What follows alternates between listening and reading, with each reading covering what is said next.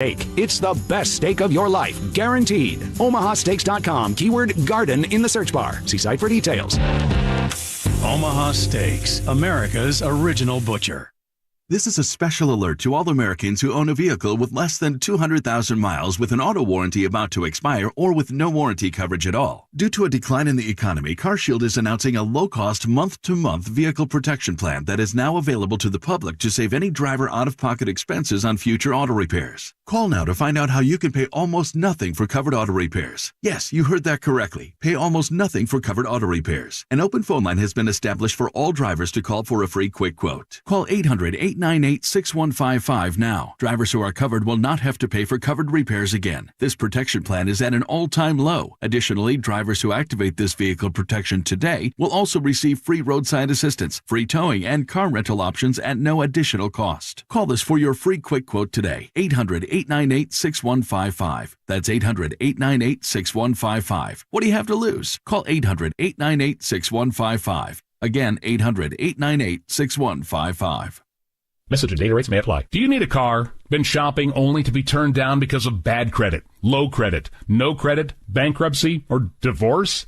Guess what? Today's your lucky day, because now you can buy a car, truck, or SUV, just about any vehicle. It's true. Bad credit doesn't matter. No credit doesn't matter. Bankruptcy or divorce, it just doesn't matter. As a matter of fact, your job is your ticket to your new vehicle. We're Auto Credit Express, and we've helped thousands of people just like you. Antonio H. told us, great company, got me connected, and the day I went in, I drove off in the car I wanted. 100% worth your time.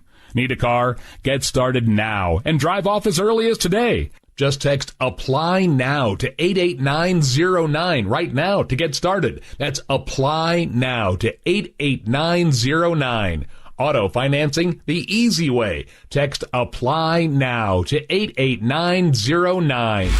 This is the flagship of Giants baseball. Double play! KNBR and KNBR-FS San Francisco, the sports leader.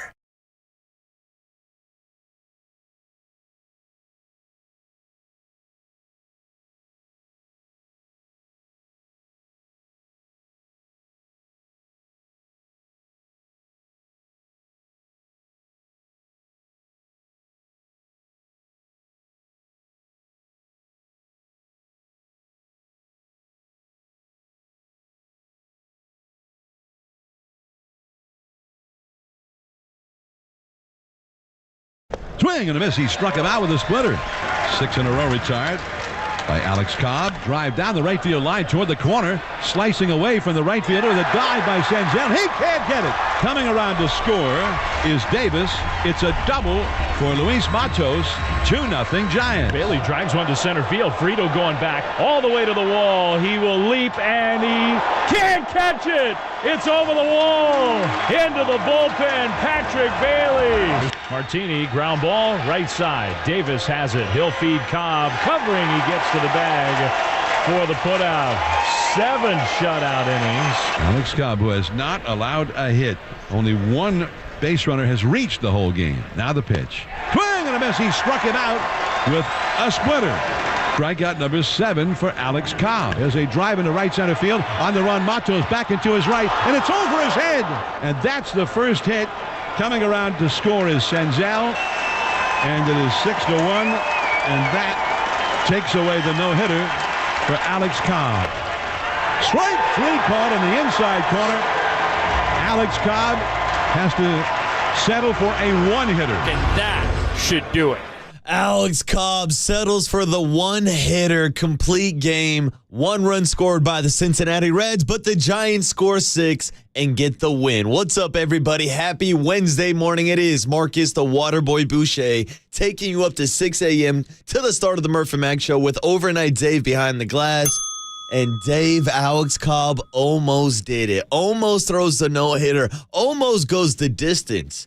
And guess who was in the building to watch it all again? Back-to-back nights. I was there last night on the corner of 3rd and King. And usually when I go out to a baseball game during a weeknight game, I usually just stay for the duration of the starting pitcher's outing. That's why when I talked about Kyle Harrison making his San Francisco debut on Monday, I went out there. But as soon as those 6 1/3 innings were up, I did watch those last 2 outs by Ryan Walker to escape the 7th, but I got in my car and I drove my ass back down to San Jose so that I can get some sleep for the leadoff spot. Well, the problem was last night, I was not going to leave in the middle of a no-hitter. No chance in hell.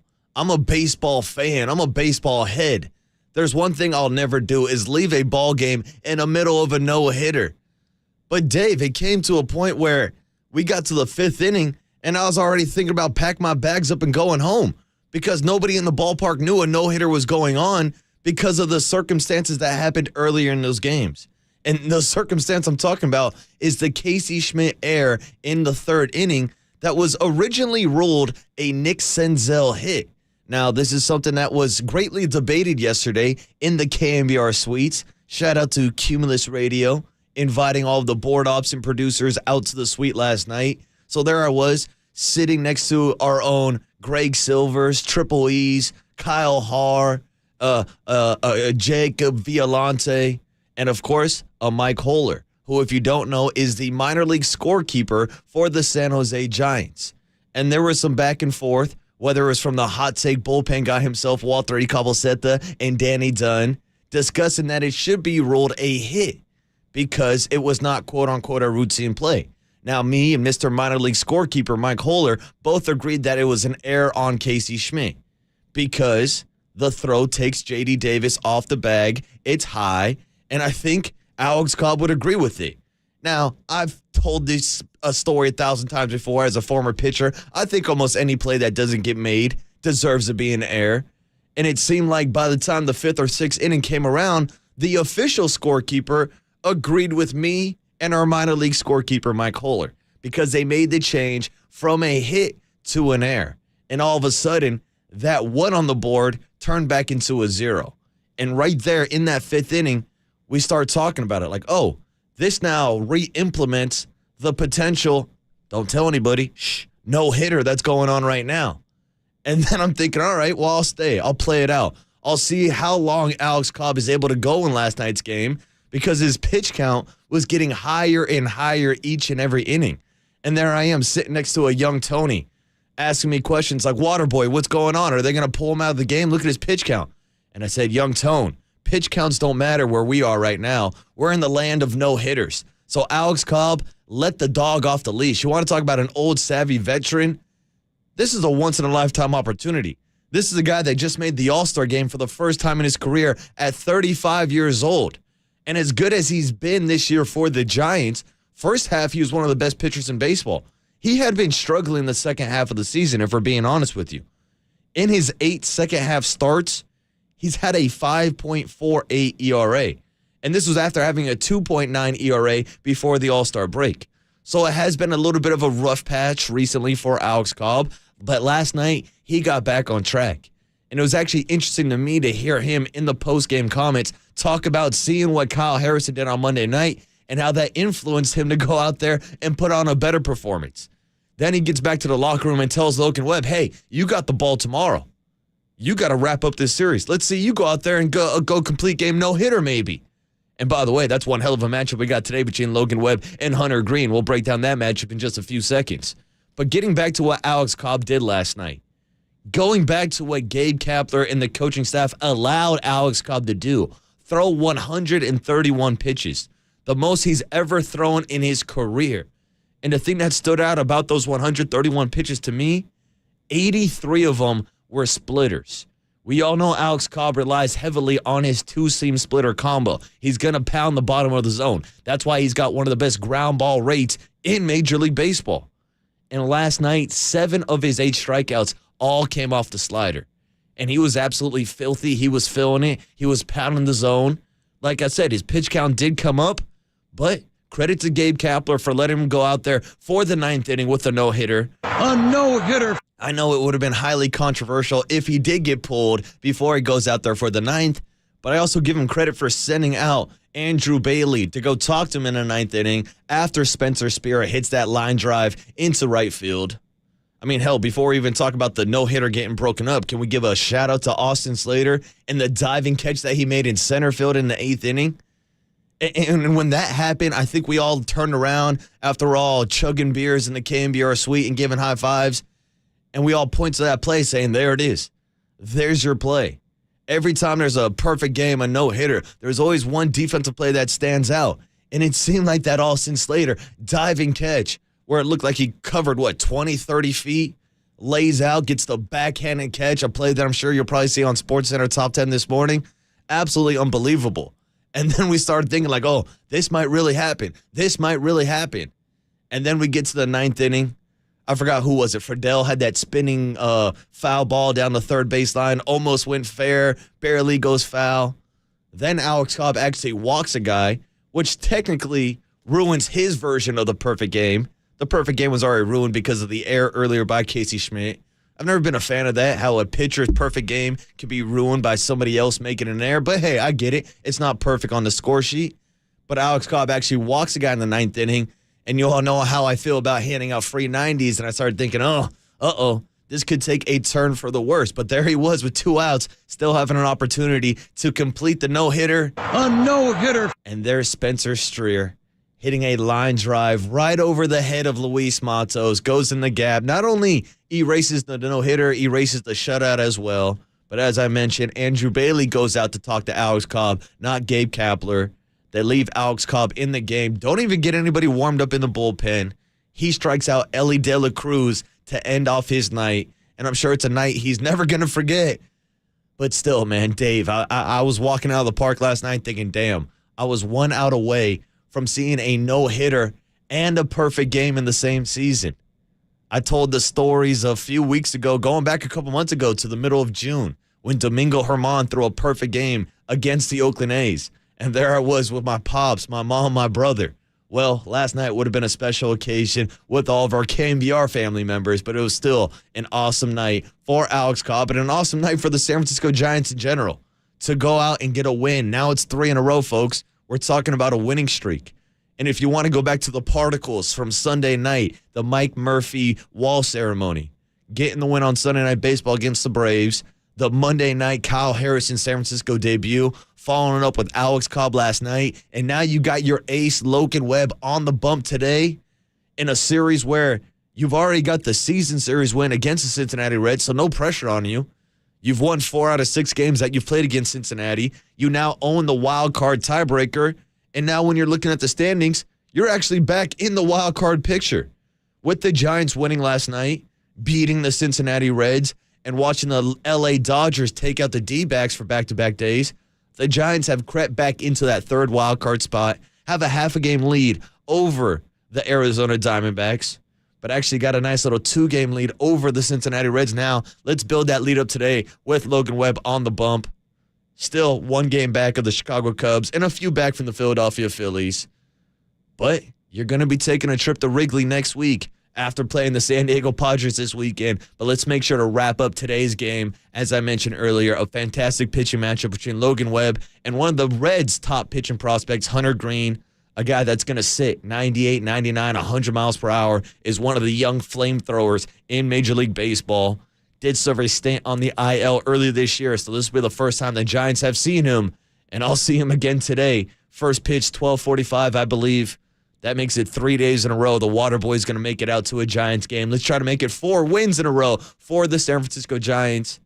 And let's continue this, this routine where you actually show up to the ballpark and know who's pitching. It's been nice watching Kyle Harrison, Alex Cobb, and Logan Webb on the bump doing his thing today. But there's also news in the world of the NFL.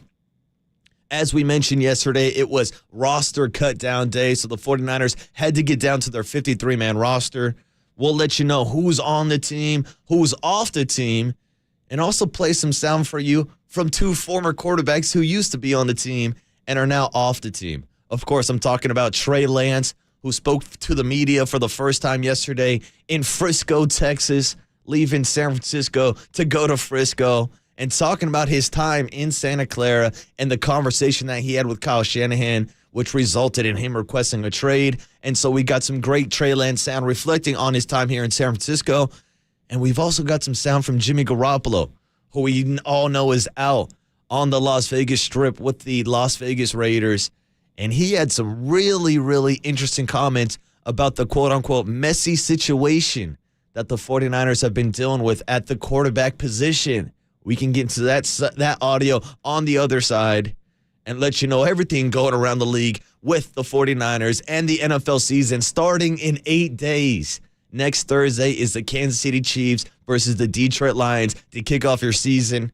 I'm sure a lot of people are getting their fantasy drafts done this week, so we could take a look around the entire NFL, what's going on with guys like Jonathan Taylor, Josh Jacobs being back with the Raiders, some of those fantasy implications. But back on the other side, let's talk about those Trey Lance implications, what it's going to be like seeing him in a Dallas Cowboys jersey, and if there's a possibility where he's leading a Cowboys team against the 49ers down the road. You never know what's going to happen in the NFL, but we'll talk about his arrival in Frisco, Texas, and play that sound for you from Jimmy G and Trey Lance talking about their time in San Francisco. It's Marcus Boucher live from San Francisco on KNBR 104.5 FM and 680 AM, the sports leader. The only unwritten rule that I'm down to bring back is letting the pitchers take LSD and throw no-hitters.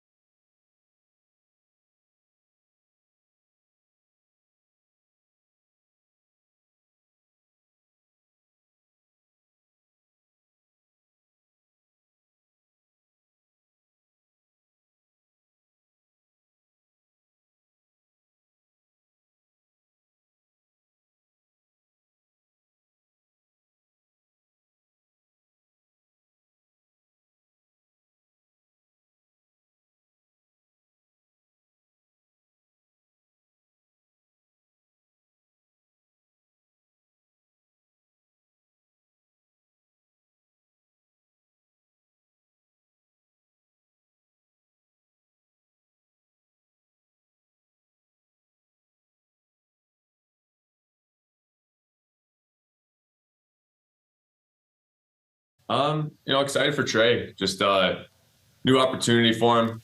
Things didn't work out in San Francisco for whatever reasons, but glad that he gets another shot, man. This league's all about opportunities, and when you get a fresh one like that, you just got to take advantage of it.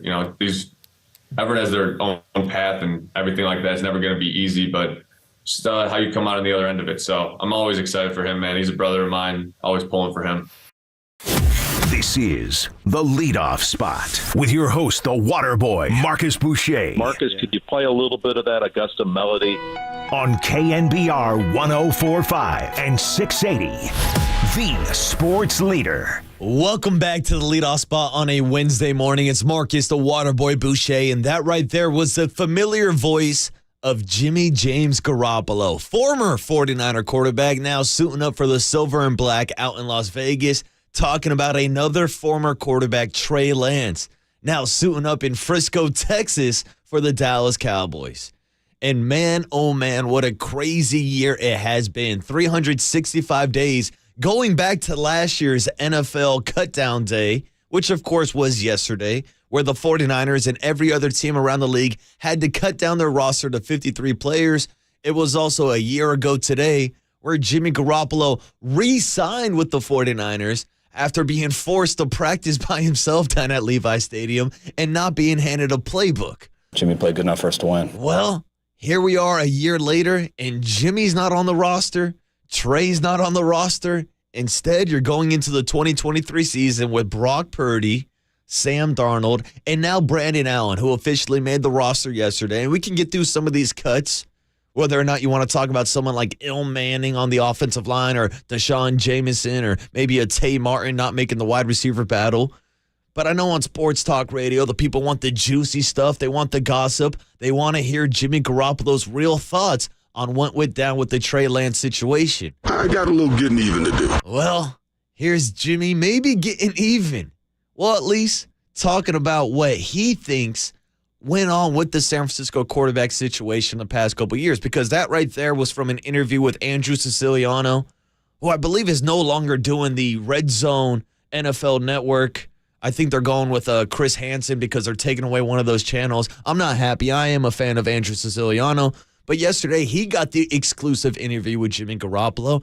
But there was also an interview on Sports Illustrated that was making the rounds and has been getting a lot of headlines, especially since we played it yesterday morning on the Murph and Mac show. But because this is the 5 a.m. hour, and I haven't been able to talk about it yet, I thought we'd play it for you this morning. Here was Jimmy Garoppolo being asked about the quote-unquote messy quarterback situation that's been going on in San Francisco the last couple of years. What did you make of the Trey Lance trade to Dallas? Weird situation. Been a lot of weird situations over there in San Francisco, just to leave it at that. But, I'm happy Trey got another shot, man. How do you think San Francisco's handled those quarterback situations? How do you think they've handled them? I think it's been messy. I'll put it that way. Yeah, that's a nice way to put it. Yeah, it's a nice way to put it. And if you haven't seen this clip going around on Twitter or X or Threads, I would highly recommend seeing it. How do you think they've handled them? Because you can hear the Jimmy Garoppolo chuckle right there.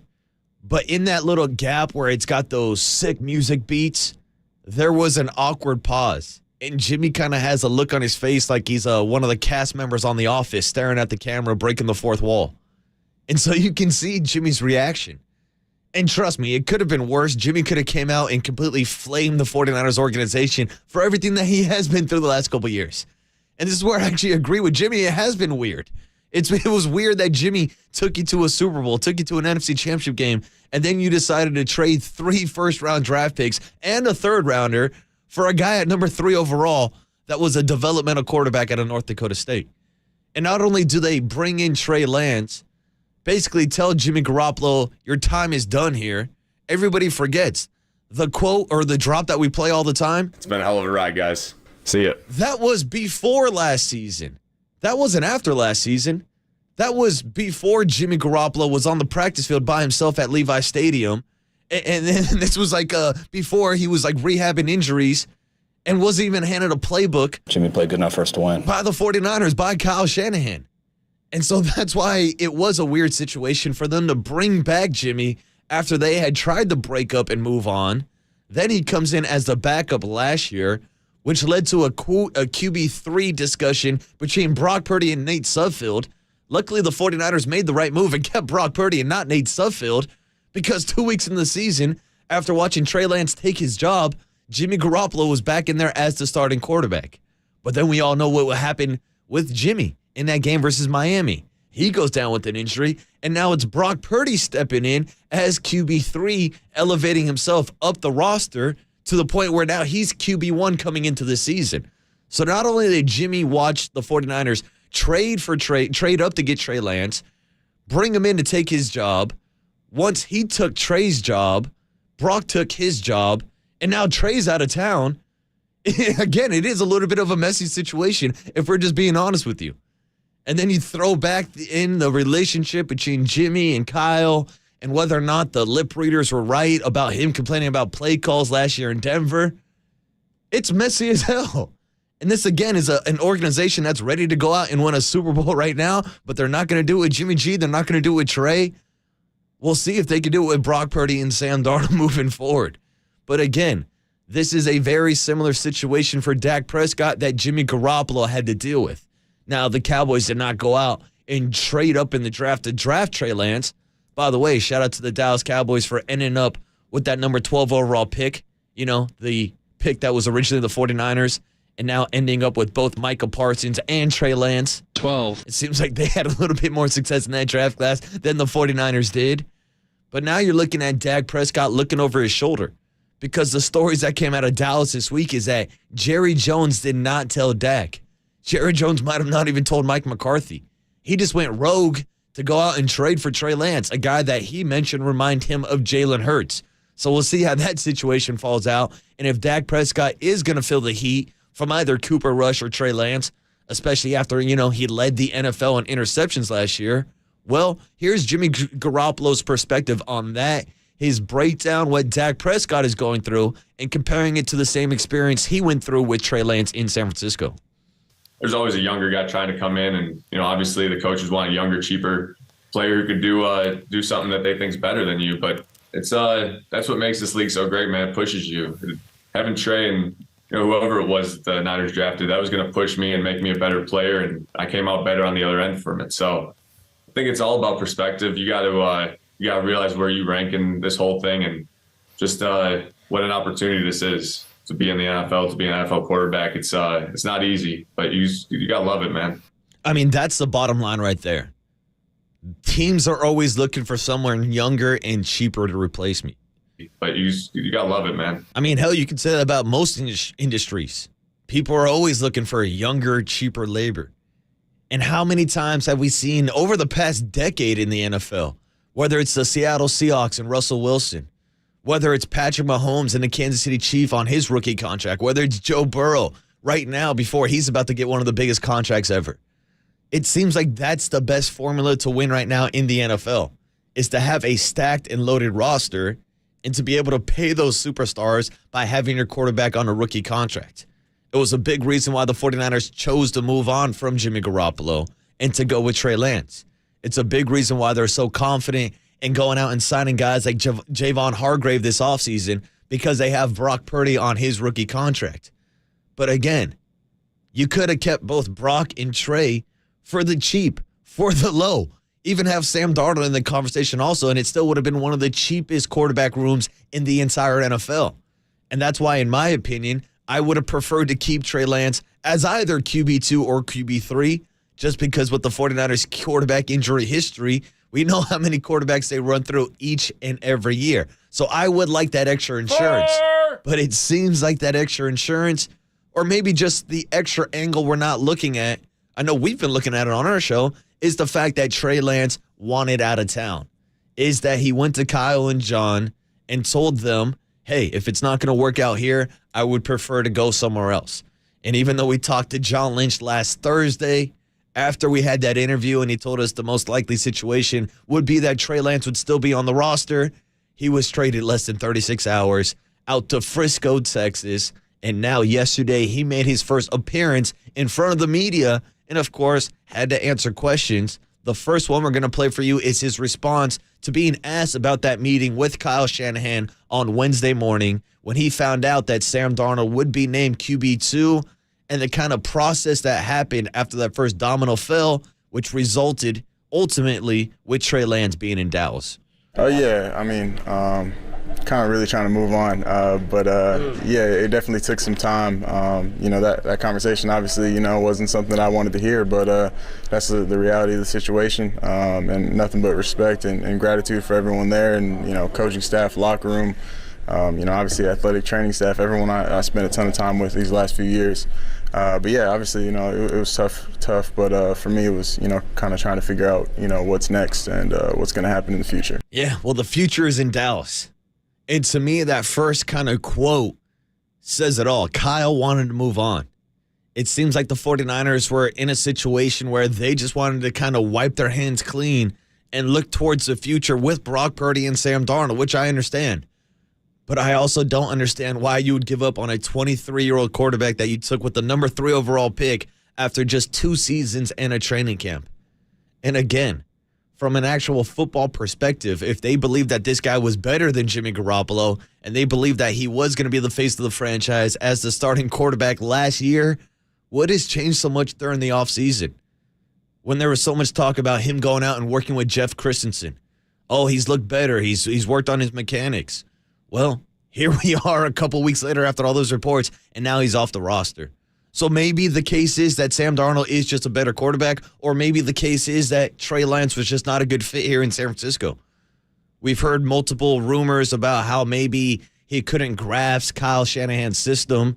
Again, if you can't succeed in Kyle Shanahan's system, I don't know whose system you're really going to succeed in the NFL after seeing the play calls that he's being able to design. Or maybe, to some of the rumors and reports out there, Trey was causing a distraction in the locker room. Again, this is all speculation.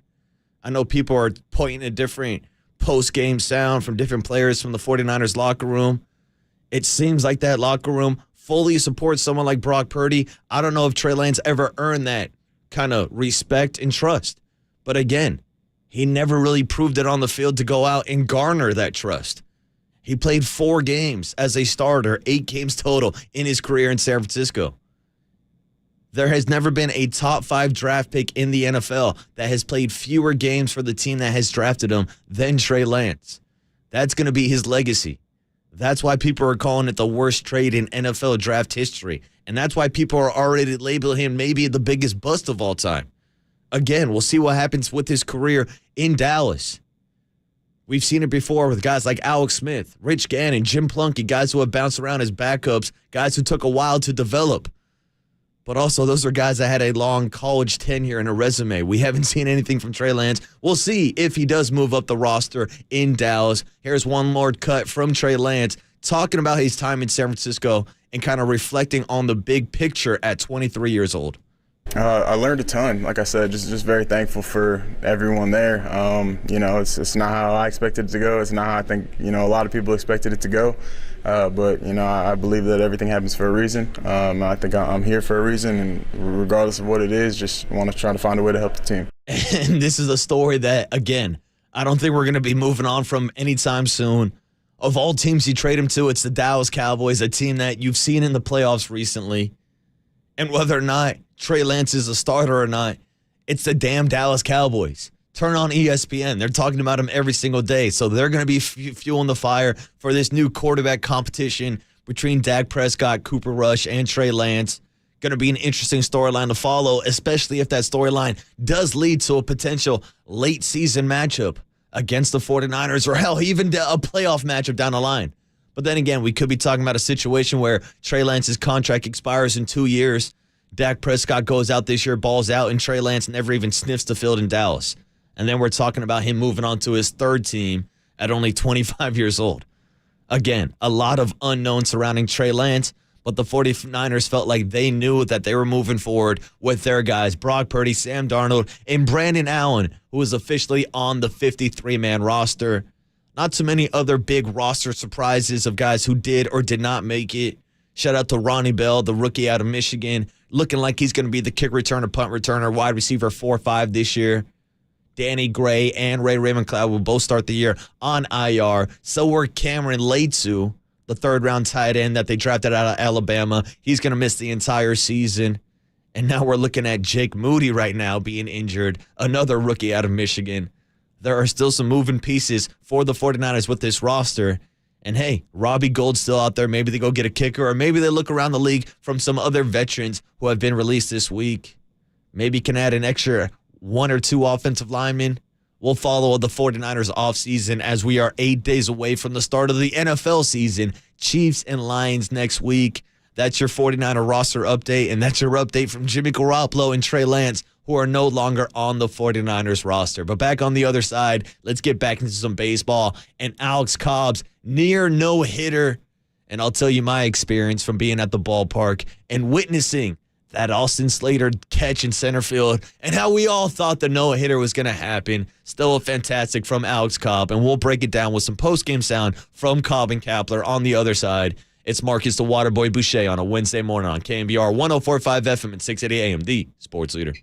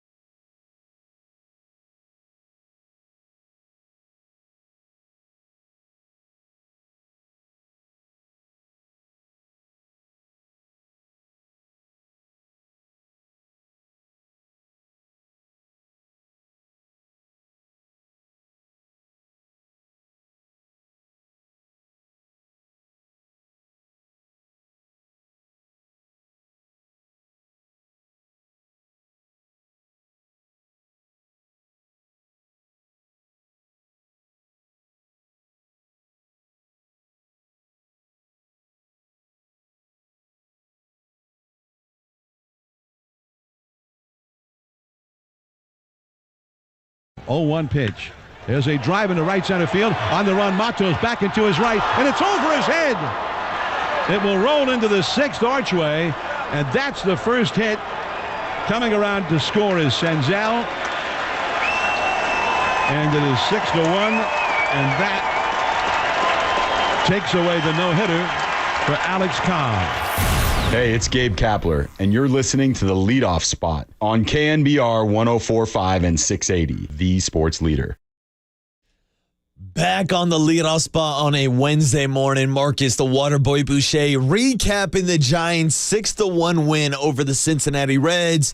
But as you heard on the overnight Dave rejoin, Spencer Steer down to his final out after 8 2/3 innings of flawless baseball pitched by Alex Cobb, sends a line drive double into the right field gap, breaks open the no-hitter, and also erases the shutout on the night. But hey, the good news is Alex Cobb stayed in the game, throws 131 pitches, and most importantly, the Giants get a win, a huge win to win the season series against the Cincinnati Reds. Out of the 6 games they've played so far this year, they've won 4 of them, so they will have the head-to-head tiebreaker in a wild card scenario, a wild card playoff picture that has the Giants back in the 3rd spot right now, and it seems like they'll have a little bit of extra wiggle room if they're able to get this win with Logan Webb on the bump today. But before we preview today's getaway day for the Cincinnati Reds, we got to put a bow on Alex Cobb's performance last night as the 35-year-old pitcher was looking for the first no-hitter in his career. And kind of, coincidental that 10 years ago, or essentially 9 years ago, Alex Cobb had a no-hitter going in Yankee Stadium against the New York Yankees. And in the 8th inning, I believe it was Chris Young, set a line drive double right over the right fielder's head, broke up the no-no. And now Alex Cobb with a little bit of deja vu last night in that 9th inning, watching Spencer Steer break up the no-hitter after he had previously walked a batter. Again, at the end of the day, it wasn't that big of a deal. He allows 1 run. The bottom line is that he won, but even walking out of the building last night, I'm thinking, damn, it would have been cool to see a no-hitter. And this is coming from a guy that just saw a perfect game a couple months ago down at the Oakland Coliseum when Domingo Germán shut down the Oakland Athletics. But then I get in my car and I even hear Kruk and Kaib, Dave, and John Miller talking about it on the postgame wrap. They're like, I've never been so angry after having a 6-1 victory. Because it seemed like after the Austin Slater catch in the 8th inning that it was going to happen. You look at pretty much every perfect game no-hitter, there's always the great play, whether it's Gregor Blanco or someone laying out and just saving the day. Last night it was Austin Slater in that 8th inning, covering ground in center field, laying out the backhanded web gem, which apparently was number 1 on SportsCenter top 10 plays today. Probably one of the top plays of the entire season. An absolute phenomenal catch to keep the no-hitter intact. But it arguably wasn't the most talked about play in yesterday's game. Because we got to take a couple steps back all the way to the 3rd inning when we originally thought the no-hitter was broken up. And trust me, I've watched a lot of baseball. No one's really talking about no-hitters in the 3rd inning. But by the time we got to the 5th inning and the official scorekeepers decided to change the Nick Senzel single that was hit down the line, Casey Schmidt made a nice backhanded play, but then did airmail the ball a little high. J.D. Davis has to jump up, takes his feet off the bag, which, of course, led to the base hit, which it was originally scored at. In that 5th inning, they decided to change it to an error, which then again takes that 1 hit off the board and throws the 0, the goose egg. And I think a lot of people were a little confused about whether or not it was a no-hitter still. It erased a perfect game, obviously.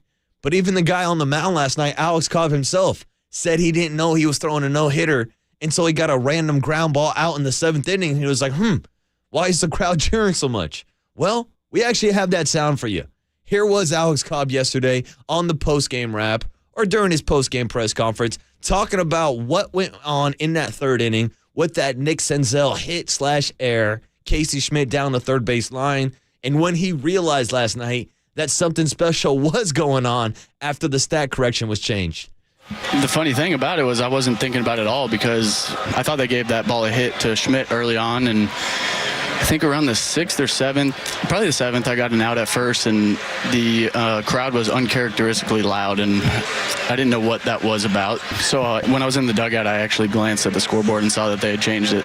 And that's the thing. When they changed it in that 5th inning, we were all talking about it yesterday at the KNBR suite. We were all thinking like, okay, this now re-implements the no-hitter.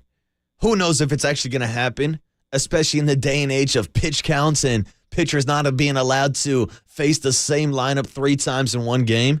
But there was Alex Cobb going out there for a 3rd time, for a 4th time against these Cincinnati Reds hitters.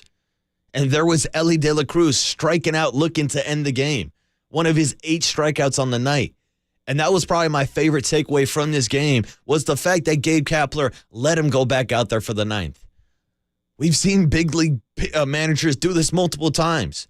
Shout out Ross Stripling in his major league debut against the Giants as a member of the Dodgers, Dave Roberts. Hell, Dave Roberts did it this year or last year with Clayton Kershaw, with guys having an opportunity to make history. But because of the pitch count, because of that magic number 100, we got to take him out of the game. Well, check this out. Now, back-to-back nights, Gabe Kapler has let his boys go deep into the game. Kyle Harrison was on a 65 pitch count in his first outing in Philadelphia. They let him go 91 pitches Monday night because he was putting on, in Gabe Kapler's own words, a historic performance. Goes out there and strikes out 11 batters in his San Francisco debut. And one day after Kyle Harrison puts on that historic performance, Alex Cobb almost makes history himself. Again, one of the best storylines surrounding the Giants this year has been Alex Cobb.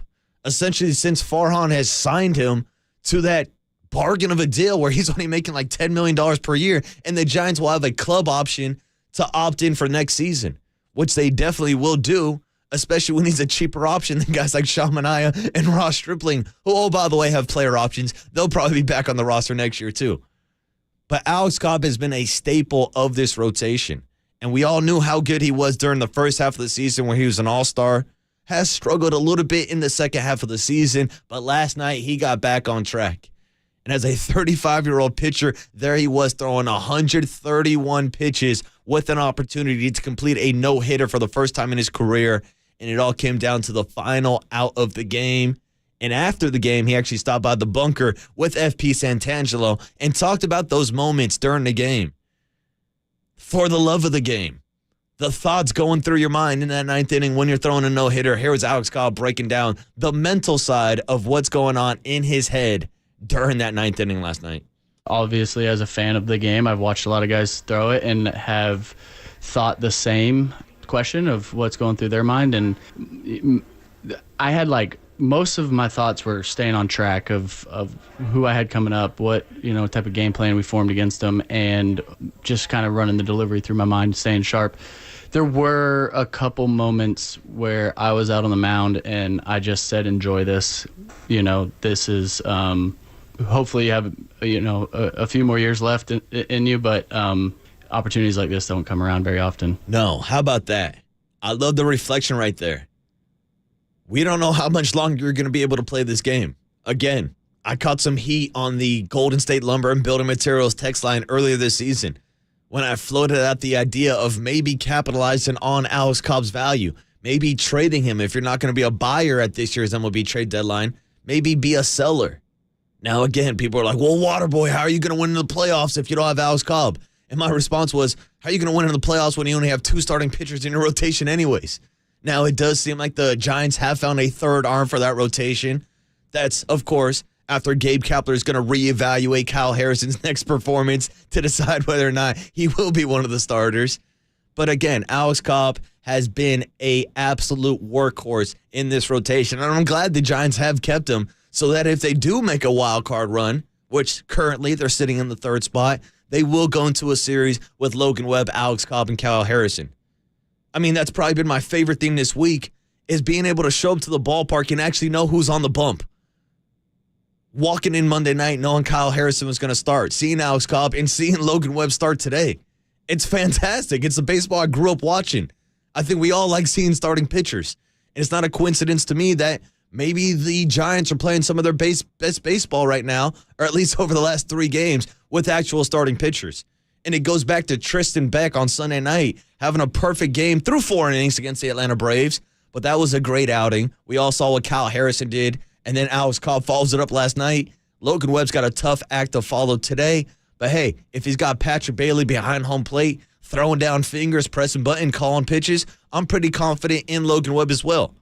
But interesting to see if Blake Snell was behind home plate or if they give Patrick Bailey the day off after catching 131 pitches, because it's always something that I try to bring up when there is a no-no or a perfect game, is the impact of a catcher. Is the quarterback who's calling all the plays and calling all the pitches. And we've covered it extensively this year, how pitchers like Logan Webb and Alex Cobb both started the season with PitchCom calling pitches themselves.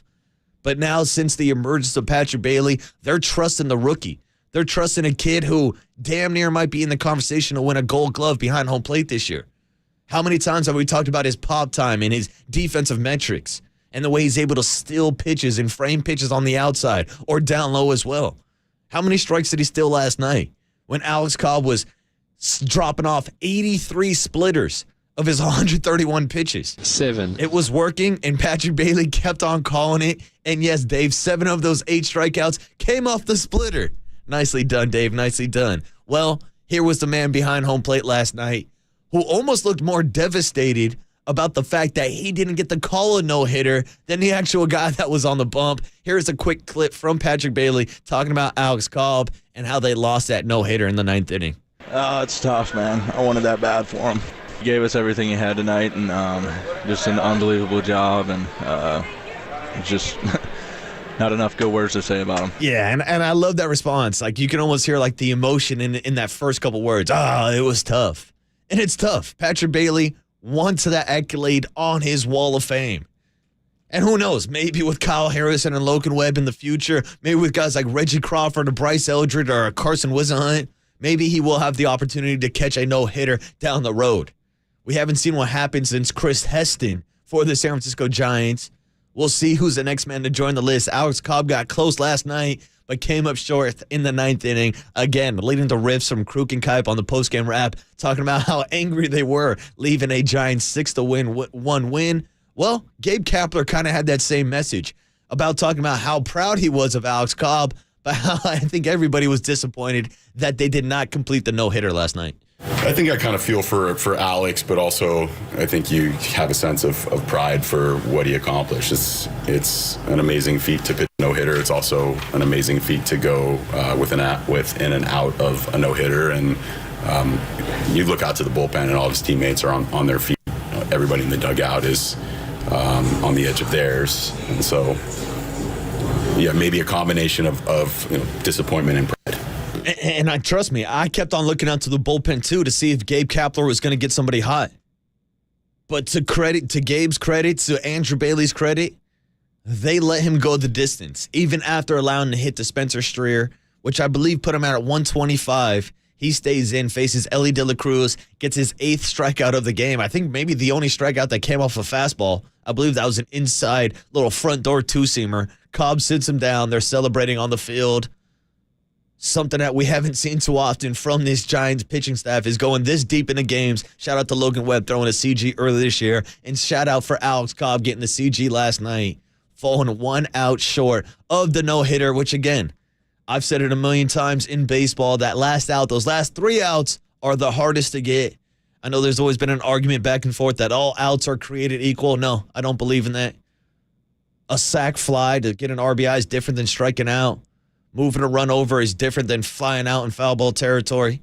And there's a reason why the last 3 outs are the hardest to get in any game, and that's why being a closer is such a difficult job, and that's why it's difficult for guys to go out there and complete a no-hitter or a perfect game. Alex Cobb had the chance last night, fell short, but the Giants get the win, improve their record on the season to 4-2 against the Cincinnati Reds, hold that tiebreaker in the wild card race. They won the season series against the Phillies in the wild card race also, so that's another tiebreaker. Philly's still a couple games up in that number 1 spot, but the Giants continue to play well and play well in those City Connect jerseys. Got the win last night. We'll continue to talk about Alex Cobb's performance on the other side with Murph and Mac.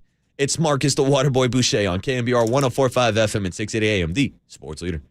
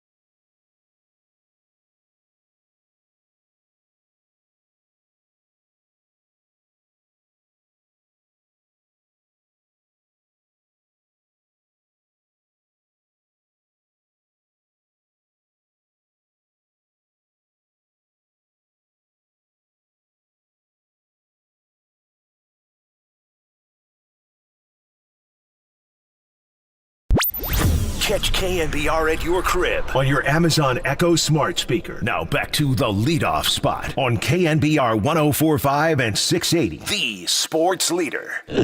All right, back on the leadoff spot, about to make the connection with Murph and Mac to talk about Alex Cobb's performance last night, falling 1 out short of throwing a no-hitter. But how about this giant stretch of baseball? Going back to Sunday night, the Mike Murphy game, getting the win, with Tristan Beck going 4 innings of perfect ball against the Atlanta Braves. They've now won 3 games in a row. And after Tristan Beck took the mound on Sunday, there was Kyle Harrison Monday night, striking out 11 batters. Then you get Alex Cobb striking out 8 last night, going through a no-hitter 8 2/3 inning. And now we got Logan Webb today taking on Hunter Green, an absolute flamethrower for the Cincinnati Reds. We've got some great baseball for the San Francisco Giants, and the Water Boy's going to be in the building again today. Back-to-back games. I'm going for the entire Cincinnati Reds series, boys. Good morning. I think we push penciling you for every game the rest of the season.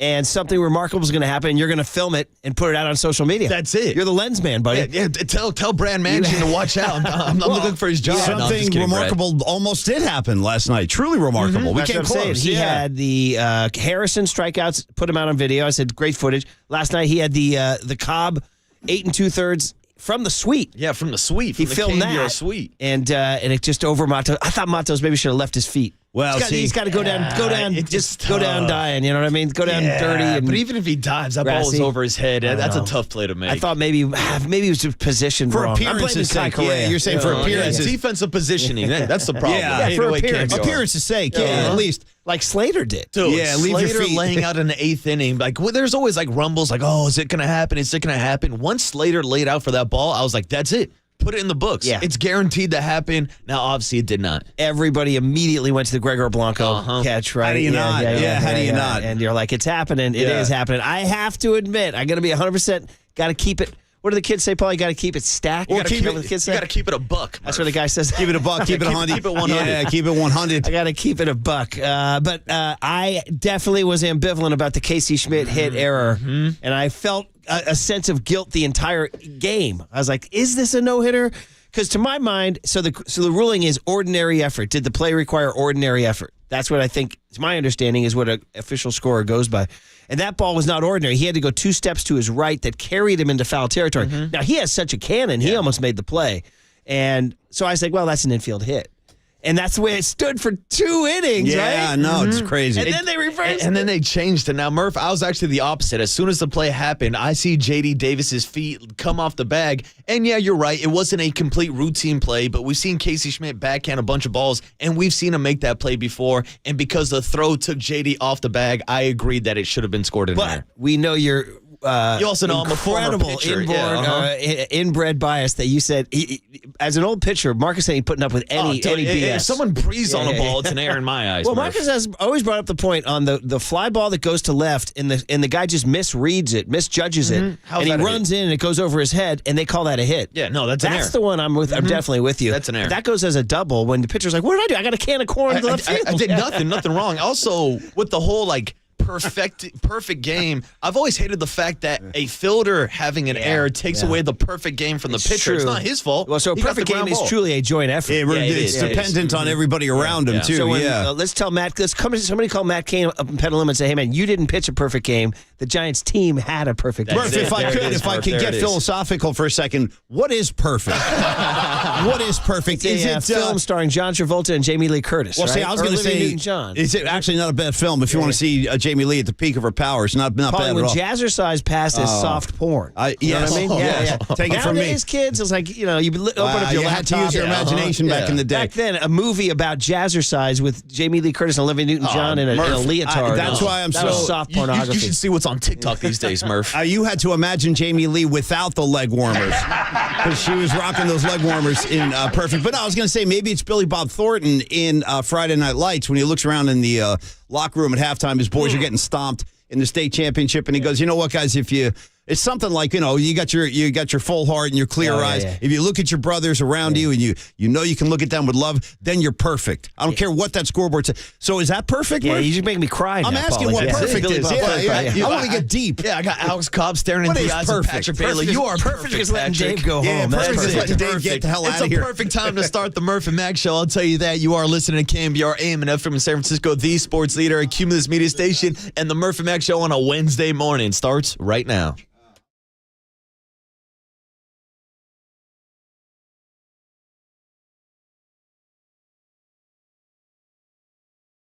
Good morning, and welcome to the KNBR Morning Show with Brian Murphy and Paul McCaffrey on KNBR 104.5 FM and 680 AM, the sports leader. Oh, yeah, the Giants are waking up late August just in time to get back in that wild card. In fact, as we wake up this morning, they are owning the third wild card as the Diamondbacks have slid. Thrills and chills and spills last night for 8 2/3. Thrills, chills, spills, and daffodils. Shout out Prince. Alex Cobb almost gets the first no-hitter since, wait for it, Chris Heston. I remember it. Back in 2015. Yeah. Paulie, we went, the no-hitter and Giants is such a unique relationship because you had Halicki in 75, Montefusco in 76. Then nothing for 33 years while you and I grew up. Murph, I hit puberty. I went to my prom. I graduated college. I mean, a lot of things had happened. I moved out west, and no hitters. And then zero. Slinging Johnny Sanchez on that Friday night against the Padres in 09. I have vivid memories of that one still. I remember the Jonathan Sanchez very well. You have vivid memories of the postgame on NBC Sports Bay Area. You were right there. Me and JT Snow. I did such a good job, Paulie. I may need a little help. I did such a good job. They never asked me back. Yeah, you got that Clint Eastwood interview, though. That's all you need to say. All right, though, to your theory, though, Gary and Greg Papa called and put the blockade on me. That's where it all started. I don't want him getting too close to my perimeter. That's where it all started. That was funny, man, because then Papa started doing all the postgame. Yeah. But anyway, then so you go Heston, you go Sanchez 09, then you go Kane 12, Timmy 13 and 14. Dude, it was raining no-hitters. It was like an annual thing. Heston in 15. Yeah. And then we've gone dry since. And I'm glad, I really, truly am glad I don't have to be the bad guy on the radio today because I did think that the Schmidt play was a hit. And I would have been like, was it really a no-hitter? And then people be like, dude, you are killing me, man. We're here to have fun. We're here to enjoy the no-hitter. And I would have been that guy. Or I would have had to lie on the radio. Be like, yeah, what a great no-hitter. But you know me. I have to be that D. So I would have been that D. But anyway, so Spencer Steer saved me from being a D. Although some would argue I'd be a D anyway. You know what I mean? So, regardless of whether it was a no-hitter or not. Anyway, what about you? Were you all caught up in it? Yeah, I was caught up in it. I don't know that I reacted the way you did. I felt, I don't know, it was unfortunate. But I would, at the same time, again, is this like the new Gabe Kapler? Letting Kyle Harrison go to work. Letting Cobb go way over 100 pitches last night. Like, wow. This is maybe the most by a Giant since Matt Moore in 2016. That's a great stat. I didn't hear that. Yeah, wow, 131. That's crazy. Yeah. 131's a lot, give Gabe credit. Gabe's, I think I want to say one of Timmy's no-hitters. I think he maxed out at 148. Oh, I was going to say 138. No, I thought like 148 or something like that. Well, get it done, Timmy. However long. So he. But letting watch to Gabe. Yeah, we're giving Gabe the Rocky IV. If you can change and I can change, we all can change. No question. Right? Man, I mean, he is. He is. Last couple of nights, he's been letting his guys work. It's nice. Give him credit on that because he's throwing down some bunts. He's letting Kyle go deeper. Who went to bunt last? Was it Slater who laid down that nice bunt last night? There was another nice. I think it was Slater who laid one down last night. A lot of nice bunts lately. Yeah, Slater got on with a nice bunt. It was actually perfect. It was down the third base line. It was beautiful. I was wondering. And this is, you want to talk about unwritten rules, and I know that the younger generation gets very upset at the older generation about unwritten rules, but the definite unwritten rule in that one is the Reds are not allowed to bunt.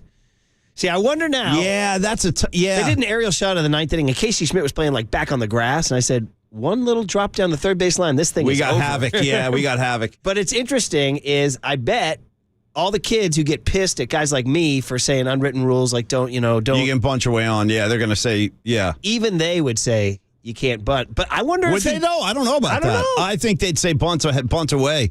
Just to challenge like the old guard, that for real. If it's too loud, you're too old. Probably never trust anyone over 30. Nice snort, by the way. That was solid. That was But I think that crazy. anytime, In the middle of my that was a good snort. I appreciate it. I was a little disturbing. You let it to out. tell Whatever the you got to truth. do, man. It's a Wednesday. It wasn't intentional. No, it's all good. It was an accidental snort. Good old Shows you snort. my freaking body's breaking down. But it's a little John Elway-ish is what it was. Yeah, probably. not bad at all. Let's compare snorts. By the way, if you can line up Murph's snort, I'll put it next to John Elway. I mean, that one's going to be tough to beat. And 415 brings us up, as did my lovely bride. She said, because she's with me on the jersey thing, she said, are you going to talk about Gabe wearing a jersey last night? He did. Well, he did. That's a step in the right And direction. I'm wondering if City Connects, if it's because it's a City Connect night. I always feel like this shows the pecs better than he the normal home jersey. I mean, I don't know what would like motivate him maybe to there's wear. like a rule that Nike's Maybe like, you gotta Farhan wear it or tells him, you something? better throw on that City Connect tough guy, or there's going to be no. How would you have felt about a no-hitter in the City Connects? That's a great question.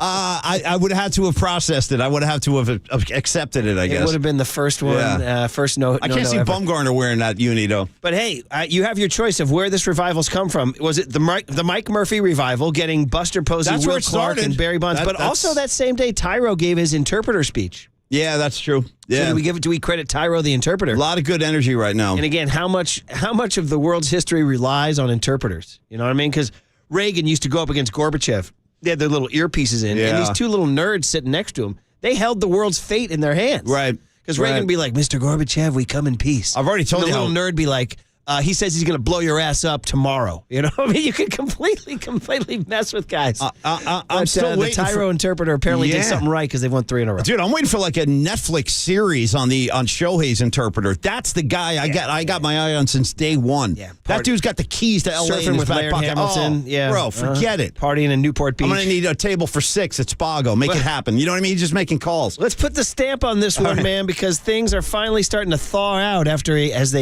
that writer said, slogging through an arduous and ineffective August. Ooh. It is August 30. We've got 2 more days of this wonderful month of August before Friday, September 1. So Kai Correa calls Rob Manfred again. Manfred said, you guys waking up out west? He said, why don't you not worry about that suit and put it in the books? San Francisco Giants 6, Cincinnati Reds 1. Oh, it's all good, baby. It's all good.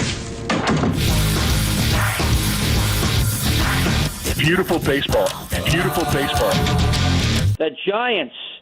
Fun. This is some kind of good. This is unbelievable. Runs are cool, man. Enthusiastic fire emojis. Here it is, the spatula. And it's the coolest kid in town. And I mean the coolest kid in town. Patty Bazooka, Pat Bailey, Patty Bat, number 7.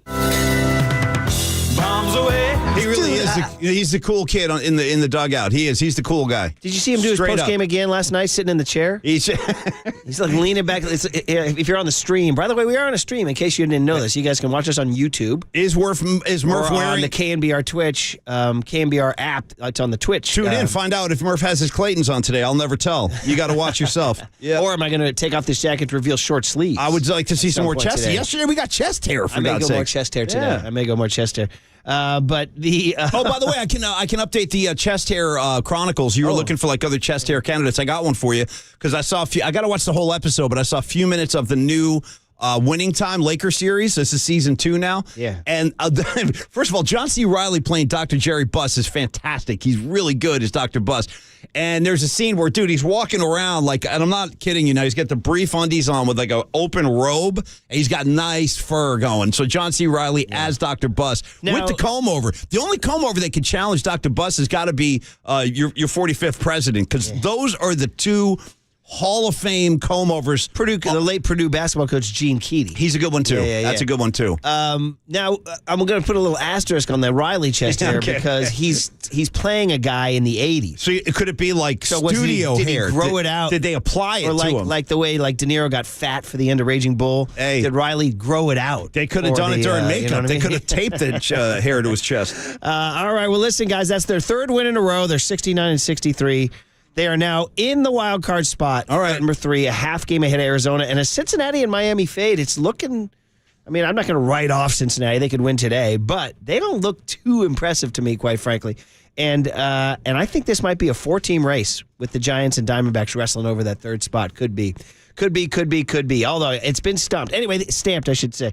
49ers made their final 53-man roster. No stunners, but they did keep all 9 drafted rookies. That is a little bit noteworthy. And, of course, Trey Lance arrived in Texas. We have all sorts of fun stuff to get to today, including the guest list, which is next. The Murph and Max Show on a Wednesday morning. Nearly perfect, Paulie. Not quite perfect. You know what perfect would be if I could modify my take? Perfect would be having Alex Cobb on the show today. That would be perfect. That's a modified take. I updated that. He will be on the Papa and Lunch show instead. I see. Well, I guess that's perfect for them, but that doesn't help me. There's worms and there's birds, and then there's I'm glad we can make life perfect for those guys. Who's going to help the M&M boys? That's what I'm saying. KNBR 104.5 and 680, the sports leader. If it's too loud, you're too old. Gilroy, shout out to you for supporting KNBR, Gilroy's sports leader. Here's what's trending now. Trending now. On KNBR.com. Alex Cobb nearly threw a no-hitter last night. It was broken up in the 9th inning, but after the game, he stopped by the bunker with FP Santangelo Sr. to talk all about it. To hear that podcast and more, check out what's trending now on the all-new KNBR app.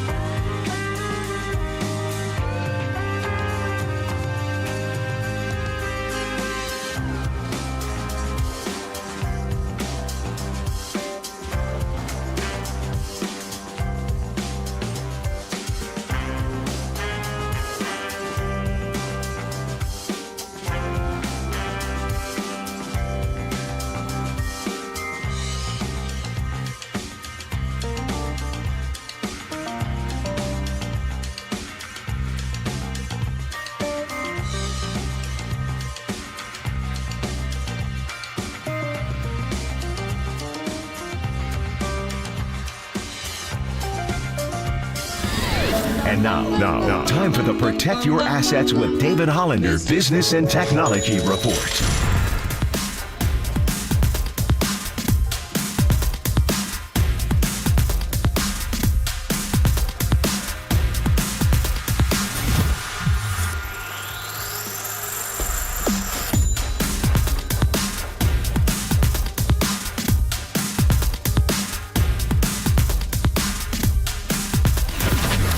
This has been the Protect Your Assets with David Hollander Business and Technology Report. Do you want to pay less taxes this year? Learn more. Listen to David's show every Saturday morning on KNBR or call 1-866-PROTECT. Follow the leader on Twitter at KNBR. For once again, we are the sports leader. KNBR 1045 and 680. 0-1 pitch. There's a drive into right center field. On the run, Matos back into his right, and it's over his head. It will roll into the 6th archway, and that's the first hit. Coming around to score is Senzel. And it is 6-1, and that takes away the no-hitter for Alex Cobb. Cobb's wind up. Here it comes. Strike 3 called on the inside corner. Alex Cobb has to settle for a one-hitter. But certainly a disappointment, but I don't think it tarnishes the night that he had, the game of his life. And maybe he'll tell us that there was another one that was better. But he came 1 out away from his first no-hitter in the big leagues. Well, there it is. John Miller calling the 8 2/3 moment where the ball, and a few texters are agreeing. We all think Matos could have taken a better route to the ball. Would he have caught it? I don't know, but he would have had a better chance. Yeah. What are you going to do? They're human. That's why, as the song says, nobody's perfect. That's it, Marcus. Very nice. Good poll. So help me out. Well, first of all, good morning, boys. Good morning, buddy. This, of course, is J. Cole featuring Missy Elliott. Nobody's perfect, Murph. Nice. Sounds good.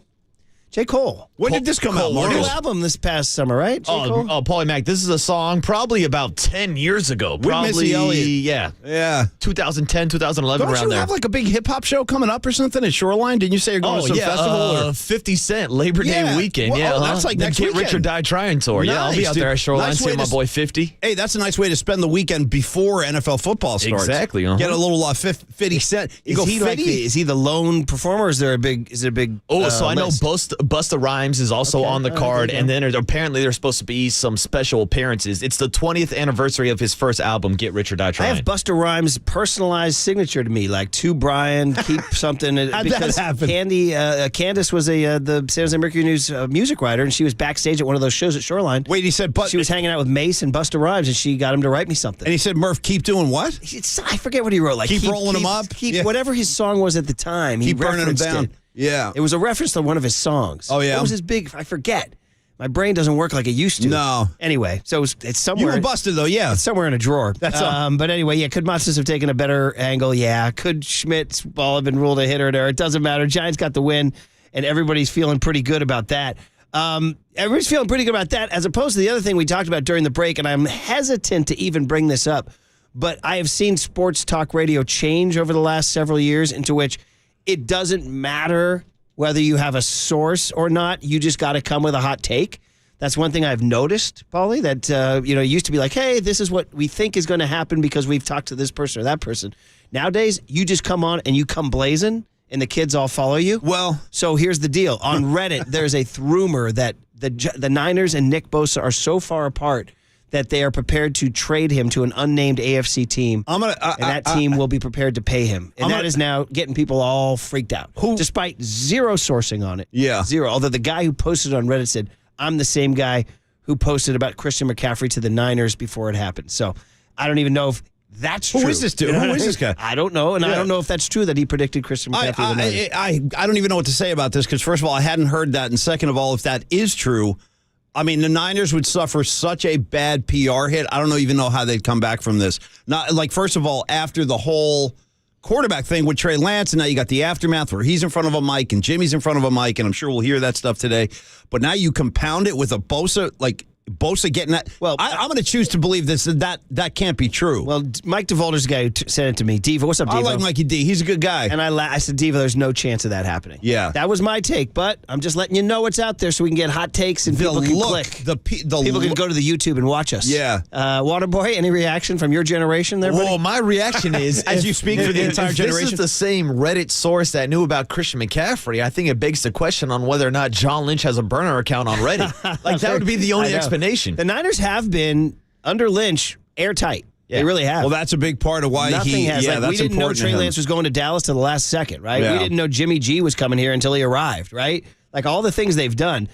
Although, what's interesting about what you just said, that's true. But in this case, the whole Trey Lance thing leaked. That was not supposed to come out when it came out. They kind of forced their hand. That he wants to trade or yes, whatever. Or no, that they told him he's the number. They said Darnold is going to be number 2. That wasn't supposed to be announced until the week before the first game because Shanahan had said that the day before. And then suddenly the next day, that information hit the general public, and they were forced to address it. What was different about that was didn't Lance no-show on the field? Like Correct. Mayoko? Correct, and that's when they put Fred Warner in front of him, Mike, who couldn't answer any questions. So, yeah, that was maybe one. That was Trey Lance's agent or whatever. So things have gotten out. This same Reddit thread or poster says it's a DeForest Buckner type situation where Buckner wanted so much that the Niners had to trade. I don't even want to hear this. Like, I don't even want to. I'm just trying to come with the hot takes. Well, it's too hot, actually. It's a little too hot. You going cool in the game? Yeah, I'll take my shirt off. It's too hot. And I got to say, figure this out, you guys. I don't want to hear it. Just figure it out. This is probably where negotiations get to a certain point. Right? Yeah. You know what I mean? Where it's like the nuclear threats start coming.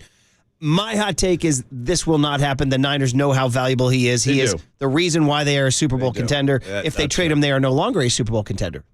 That's simple as that. If they trade him, they are not a Super Bowl contender. He's that important. He is. He's probably the best player on either side of the ball that they have. Now, since we're taking this angle and looking at it, I was actually encouraged by the 49ers signing Hargrave earlier this offseason because it showed me that they have the money to go out and pay Nick Bosa. But maybe we're talking about this being a red flag with them signing Hargrave as insurance in case Bosa doesn't Look come at you back. trying to stoke the fires now with your little Raider hat on over there. That's the thing. Murphy's talking talking about just putting this out on sports radio. It's like Snoop Dogg says. Put that on Sports Talk Radio. We'll put that on Sports Talk Radio. You know what I mean? These are not the kind of takes I'm looking for on Sports Talk Radio. I want to do the story where, hey, the Niners just signed Nick Bosa. Let's talk about the terms. Yeah, me too, That's the story I want to hit. Can we get Busta Rhymes' take on this? Yeah, maybe somebody should get Busta on the phone. My wife is up early and texted, and she says that the phrase was, he said something like, put your hands where my eyes can see. Do you remember that line from the early? And he said that I was part of a flip mode squad. Does that all make sense to you guys? She's remembering what he wrote to me. It was a fairly lengthy. Yeah, I'm part of the. He said I'm an honorary part of the flip mode squad, which I think that was what he was rolling with in the early flip mode squad. So anyway, back to the lecture at hand here. The Bosa rumor, I choose not to believe it because, again, like I said, that's what I'm saying. If they trade him, they are no longer a Super Bowl contender. Now the window's smashed. He's that important. Okay, you're not getting to the bowl without him. So Niners, you have a choice: figure it out or trade him, and you're not going to the bowl. And then guess what? We'll start looking at the Warriors.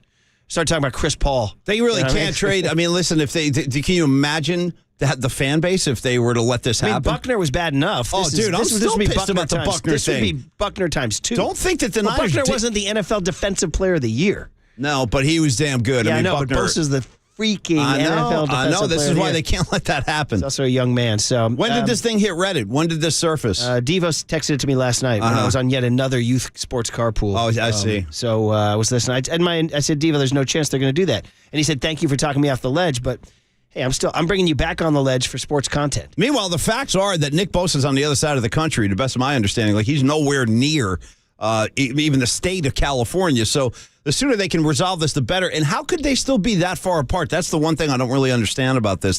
The goal is asking for that much. Well, the goal is to make him the highest paid defensive player in the league, right? So that's, the number where you got to at least start discussing. So go to that number and Let's go from there. Let's get this thing done. Do I have to get somebody involved here, Murph? Who do I have to call to calm the waters here? Who could Steven Seaweed maybe? The Wolf? Kind of calm everybody down. Yeah. I love this text from 415. Says, "Hey Murph, I just got up. I'm getting ready to go play golf, and now after hearing that all caps effing Bosa news, I'm so effing PO'd. I better not F my game up today." Well, don't go I'm too out crazy. here ruining 'cause guys' morning. That's what I'm saying. I'm not trying to. None of this is facted. We don't know if this is even true. Exactly. Here's so another let's guy be says, cool. Murph's 916 says Murph's bringing up random Reddit nut jobs to the airways. Yeah, that is kind of ballsy. Should have all ended when you mentioned Reddit. I did preface this by saying this is how sports talk radio has changed. Because I guarantee you some people are going to go with this. Everybody needs to cool out. And I'm just trying to keep up with the Joneses. Can I just try to calm the... Everybody, listen, get Jagger over here. Everybody be cool now. Come on. For the first 18 years of my radio career, I never would have mentioned it. But the game has changed. I wish the it game didn't. has changed. Because now I'm like slightly upset. Yeah, but people are saying this is good radio. Is it This is good radio. There's other ways we can achieve that, though. Really? All right, let's get the guest list going on a Wednesday, 8/30/23, August. 2 more days. August will sneak up on you with that 31st. Yeah, they give you that kind of extra, sleep on that 31st, don't you? Giants day game today. Yeah. Day game today. And man, the way they're rolling. You know, Let's finish the job. It's the Reds. I'm not that impressed. I'm just not that impressed with the Reds. I mean, they had a nice little run in the summer, and this is what if you're a Jock Blog student, and I posted another one yesterday. My one yesterday was about the Niners and how I spun it off the Matt Barrows line about how this weird, odd funk coming off the team. Yeah. And I said, well, this is about the weirdest, most funkiest funk of all time. If this Bosa thing comes to fruition, don't get funkier than that. But 2 Jock Blogs ago, I said, listen, it's really bad for the Giants right now, but I think all they have to do is tread water until September 1st because I think the Reds and Marlins are going backwards. And that's proving to be true. You're not buying the Reds, I did say in that blog, I said, I'm not going to credit the Diamondbacks until they make a move. Literally, almost after I filed that blog, they made a move. So they are in the hunt now. Actually, so it's going to be, my prediction is down the stretch, Giants, D-backs fighting it out for that 3rd wild card. And it's in God's hands then at that point. If you got Kyle Harrison on your side. It's in God's hands. Well, hey, speaking of, since you're pumping up the Jock blog, I should pump up my Jock cast because I just booked Chris Harrison. Kyle's dad's going to join us tomorrow. Yeah, so we'll have a nice It's chat. a De La booking, Yeah, Paul. De La to De La, man. We're keep it in the De La family. Oh, that's cool. Yeah, it is. So we'll have a nice conversation with him and get into it. Yeah. That's good. You going to let that guy Kaler in? No, he's out. He was part of a... he's out. He was part of a spirited text exchange last night. He's just... I know. He needs to toughen up a little, that kid. He really does.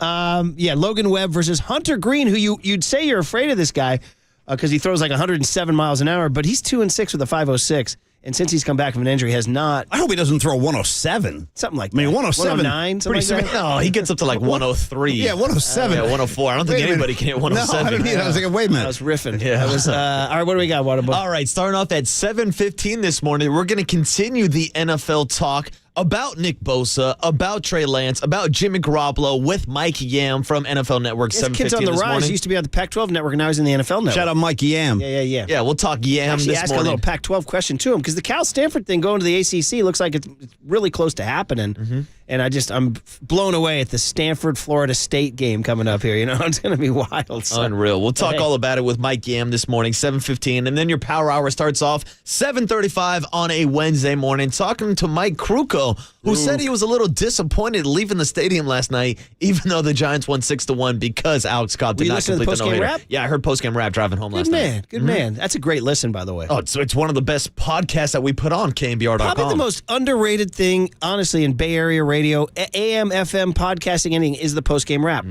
Not enough people listen to it because sometimes it comes on late on a weeknight. It's gold. It's freaking gold, but we do podcast it. Oh, and shout out my guy Overnight Dave who plays the midnight replay. Sometimes I'll get the post-game rap as I'm driving into work at like 3 in the morning. Yeah, sure, exactly. That's awesome. By the way, there was a fun little, because I'm in the car a lot more, like I said, with school back in session and now a lot of carpools going down. I've been hearing the face-off with Flem and Miller and Tolbert and Ratto all week.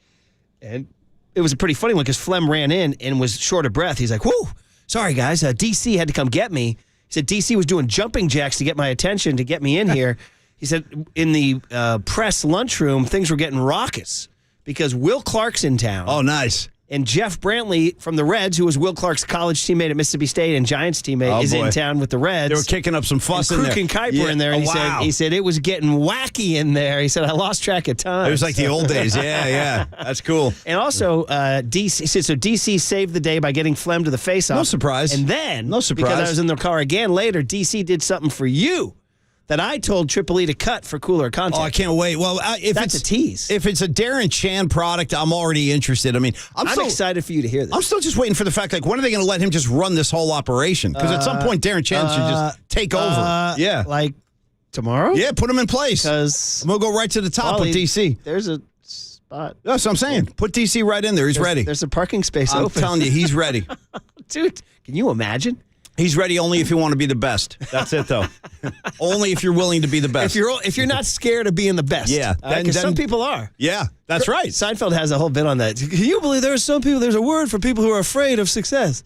There are people afraid of success. There's this whole bit. Anyway. Yeah. All right, Mike Kruko will join us at 7:35. Our big hit cooler of content reps up the Power Hour, and then we'll talk more Giants baseball this morning. Andrew Baggerly at 9:15. All right, by the way, before we get out, 209 checks in, says that he did some research on YouTube, and indeed, Busta Rhymes had a song called Put Your Hands Where My Eyes Can See, and that was what he wrote to me. You said he's going to be at this event Friday, right? Put your eyes where my hands Tell can him Murph see. says what's Put up. your eyes where my hands can see. Put your hands where my eyes can Do see. you I remember think, the I think song? I know that song. Yeah, I think it was all part of Stay tuned. Yeah. all part of the flip mode squad. It's coming there. up shortly. All right, well, we're killing you with these Bosa rumors. Oh, you are. You're we're destroying also my whole talking thing. baseball, so I let's know. carry that on next. Come on, KNBR Bosa. 104.5 and 680, the Sports Leader. I mean, he's gross.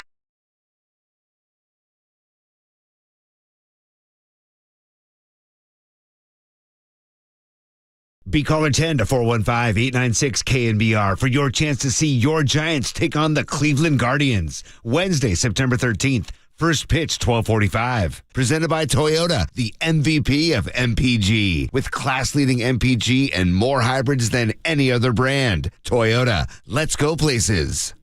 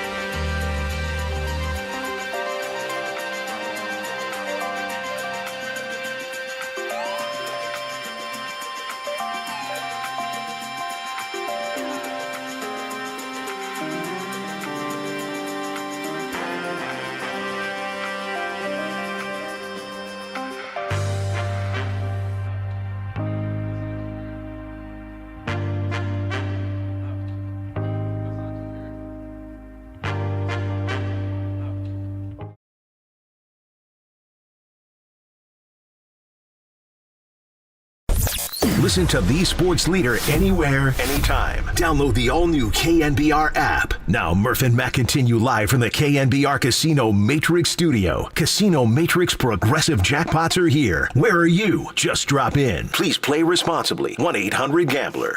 Look, I believe that when this deal gets done, assuming it does get done, Nick Bosa will become the new highest paid defensive player in NFL history. But the two sides recently have not been close to getting something done. And the fines for Nick Bosa, $40,000 a day for not being in camp, are rescindable if and when the two sides can figure out a long-term contract. But they've yet to do that. Now, Nick Bosa is somebody who trains on his own as hard, if not harder, than the players in training camp. So the 49ers are not worried about his conditioning and stamina levels. But, of course, you want one of the best defensive players in all of football back in your locker room.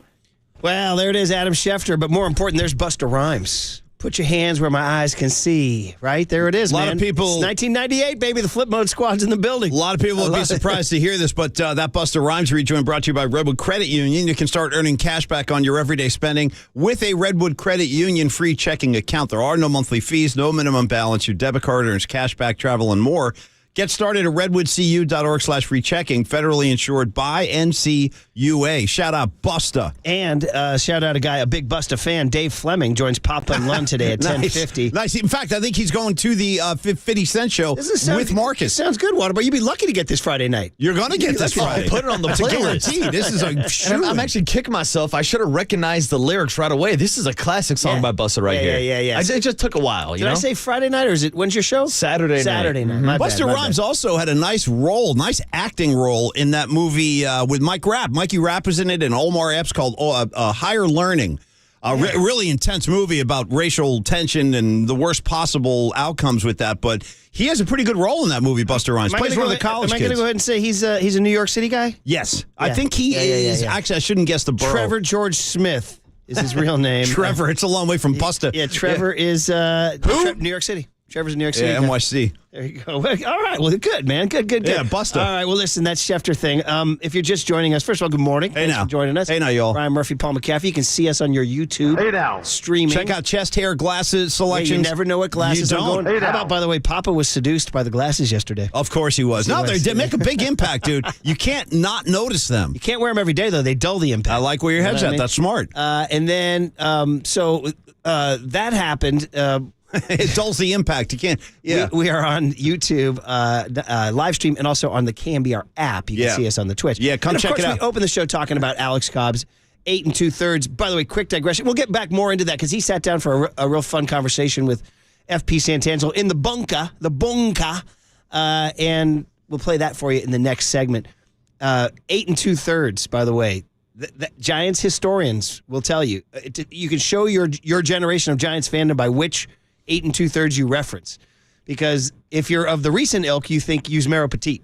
Yeah, right, man. Perfecto. Talk about a heartbreaker, bro. And it was a sinking liner in front of Hunter Pence. We brought it up with Hunter Pence. You know what? Shout out Yusmeiro Petit. That guy was a hell of a Giant. They asked him to do a lot of heavy lifting, and I was like, yeah, no problem. Give me the ball. What do you need, 6 innings? Fine. Paulie, I got you. In the bestseller Championship Blood, our biggest and boldest book that Brad and I did with his beautiful pictures, we did we decided to only profile like 10 players from the series. Petit made the cut?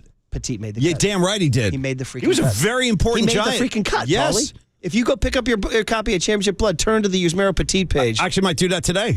Just celebrate the guy. Yeah. How many years did he throw in that? He was the guy that did all the bulk like stuff. 46 shutout innings strung out over 50 outings or something like that. Anyway, and if you're of a little maybe older ilk, 1990, Scotty Garrelts. 8 2/3 at Candlestick, broken up by Paul O'Neill of the Cincinnati Reds. Ooh. Keep that in your grid. Pre-Yankee Paul O'Neill, yeah. Yeah. And then if you're even younger, Matty Moore had 8 2/3 at Dodger Stadium right after he got traded to the Giants, and Corey Seager broke it up. 8 2/3 in 2016. I am actually not remembering that right now. I'm sorry to say. It was on the road on a weeknight. I can't recall. It was a Matty Moore Thursday. Smiling Matty Moore Thursday. Yeah. All right. Anyway, back to this Bosa stuff. So. Okay. So the Reddit thread has everybody all up in arms. And, listen, does it have any kind of credible sourcing? No, not at all. Listen. But the reason why we're talking about it is these days weird things happen on social media, so you have to kind of keep your eyes and ears open at all times, and also have to put your guardrails up as to what's true and what's not. If the Niners, let's just I'm not saying it's going to happen, but if indeed they did somehow say, well, it's too much, we're trading him. I feel like I want to let Isaac Hayes speak on my behalf regarding this report. That's a lot of crap. I would tell you, number one, the Niners' Super Bowl chances are over. I would tell you that right now. Oh, dude, you say goodbye to your fan base, too. You know how pissed off the fan? That isn't. You'd look at DeForest Buckner, and you'd say, this is all on. Got it. I'd say this is on Jed and John and Denise. Jed would never be able to show his face again. I'm telling you, the fan base would be beyond up in arms. I don't even know how they'd come back from this. That's the leverage Nick Bosa knows he has. That's what his agent is listening to us right now, just grinning, and he's like, "Yep, that's right." That's hey, Nikki, leverage. let's be reasonable though, man. Let's get this thing signed. You can listen to us all you want, but I need you out here. Or should we give him the or meet us in Pittsburgh? Rebecca from Ted Lasso. How much money do you actually need? We should probably have that as a cut hanging around. Don't you love the game like a little boy? So anyway, that's where we're at, guys. And in the middle of all that too. You had Jimmy G yesterday. Yeah. Saying that stuff right at the end of our show. These guys are miking up all the old 49er quarterbacks now. They're all mic'd up. And he was, saying that a lot of weird situations in San Francisco. And if you do look at it, if you want to be critical of Kyle. Well, weird is like a kind word. That's being, polite. The reason why they benched Jimmy G was because they We got to get Trey Lance in there, yeah. Now neither guy's here. Nope. Neither one. Sorry, Jimmy can't play because Trey's here. Oh, sorry, Trey, you got to go too. You could, from the outside, perceive them as a very herky-jerky, up and down. We can't make up our mind, and now both of y'all are gone. Thank you. That is not a good look. And as Matty B was saying, the funk, was it Matty B or Matty B? Yeah, I confused Matty's. Okay, Matty B said, Barrows said there is like a funk around the team. There's a weird vibe around the team. So that's a nice way to put it. Consider all that, and then you throw this Bosa thing on top of that, dude. That would be, it's the absolute... It's the worst possible scenario. So my worst possible. Jock blog, I said, what the Niners need right now, they need September 10th. They need a game and a win to get everybody off the freaking ledge. And Bosa in pads for that game would be like the final piece. Because even if the Niners play that day and Bosa's not suited up, there's still going to be a lot of stress in the air. And that'll be a huge story going, where's Nick Bosa? The whole league will be talking about it. You know what's interesting? Now they're throwing an AFC team at me, too. Now I want to know who the hell these people are. At least they'd be smart not to trade him to Dallas. All right? That's like this Trey Lance thing. But yeah, the funk... Paulie, you got two quarterbacks now gone. He wouldn't go play for Bobby Saleh, would he? You got Bosa nowhere. Is that what's going to happen? Well, because I know he loves Saleh. I'm just throwing that out there. They got this whole Jet thing going I got a side note for you now, too. I was walking out of the coffee room, and the TV was on to Get Up, and it said, it was yet another Jets segment. Of course. And it was like, how important is it to beat the Bills in week 1? And I just stood in front of you. I said, you know what? I'm the biggest anti-Jet guy you've ever met. Oh, really? I want these guys to go down in freaking flames. Okay, yeah. And I like Bobby Saleh, but you know what? It's too. And I'm blaming Greeny, and I'm blaming Aaron Rodgers. All right? How about yeah, blame Aaron Rodgers. Enough. Yeah. Go Bills. Go freaking Bills. Yeah. All right? Murph, this morning I was driving in on ESPN radio. They were talking about a potential Jets-Cowboys Super Bowl. Stop it already. You got to just stop. What are we doing? No, Jets and Cowboys? That's crazy talk. On. That's crazy talk. You got Mahomes neither and Burrow one will be there. Neither one will be there. I'll bet anybody right now, neither one of those teams is going to be in the bowl. Who wants a piece of this? Right. Come get it. I'll take anybody right now. Right. And I don't even bet. That's how confident I am Dallas is not. And neither are the Jets. What are you, nuts? In the AFC? What are you? Don't get me started. See, now I'm getting upset. So back to the Bosa thing before we get out. This Reddit thread saying that the gap is too big and they'll trade him to an AFC team. I'm going to take you to the Philadelphia airport on Sunday when I'm about to board the flight and the guy comes out and says, yeah, you guys can't get on.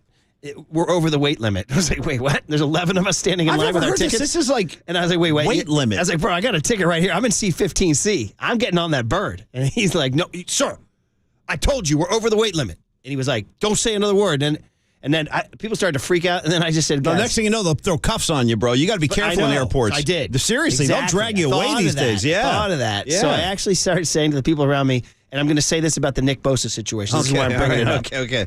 I said to the people around me, I said, guys, Cooler heads will prevail. That's always a good line to throw out there. Cooler heads will prevail. Or cooler heads have to prevail. So they have to. I said, we're getting on the bird. Listen, because the guy went, and eventually, by the way, I got on. I don't know what happened to people behind me, but how'd you make the move? How'd you get on there? Because he came out and he said, I can take 4. And I was second in line. I wasn't giving up my spot to an old lady in the back. I was, I was like that guy in Titanic, the rich D in Titanic who sneaks onto the boat. Right. I was like, that was me getting on that plane. Dude. If I could just do an in-house riff, you'd be like, dude, listen, I got NHL guys waiting for me. I got to go. That's just between me and on me and the NHL. I didn't even think about that, Paulie. My NHL bona fides It continues. now. No, it just From grows. Owen Nolan it to gets the stronger. To smoking cigars and sipping scotch. Mark with Messier is next. I'm telling you, next up is Mark Messier. haven't told that story That'll be on the the air. final. That's when I throw myself off a building. When Murph sends me the selfie of him and Mess howling with laughter. The listeners don't know about the lightning story. We'll have to tell it later. Okay. But anyway, so I'm ending it with this. Niners, Bosa, let cooler heads prevail. I'll buy that, man. Let cooler heads prevail. And we just need to get to September 10. But it's funny, though, because if they don't win that game, Tom Rathman left us with a little Easter egg on his way out yesterday, if you missed it. I love Rathman. And he said, guys, and you're not, he goes, you're working towards being your best selves later in the season. Remember that? And he said, not till week 4 or 5. Hit your stride. Yeah. So again, what happens in weeks 1 and 2? Week 1's a crapshoot all across the league. It always is. Anything can happen in week 1. The Niners 3 and 4 last year? Or 3 and 5? No, they had a run. They're like that with Kyle. All their beginnings are usually pretty bumpy, but the worst thing would be to lose to Pittsburgh and they still haven't signed Bosa. That show the next day is going to be You say Kyle? Eventful. You mentioned Kyle? Does he know who he wants at quarterback? Because we got a couple guys. He said he's Brock. One guy's in Dallas, one guy's in Vegas. By the way, speaking of all this, we should forward promote because now Murph is out Friday, but we had a change in the schedule, so John Lynch is with us tomorrow. Great call. We got to make sure our listeners know that. So this very topic will be discussed tomorrow at 8 a.m. Yes, exactly. Go right to the source on this. Thank you for bringing that up. up. What time is that going to be on? 8 a.m. tomorrow. Okay. 8 a.m. tomorrow. And he leads right into Joe Montana. Not a bad 1-2 punch, 2 Hall of Lynch Famers. at 8 a.m., Joe Montana at 8:20. Yeah. All right. If that's okay with Shannon. All right. Cooler heads will prevail now in terms of good. baseball because Alex Cobb did something nearly historic last night, and it's a lot of fun to dive into the permutations of that. He sat in with FP in the bunker yesterday. Let's get into that next on KNBR 104.5 and 680, the sports leader. Been a lot of weird situations over there in San Francisco.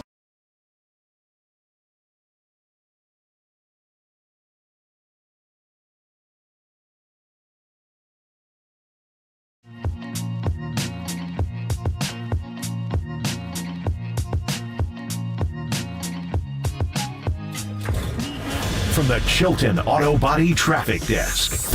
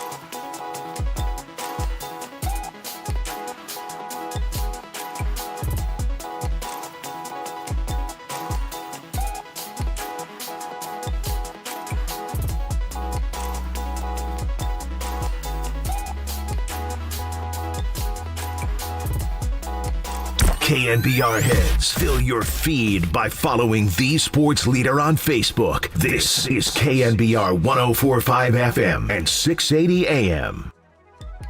0-1 pitch. There's a drive into right center field. On the run, Matos back into his right, and it's over his head. It will roll into the 6th archway, and that's the first hit. Coming around to score is Senzel. And it is 6-1, and that takes away the no-hitter for Alex Cobb. Cobb's wind up. Here it comes. Strike 3 called on the inside corner. Alex Cobb has to settle for a one-hitter. Oh, man, what a night at the yard. What a couple of nights at the yard. What a 3 straight days at the yard or nights, because Sunday night, the Mike Murphy revival that got Barry Bonds, Buster Posey, and Will Clark and Ed Halicki in the dugout. I got to say, I feel like we've earned this, though, because the Giant fans have paid their dues, man. Throughout this entire month of August. What were they, 9 and just they had lifeless. Lifeless. The bats were asleep. Yeah. Too many bullpen games. And then finally, here comes this starting on, I think it started Sunday with the Mike Murphy ceremony. And the Tyro speech. Tyro speech through the interpreter speech, and then Kyle. What are you gonna say about Kyle? Tremendous. And Cobb says something that's very true. He said that Kyle kind of inspired him. Love it. Love and this hearing is what starters, great starting rotations do. Smoltz, Maddox, Glavine. I got to keep up my end. I got to keep up my end. As opposed to Ryan Walker, Scott Alexander, these freaking openers. You know what I mean? Come on. I do. Let's go into September with at least a 3-man rotation. Tristan Beck could make it 4. He's been pretty good, Tristan Beck. I also got to say, I enjoyed just seeing Kyle Harrison on the rail last night. Yeah, I just enjoyed watching him lean. See Sable trying to get some of his shine. I did watch Sable getting buddy. I said to my kids, hey, me and you, buddy, we can do this together. Sable's on the rail saying, I want to get some camera time because I know they're going to show you tonight. Yeah. You cool if I sit next to you? All right, so Alex Cobb, if of course you missed it, you know the deal. Giants 6-1. We put the stamp on it. Kai Correa called it in. Giants reclaim the third wild card, half game ahead of Arizona. It's going to be a dogfight all through September, and it continues today with 12:45. Logan Webb on the hill against Hunter Green, and the Giants going for the sweep as the Reds are going the wrong direction. The Giants look like a better team than the Reds, quite frankly. So Alex Cobb, a big part of it, and he was great in Scottsdale. I know you missed the trip in Scottsdale. Me and Sean had him. He was, I think, the best guy we had. He was amazing, great talker, really likable guy. I know he's been a journeyman, and Giants fans don't have a huge emotional connection to him. But you should know that he's a great talker. He's a good dude. He's a thoughtful guy. Been around a long time, 13 years. Yeah, very good career. 35 years old, and he's having the best year of his career, arguably. Yeah, it's a good story. So here he is with FP in the bunker saying cool. He was digging the San Francisco. Only 26,000 last night, but it included all our board ops and producers. And again, Waterboy, can you tell us, was it a decent energy there last night? Oh, 100%. Just like we were talking about Monday night, it was only 24,000 for the debut of Kyle Harrison. So a few more people last night than there was on Monday night. But everybody was locked in once again. And once that hit got turned into an error in that 5th inning, you saw it on the scoreboard. You saw that goose egg, and then you started to hear the kind of mumblings about what could potentially happen. Well, and then you guys all saw what happened, the standing ovation for Cobb going out for the 9th. And then even when he gave up that final hit to Spencer Steer, the place went crazy and started chanting Alex Cobb's name. I appreciate all this intel that you're sharing with us, but you haven't shared with us yet who acted the fool up in the suite, because I know somebody probably had too many. I don't want to hear you. You can't be protecting these guys. We got to air this all out. We talk about everything on the Murph and Mac show. I want to know who's causing problems. I have acted the fool in a suite. Ooh. Yeah. I might have seen that happen. I won't never say though. I might have told that story in the suite last night. The kid wasn't even there. He's telling the story. Yeah, exactly. So I'm telling heard the lore? Because that was years. That was 06. I've heard the stories. Who told you the lore? I've heard it from trickling down. So I've heard you guys mention it over the years, and then I heard Murph took out a wrench and started beating him. Then I heard Copes talk about it, and so all these guys, nobody was there. You should probably ask Tony, Creative Tony, for the original version, the OG version. I feel like that's the one man you don't want to ask. Well, you should ask somebody who was in the room at least, because none of these people are in the room. Rumor has it. But go back to your thing. Forget about Murph. That was ancient. I want to know what happened last night. Who was the guy? Well, last night there wasn't anything too crazy. Now, we did empty the fridge. There was no more beers left by that 9th inning. Probably by the 3rd inning. Yeah, but the problem was we drank so many beers. We had guys up in the booth talking about whether or not the no-hitter was going to happen. I'm like, whoa. You guys watch baseball, right? So You're not supposed to believe talk in that. about it. Okay, well, the broadcasters now, the Giants, Dave Fleming and John Miller have kicked down that door. And I said, I told you guys about how earlier this year I went to the Domingo Herman Perfect game in Oakland, and I didn't say anything. My rule is if you're in the stadium as a fan, especially, you shouldn't be mentioning it. I know broadcasting is I would agree with you. In the stands, but I think if you're in the stadium, you don't mention it at all. So fun stuff. Anyway, Cobb goes in the bunker, and he enjoyed the water boy and everybody at the crowd last night. Thank you to them. 130 pitches. I needed some added adrenaline, and they gave it to me. Standing ovation, going out for felt like the 8th and 9th. I fed off them, so I appreciate the energy that they brought. Yeah, in 131, we got to credit Gabe. He let the most a Giants pitcher has thrown since Matt Moore in 2016. I'm telling you, it's the last couple of nights have been good with Gabe, like letting his pitchers put in some work. I mean, he let Kyle off the leash a little bit, Harrison. And he wore a jersey? Yeah, he put a jersey on. Maybe it's the City Connect we were speculating. Maybe it's like that's the only one. Nike says you better wear. Phil Knight called and said you better wear this thing. Yeah. Now, we've talked about this earlier this morning. The key play was the third inning. The ground ball behind third. Casey Schmidt goes 2 steps to his right into foul territory, but he's got such a cannon. He's got a chance to get the guy, but he throws it high. To me, that's an infield hit. To others, it's an error. To the scorer, it was ruled an infield hit. Mike Krukow said something that got national run, actually, on the awful announcing. They credited Mike. Because Mike said right out of the gate, he said, I can't, he goes, that shouldn't be a hit. That should be an error. He said, I'm a big believer that the first hit of every game should be a no-doubter. He was already thinking about it in the third inning. Wow. Interesting. So credit to Krukow. And they went back and changed it in the 5th inning to an error, and now it's on. So that leads to this quote from Cobb where he didn't know because he thought he had given up a one-hitter here. It is a cliche question, but it's a good question for this game because I basically didn't know I had it until I think the 7th because I thought that they originally gave the ball that was hit to third a hit. And so I just figured, I didn't have anything going on. And then I covered first, got the third out, and then the fans were giving a pretty big ovation for just a random put out, in the 7th inning. So I looked up in the dugout at some point during that half inning and saw that they had changed it. That's wild. So he honestly didn't know. But he heard it. He heard the crowd. Because he knew covered something first was on it. It was up. a ground ball to first, and they underhanded it over yeah. It's like, wow. You guys like that, That's cool that he noticed. He's like, oh, something's going on here. What's happening? That's funny. Meanwhile, his catcher, what are you going to do about this kid? The coolest kid in town. He really is, man. Patrick Bailey, and he's talking about his the game call that Bailey had here. I did. Yeah, there was a few shake-offs. And I've told him he calls an incredible game. There's a lot of times where I won't throw a certain pitch just because of the way the ball feels in my hand, and so there's other information that he's not privy to that I have that are reasons why I shake sometimes, and it's not for a lack of a bad call. Right. It's the right. It is probably the right call, but there's other variables going on that I need to shake. That's pretty good. So meanwhile, he and Bailey crafted that thing together, and then we go big picture. The Giants get the win. They take over the 3rd spot in the wild card, and here's Cobb's answer to FP about the playoff chase.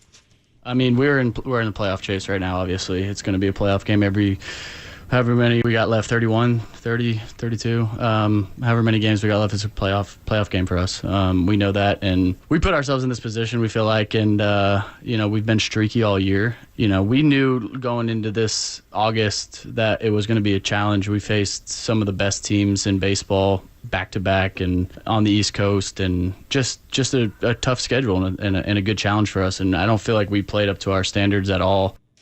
Yeah, I mean, that schedule, they got through it. The Braves, Phillies, Braves, Rangers, Rays thing. It's a hell of a stretch, man. Some people thought the Reds would be hard, but so far they've taken the 2. Now 4 in San Diego coming up, but the Padres lost again. Padres are not. They're just not. They're just. You got to let that in your heart, man. They're an I've been telling you, overplayed, bloated SC team is what they are. Not so happening. I think the Giants might go take advantage of a zombie-like Padres team. They really should. Yeah. And then after San Diego, boys, they're going out to Wrigley to take on the Cubs. That's a legit squad. That's another good series. Yeah, but so we're talking about the 3rd wild card spot. We're talking about a situation where if the Giants have their horses lined up for that series, maybe we're talking about that number 2 wild. That's something that becomes a lot of fun to watch. Yeah, with the 3 starting pitchers. Yeah. Now the thing that's not getting as much run because Tyro doesn't do a lot of media because English is his second language, but he stood up with the interpreter speech. Nice. And we probably should be talking more about that. Cobb says it mattered. We had that team meeting. Tyro led it. It was excellent. I haven't been a part of too many good team meetings, but that was a really good one. He challenged everybody, to just play good baseball. Whatever happens with the standings and the games, it will happen. But play good baseball. Don't take your at-bats into the field, or what happens in the field, or what happens early in the game in your at-bats to later at-bats, and really just challenging people to be professional, which he is of the utmost. One of the best, most professional players I've been around. So who knew Captain Tyro? Who knew Tyro Estrada would be the guy with the C on his sleeve? Right. The Hunter Pence of the 2023 Giants. Yeah, seriously. And then here's the one we were looking for about Kyle Harrison and Logan Webb, like this little rotation they have, and maybe inspiring Cobb. This is cool. Obviously meant a lot for our team these last 3 games to steer the ship in the right direction. And, I was just watching Harry last night, wondering how I was going to even follow that up. That's kind of the cool thing about having a group of starters. You feed off each other. You have a friendly competition where you want to one-up each other, and you're able to have dialogue in between starts of like what you felt, what you saw, what you think the other team's game plan was, and it forms a camaraderie, and you feed off each other. So first thing when Webby gave me a hug tonight was, one up me tomorrow, do something cooler tomorrow. That's the best cut It's of them all it's there, the best possible situation. That's something Mike Kruko's talked to us about for years, where when you've got a rotation where you got like really good pitchers, they all start to, in a healthy way, start to kind of compete with each other. They don't want to be the guy to let the others down, like in that chain. So it can breed a lot of great results, having that kind of like locked in camaraderie with your starting rotation. Bumgarner, Kane, Lincecum, Vogelsong. None of them wants to be the guy that ain't getting it done, right? So really, really fun, man. Hey, we haven't done it. We do it once an hour. Got to stamp it. Stamp it. I'm ready to go. Stamp it. Kai Correa's calling Rob Manfred. Manfred's like, "Are you guys heating up out there?" He said, "Why don't you not worry about that suit? Just put it in the book. San Francisco Giants 6, Cincinnati Reds 1." Oh, it's all good, baby. It's all good. Beautiful baseball. Beautiful baseball. The Giants. Fun. This is some kind of good. This is unbelievable. Runs are cool, man. Enthusiastic fire emojis.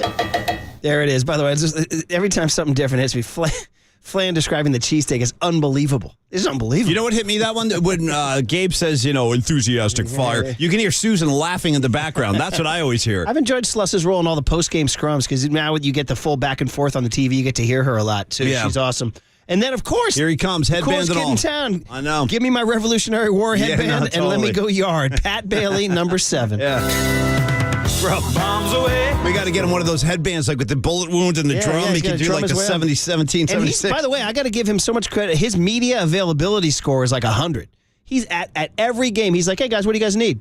And he just gives them, and he chews on the gum. And he gives them long, cool, slow answers, and he's just, dude. You know what? What a draft pick! Now that you say all this, Triple E, bring me Patrick Bailey. Yeah. I'm not even kidding. We got to get him on the show. Somebody actually said, I was about to ask for a Bailey song. You do have one, right? I do. Yeah. Yeah. It's the. It's been played so... Cake by the Ocean, right? It is. It's been played so seldom. I got it right here. Okay, I don't even remember where I put the damn thing. You want to celebrate him with the he's headband? the guy catching Harrison and Cobb. Who thought I would have gone Cake by the Ocean? But that's why you got to show up. You don't know what's going to happen next. We're going mashup, Murph. Talk to me, Bailey. I'm going blind from this sweet, sweet catching. Whoa, let's lose our minds and go crazy. Ay, ay, ay, ay, ay, ay. Dude, it's Patrick Bailey. Dude, it's Patrick Bailey. Bailey, you bring me up when I'm down. Talk to me, Bailey. Right back in. Yeah, we're going back. I'm going blind from this sweet, sweet catching. Whoa, let's lose our minds and go crazy. Ay, ay, ay, ay, ay, ay. Wow, I hadn't heard that in too long. It's celebratory, yeah. And the Aerosmith lyric fits nicely. Dude, really well it's done. Patrick Bailey. All right, we're going to switch back to the NFL. NFL Network's Mike Yam about what's going on around the league, what's going on as we get ever closer. A week from tomorrow, the NFL season starts. All right, man. Let's talk NFL next on the Sports Leader. Redwood City. Shout out to you for supporting KNBR, Redwood City's sports leader.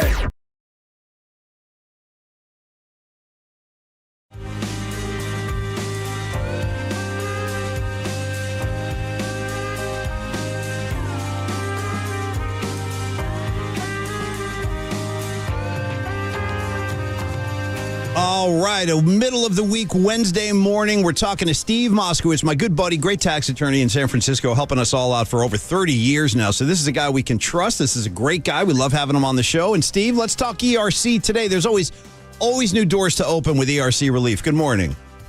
Good morning, Paulie. And I want your listeners to benefit from a government program.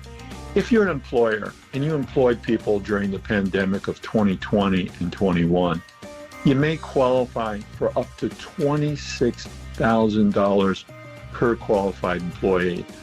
And if your CPA said to you, you don't qualify because your gross revenue go down enough, I want you to talk to us for a second opinion. As you know, before I was a tax attorney, I was a CPA. There's 2 tests, and a lot of CPAs that I've talked to are only doing the first test, the easy test, the drop in gross revenue test. But there's another test, and you only have to pass one of them. It's a facts and circumstances test. And although certainly not everybody qualifies, a lot of people that did not have the needed drop in gross revenue do qualify under this other test. And some clients get tremendous money for this.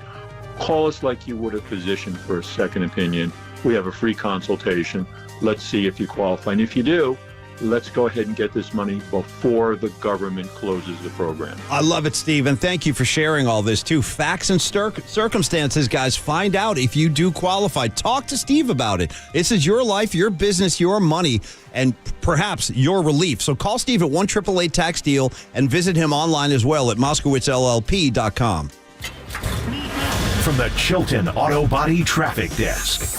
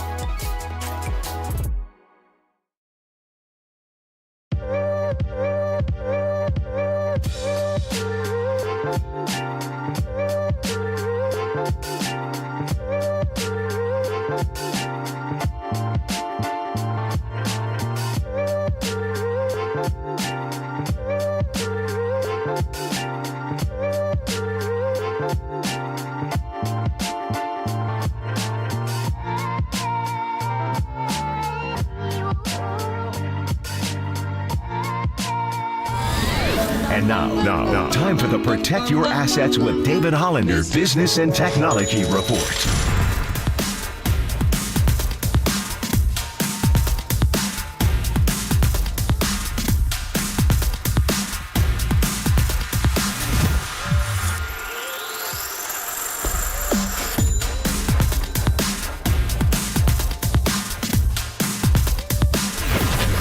This has been the Protect Your Assets with David Hollander Business and Technology Report.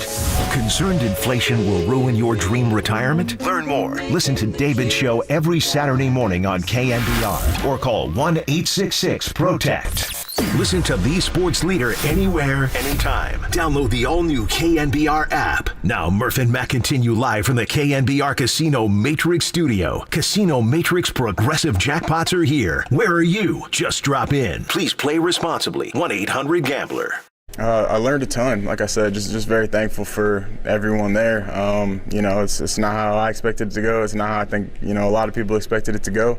But I believe that everything happens for a reason. I think I'm here for a reason, and regardless of what it is, just want to try to find a way to help the team. Well, you know that voice, right? That's, wait for it, Cowboys quarterback Trey Lance. That's right. That's the first time I think I've said that. Cowboys quarterback Trey Lance. So among the many things, we had Jimmy G yesterday saying a lot of weird situations in San Francisco. Oh my, Nick Bosa counts among those. The kicker, throwing Jake Mooney just for fun. Lots of stuff to talk about with Mike Yam, who we've known for years and years and years as the Pac-12 Network lead studio host. And then since 2020, he's been at the NFL Network, and he's getting ready for a whole season, NFL Total Access, and all the good stuff that relaunches on Tuesday, September 5th. It's going to be on Tuesdays, Wednesdays, and Fridays at 4 o'clock. So let's talk some NFL with Mike Yam. Mike, welcome to the Murph and Mac Show. Brian Murphy, Paul McCaffrey. How you doing, man? Hey, Mike. Doing great. Appreciate you guys having me on. And I actually empathize with what you just said because I was off over the weekend, and yesterday was the first time I said Trey Lance, Cowboys quarterback. It did roll off the tongue a little weird. You know what I'm saying? I sort of hesitated for a second. I was like, is this? Yeah, I guess it is. That's like thing. Troy Aikman, Roger Staubach, Dak Prescott. Going to Danny White. yeah. Not Cowboys quarterback Trey Lance. Right. It's very odd. So, well, let's start right there. I mean, you're at the network and you guys cover this for a living. All the permutations. The Trey Lance saga. I guess the question would be: Are you of the opinion, Mike, that this is a steal for Dallas, that he can turn into something, or that it's weird that he didn't tell Mike McCarthy and Dak Prescott? I mean, all the permutations from the Cowboys side first. Oh, yeah, you're right, man. There's a lot of tentacles on that side. First of all, it's Jerry, right? So it's Jerry's team. They play in Jerry's world. Mm-hmm. If he's going to make the move, he's going to make the move. And I think what's fascinating, Jane Slater, who's one of our reporters at NFL Network and does a tremendous job, totally locked in on that team. She's like, look, she was told, hey, second-round grade a couple of years ago on Trey Lance. So, there's some upside that's here. I think from a football perspective, is Dak Prescott worried about Trey Lance being in there? I think the reality is probably no, especially when you look at the situation and how it laid out from a San Francisco perspective and the fact that Trey couldn't win that starting job. But I think you take it a step further and you look at that division. You look at the Giants. You look at Jalen Hurts and what Philly has at that quarterback spot. You have mobile quarterbacks who can run. And I think we all understand the transition and the evolution of that position in particular. If you're an athlete, those pocket passers, there's definitely a few that exist in the league. And I'm not saying that the league doesn't have those guys, but more of these offenses are spread attacks, having the ability to move your quarterback around. And I do think there's a lot of value in having Trey Lance in the short term. You're running scout team. That Dallas defense is really good. How do you mimic what Jalen Hurts and what they're going to see in Daniel Jones that first week of the season? How do you make sure that your defense is ready? And I think Trey, just from a football perspective, does add some value there for a Cowboys team that, quite honestly, is right there with Philly and certainly San Francisco as the better teams in the NFC. Yeah, it is going to be really fascinating to watch. I mean, listen, Dak's their guy this year. The heat is on. Heat's on every year in Dallas. And obviously this will, I think, next offseason become even a bigger story after Dak performs this year. We're talking to Mike Yam of the NFL Network, and we knew him for years at the Pac-12 Network. Then from the San Francisco side, the 49ers side, Jimmy G kind of spoke for all the Kyle haters out there when he said, yeah, there's a lot of weird situations in San Francisco. He kept it vague, but you could tell. So, if you look at it neutral, like we here, we're close to this team. We're the flagship, right? We're like, man, Kyle wins games. They've been to the NFC Championship. They've been to the Super Bowl. They're going to be good this year, all that stuff. But from the outside, here's a guy who, Jimmy G was quarterback 1. He's now in Vegas. Trey Lance was quarterback 1. He's now in Dallas. They're going with a guy they maybe lucked out on, Brock Purdy. I mean, I guess my question, Mike, is does it appear that Kyle doesn't have a firm grasp of how to handle a quarterback depth chart? So I've seen those comments, and we actually had Jimmy on the show yesterday, and I don't necessarily buy that. I think, look at the source, right? I mean, things didn't work out for Jimmy in San Francisco. I actually that was my first real year at NFL Network, a couple of years ago when they drafted Trey. And I remember, Kyle and John Lynch talking about the decision to move up in the draft to take a quarterback. We all knew at 3 they were taking a quarterback, and we didn't necessarily know which quarterback at that time they were going to take. And I do flash back, and I remember thinking to myself, I'm like, damn, man, Jimmy's winning games. You guys are winning games. You're going to go trade all this draft capital to move up to 3. What's going to happen here? Because at some point there needs to be a transition. And there was one thing that really stuck out to me in the comments from Kyle and John at that time. It was, hey, if Jimmy had the ability to stay healthy consistently, we wouldn't be making this move. And I think to me that's really significant. And when you talk about, handling the quarterback room, I don't know, guys, if there's another team off the top of my head, and I'm sure maybe there is one, maybe 2 other teams that have been sort of snake bitten in terms of injuries like the Niners have. I mean, Baltimore certainly comes to mind, a little bit with Lamar, and more so in running backs and defensive players. But across the board, navigating that quarterback room has been really difficult just because these guys haven't necessarily been able to stay healthy. So I don't know how fair some of the critique and some of the questions are around Shanahan, because he has won football games. And I think the reality is if you go and you watch a Niners game and what they do offensively and then compare it to what other teams are doing, there's definitely some creativity that's there. And I get it, right? They got the Kittles and the Ayuks and Debo Samuels of the world, Christian McCaffrey, right? They got dudes who can get it done for you. But at the end of the day, man, there is a lot of creative movement watching San Francisco. So I know I have fun watching that football team, and I just don't know if I'm ready to be critical of managing a quarterback room that can't seem to stay healthy. And you know what's ironic, Mikey? You talked all about how Jimmy G's kind of undoing that he just couldn't stay healthy and stay on the field. And the one time he did in 2019, they went to a Super Bowl and they almost won. Yeah. Now, how ironic is it, though, that ultimately I think Trey Lance's inability to stay healthy and stay on the field had a huge part in his undoing, too, which leads me to not really knowing how to evaluate him. We've been talking about this entire preseason, trying to gauge what Trey Lance is and what he could potentially become. And we have our own feelings about it. There's been such a limited amount of the body of work is so small, it's hard to tell. What's the view around the league for Trey Lance?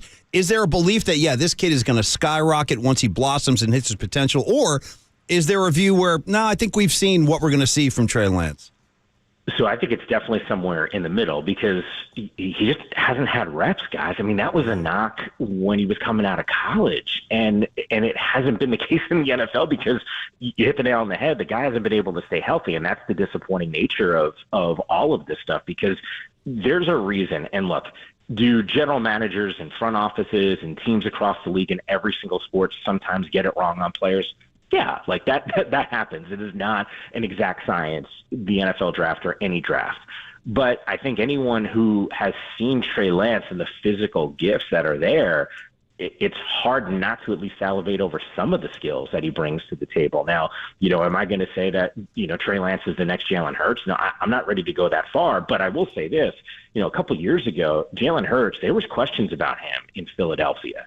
And they had some draft capital this year, and the thought was, well, if Jalen struggles a little bit, we got a couple first-round picks, and Howie Roseman's doing a great job there, and that turned real fast. Now, I don't think it necessarily turns as fast for Trey for a couple reasons. He doesn't have that big game ability that Jalen has. I mean, playing at the highest level in college, huge, massive games, there was clearly a little bit of a learning curve, as it is for most quarterbacks. Trey just needs to be in a situation, and guys, I was when they named Sam Darnold the starter, or excuse me, the backup quarterback behind Brock Purdy, I said to myself, man, like, I kind of hope Trey gets traded, because I think when you get drafted that high and you don't see the field and then you can't win the backup job, you can't hold on to the starting job. You know, to me, it's like, all right, let's get a fresh start for everyone across the board, because it becomes a little bit of a distraction from a Niners perspective, having to answer those questions. And Trey doesn't want to be there. Like, can you imagine being the 3rd overall pick thinking you're getting the keys to the San Francisco 49ers with all of this talent that's ready to win a Super Bowl, and then you're not the dude? It's kind of like, all right, guys, like, let me grow somewhere else where in Dallas, he's not the dude. He's not even the backup. So I do think this is a little bit of a win-win for everyone. It's kind of like Sam Darnold getting the keys to the Jets and then having to go somewhere else, you know? So here he is. And so Trey Lance in Dallas is Sam Darnold in San Francisco. Mike, wrapping up, last couple things. One, I mean, I know none of us is in privy to the phone calls between Parag Marathe and Nick Bosa's rep. But just from, you know, you guys in the hallways of NFL Network, talking to Mike Yam, NFL Network, who, of course, will be hosting NFL Network's Total Access here starting next Tuesday, Wednesday, Friday at 4 o'clock Pacific time. Is just the feeling like, you know, now you go on Reddit and there's rumors, the gap is too big, and like DeForest Buckner, Bosa will be traded. And they're like, wow, even throwing this stuff out there. It's that damn Reddit. I mean, you know, I mean, the cooler heads would say he signs, but are you guys leaving the door open to the possibility that this doesn't get done? So, number one, kudos to you guys. I've never been able to figure out the Reddit user interface. You know what I mean? Neither have I. People have to send me these things. It's a little weird. Yeah. It is. Yeah. And there's a generation that's all over it. And kudos to them. I now officially sounding like I'm the old guy in the room. Yeah. You know, it's like I'm still trying to get used to calling it X and not Twitter. So right. I don't buy any of the Bosa stuff. I mean, you're legitimately talking about the best defensive player in the NFL. I just, that thing's got to get done. And I am surprised that it's not done, because to me, it's, okay, like the way contracts go in the NFL, you're the dude, like Nick Bosa is, you're going to be the highest paid defensive player. You're probably going to be the highest paid non-quarterback, right? And I think, like, what are the decisions that need to be made here? I'm a little surprised that it's not gotten done. But as I made reference to, this roster is ready to win right now, Super Bowl caliber. All they need to do is stay healthy. And the reality is, if Bosa's not on the field, I hedge in some of those comments. Now, it's still the NFC. It's not as deep as the AFC, and they don't have the magnitude of elite teams. But Nick Bosa is a absolute game wrecker, difference maker. I would be shocked if this deal doesn't get done real quick. Man, oh man, you and a nation of Niner fans awaits, Sarah. Yeah. Hey, before we let you go out the door, your old employer, Pac-12 Network, is down to Pac-4. Oof, and so lonely. Pending Stanford and Cal to the ACC, it would be the Pac-2.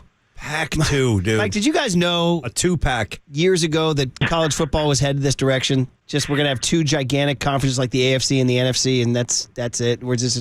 It's just inevitable. Yeah. Look, I still think it goes that way, and I think there's some hope here, not in the short term, but the long term. So the regional rivalries, the things that made the Pac-12 a really great conference, is a lot of that domination on the West Coast, and, you know, a little bit of a point of pride. Look, guys, I'm from the East Coast originally, but I've been in California now for over 10 years, and I came out for that job, and it was a badge of honor a little bit. It's like, no, man, like, we're going to flex. Like, we got some good football teams out on the West Coast too, and it never felt like the narrative was appropriate for those football teams, and it was always disappointing to me. But it's tough, because I think in the short term, I don't think there's going to be a league, which is painful in a lot of ways, and personally really, really disappointing. But to take it a step further, I think when we do get to these super conferences in a few years, and we're already there, but I mean, from what you're describing, like that NFL model, I think there's a world that exists where we keep these kids close to home in terms of their home campuses, and they're playing each other on the West Coast. And in the Midwest, they're doing the Midwest thing. And on the East Coast, they're doing the East Coast thing. So I do think if we're evolving this way, and we are, that actually makes the most sense if we could just fast track it and get it to it. Yeah, it could like reform as like the West Division of the Big Ten or something, you know? It's kind of weird. Or whatever they call it. It doesn't even have to be called the Big Ten or whatever. Whatever, you know, the champ, you know. We could Anyway, I'm with you. It's wild. It's crazy, but you're right. I think we're in a state. This might when the Berlin Wall fell and all hell broke loose. Trying to figure out what to do. What republics were breaking off and everything. I think that's where we're at right now. Little right? republics. So anyway, and Mike, it's great catching up with you, man, and it's good talking football with you. Thanks, Mike. And we'll see you on the TV NFL Network. Thanks for coming on. Anytime, guys. I really appreciate the invite. Good to be with you. You got it, man. Good stuff, Mike Yam. All right, one Mike to another, from Mike Yam to Mike Kruko. Alex Cobb, 8 2/3, waiting down at the bar called Heartbreak Hotel are Scotty Gereltz, Matt Moore, and Yusmero Petit. The 8 2/3 club. Next on KNBR 104.5 and 680, the Sports Leader. Yes!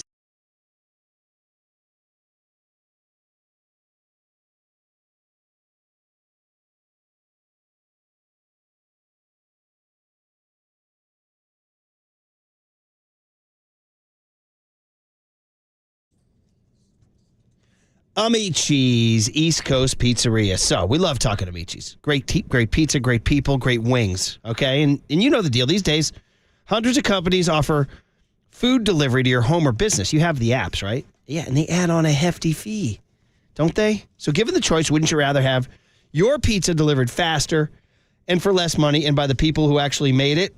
Yep, Amici's East Coast Pizzeria. We've been in the business of making and delivering these beautiful pizzas, pastas.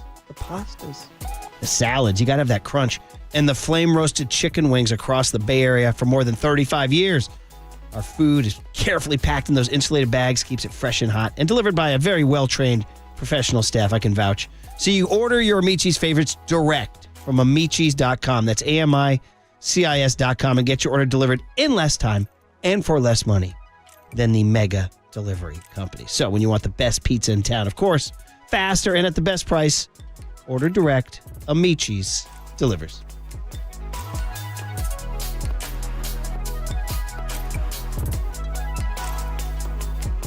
Be caller 10 to 415-896-KNBR for your chance to see your Giants take on the Cleveland Guardians. Wednesday, September 13th. First pitch, 12:45. Presented by Toyota, the MVP of MPG. With class-leading MPG and more hybrids than any other brand. Toyota, let's go places.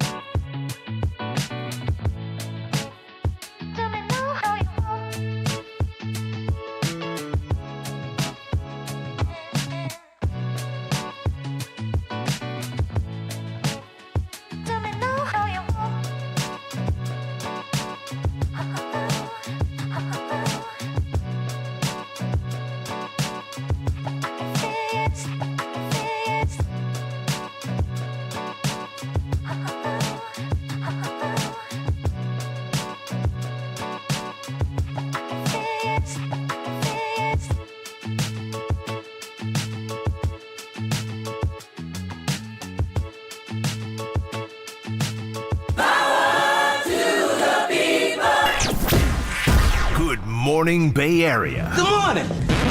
Good morning.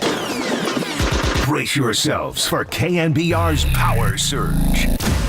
The sports leader welcomes you to Murph and Max Power Hour.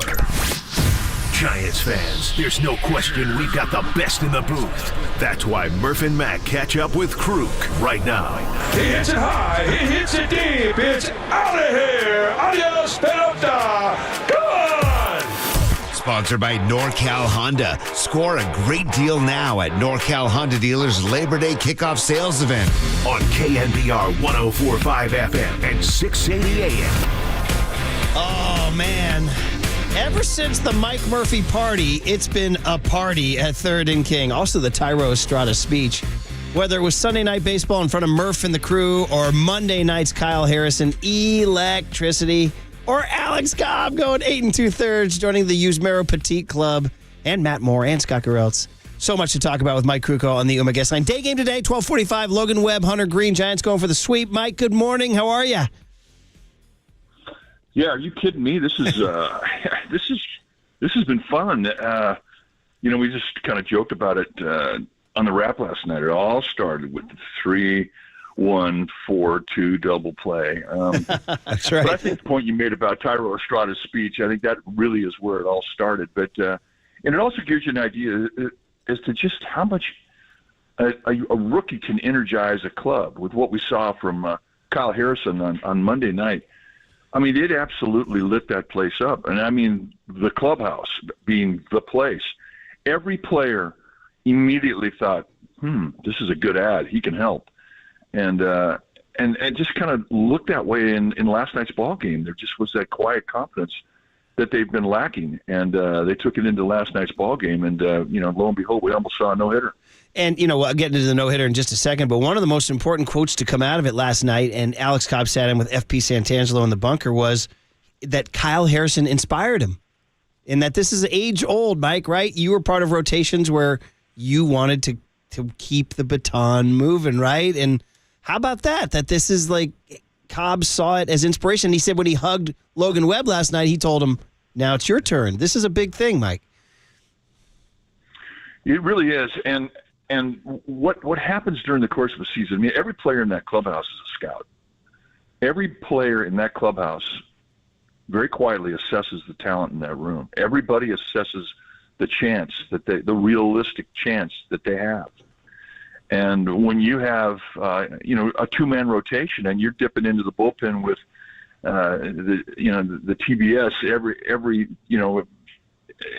3 times through the rotation, you see a young arm come waltzing through the clubhouse doors, and he takes his place in the rotation, and he's dominant. You're starting to think, well, okay, we've become a better team, and everybody feels it, even if it's not talked about. I mean, that's a huge significance this time of year. You get that kind of energy. Plus, he's going to fit into the rotation every 5th day now. And take his turn, and everybody's going to see where it goes. But I mean, if you're on that club, you feel like there is a little bit of invincibility that this kid brings. And now whether he can bring it to every start, we don't know yet. We'll see. But right now, I mean, he's definitely given that team energy. You create your own energy. A team creates its own energy, and this is one way of doing it. I mean, we've seen it with the Dodgers. I mean, they bring up. Lance Lynn, who was struggling with the White Sox, and now all of a sudden he takes the mound 3 times for them. He's 3-0 in the ERA in the mid-ones, right? Well, where did that come from? Well, and that's energy. They've energized themselves. So that in essence, is what Kyle Harrison has done to this club. So we get into Cobb last night, and let's start with the controversy, as Susan Slesser called it in the Chronicle. Let's talk about the error in the room instead of the elephant in the room. And Mike, you got some I follow some of the national broadcasting Twitter feeds, and they credited you with your sort of prescient call on the Casey Schmidt, the ground ball to Casey Schmidt's right, takes him into foul territory, he sets his feet, throws high to J.D. Davis, he gets ruled an infield hit. Now, Mike, full disclosure to me, I said, yeah, it looks like an infield hit to me, because it, was Schmidt had to go to his right, he was taken into foul territory, it wasn't an ordinary effort. You, however, said right away, you're like, no, that's an error, because I think the first hit of a game should always be a clean one. And Mike, it wound up being what a call, because not only does the scorer reverse it, but then it becomes a no-hitter into the ninth inning. So take us through your whole thought process as you saw that play and then saw the ruling and all that. Well, first of all, if you go back to what Alex Cobb did, I mean, he's had a rough month. But really kind of set the month up and going the wrong way for him is when he took the ball when the team just absolutely needed him to take the ball. He was sick. He had the flu. But he had to pitch because the bullpen was tired. So he does. Well, he never really recovered from that. There were like 3 starts after that he was not himself. So he goes into last night's start, and his ERA for the month was in the 5s. And but yet, from the very first inning, he had great stuff.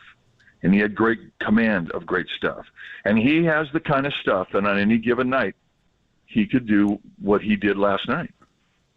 And the play comes in with 2 outs in the 3rd inning, ground ball, and it was a moderately tough play. Schmidt, who's an outstanding infielder, goes to his right a couple steps, squares up, plenty of time, and he's got a cannon of an arm. And, we were talking about the accuracy of his arm. We kind of put the broadcaster's jinx on him, and he throws high. Well, if the ball is accurate, he's got him by a step and a half. It's a no-brainer. And I didn't think that the play was particularly that difficult. And I also have always believed, and maybe it's pitcher's bias, but I've always believed that the first hit should be a clean hit. There should be no gray area. So our commentary was that's an error. And if you're going to make a change, and Chris Toms, who's a good official scorer, he was on the call. He made the call of a hit right away.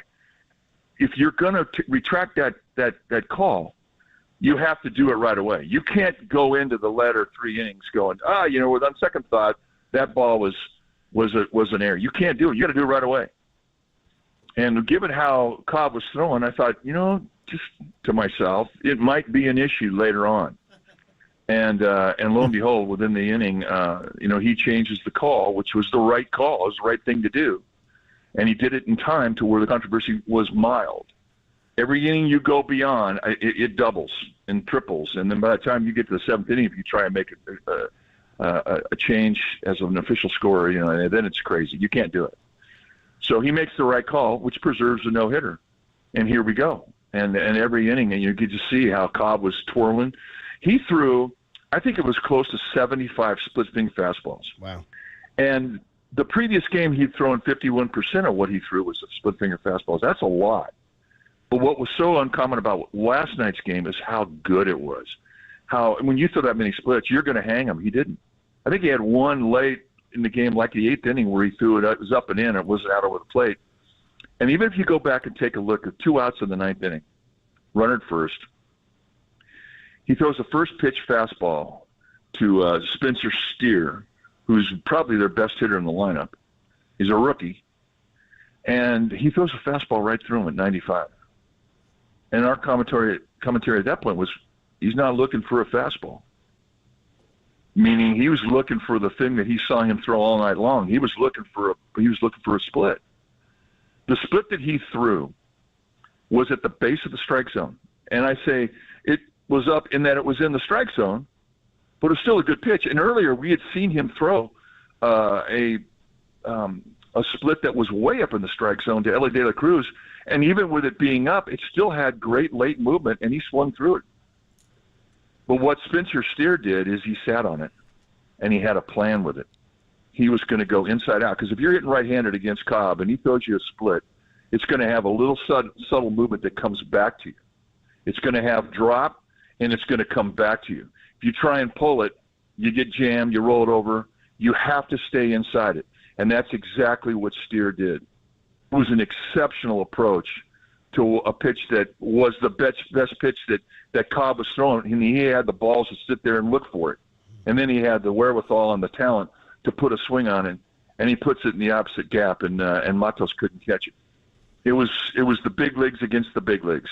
Even from a rookie, I thought the approach was excellent, and the no-hitter ended. And it was a disappointment. It really was, because I just thought it was his night. I mean, everybody, and he's into his 13th year at the big leagues. This was his night. This was his year, his first year as an All-Star, and here he was. They let him extend out past 117 pitches, which is the most he'd ever thrown. Last time he'd done it was 2013, and he gets beat on the last hitter, and it was a disappointment. But what a beautiful night for him. It was great breakdown of that whole thing. I mean, listen, this might be you can interpret it however you want. But I was wondering, did Matos take the right angle on that ball? I thought he might have had a chance if he might have cut short on the angle. No, I don't think so. I mean, he was a straight line to where he thought it was going to be. I mean, and even at that, I mean, he with a high backhander, he was about a yard short. Yeah. I don't think there was any way where he was going to get to it. I thought his jump was good, and his route was straight to where he thought it was going to be. That was his only chance. You have to gamble on that thing. Yeah. I mean, and that ball was stroked. I mean, he just didn't have time to do it. The only way he would have been able to catch that ball had he been about 3 steps more towards the right center field gap. Yeah, that's what I was thinking. Prior to the pitch. So maybe positioning, yeah. Prior to that, though, talking about a guy who did make a catch. Oh, man, you want to talk about one of those moments where you're doing it for a teammate? Because I'm not saying Slater wouldn't give 150% on every play. He's a great Giant. He's a really good player, but that's when you start thinking, yeah. But I'm thinking, like, if it was, if the Giants were ahead 6-0 and Cobb was working on a 3-hitter, just maybe human nature, Slater dives for it and that falls. But when he knows there's a no-hitter, there's something super, something superhuman. That's what I was looking at. I was looking like, I'm doing this for my teammate right here. That had to be one of those moments that bonds a team. Oh, yeah. I mean, and that's the beauty of the moment. Yeah. The no-hitter, everybody elevates. Everybody's into it. Mm-hmm. Yeah. I mean, there's nobody thinking about anything other than the no-hitter, because every player who's ever put on the uniform wants to be part of that. And it's really great. Kite got to play in a perfect game. Lynn Barker was with the and Dwayne were with the Indians. They and Kite, when you talk about it, when we bring it up, he'll talk about it at length. Nice. He loves to talk about it. Yeah. And he loves to talk about the electricity that everybody felt going into the latter part of that game. Now, again, this is a bigger rarity with a perfect game, but everybody gets in sync. I mean, you're just in sync, and that goes into the dugouts of both teams too, and then it goes into the stands, and everybody in the stadium is in sync with the moment, and the moment is all about history.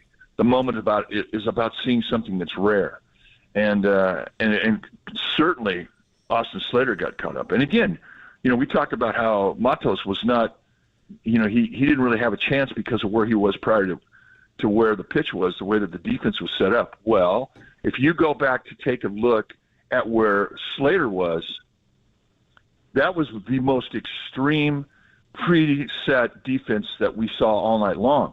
They jammed the left fielder and the right fielder into the left center field gap.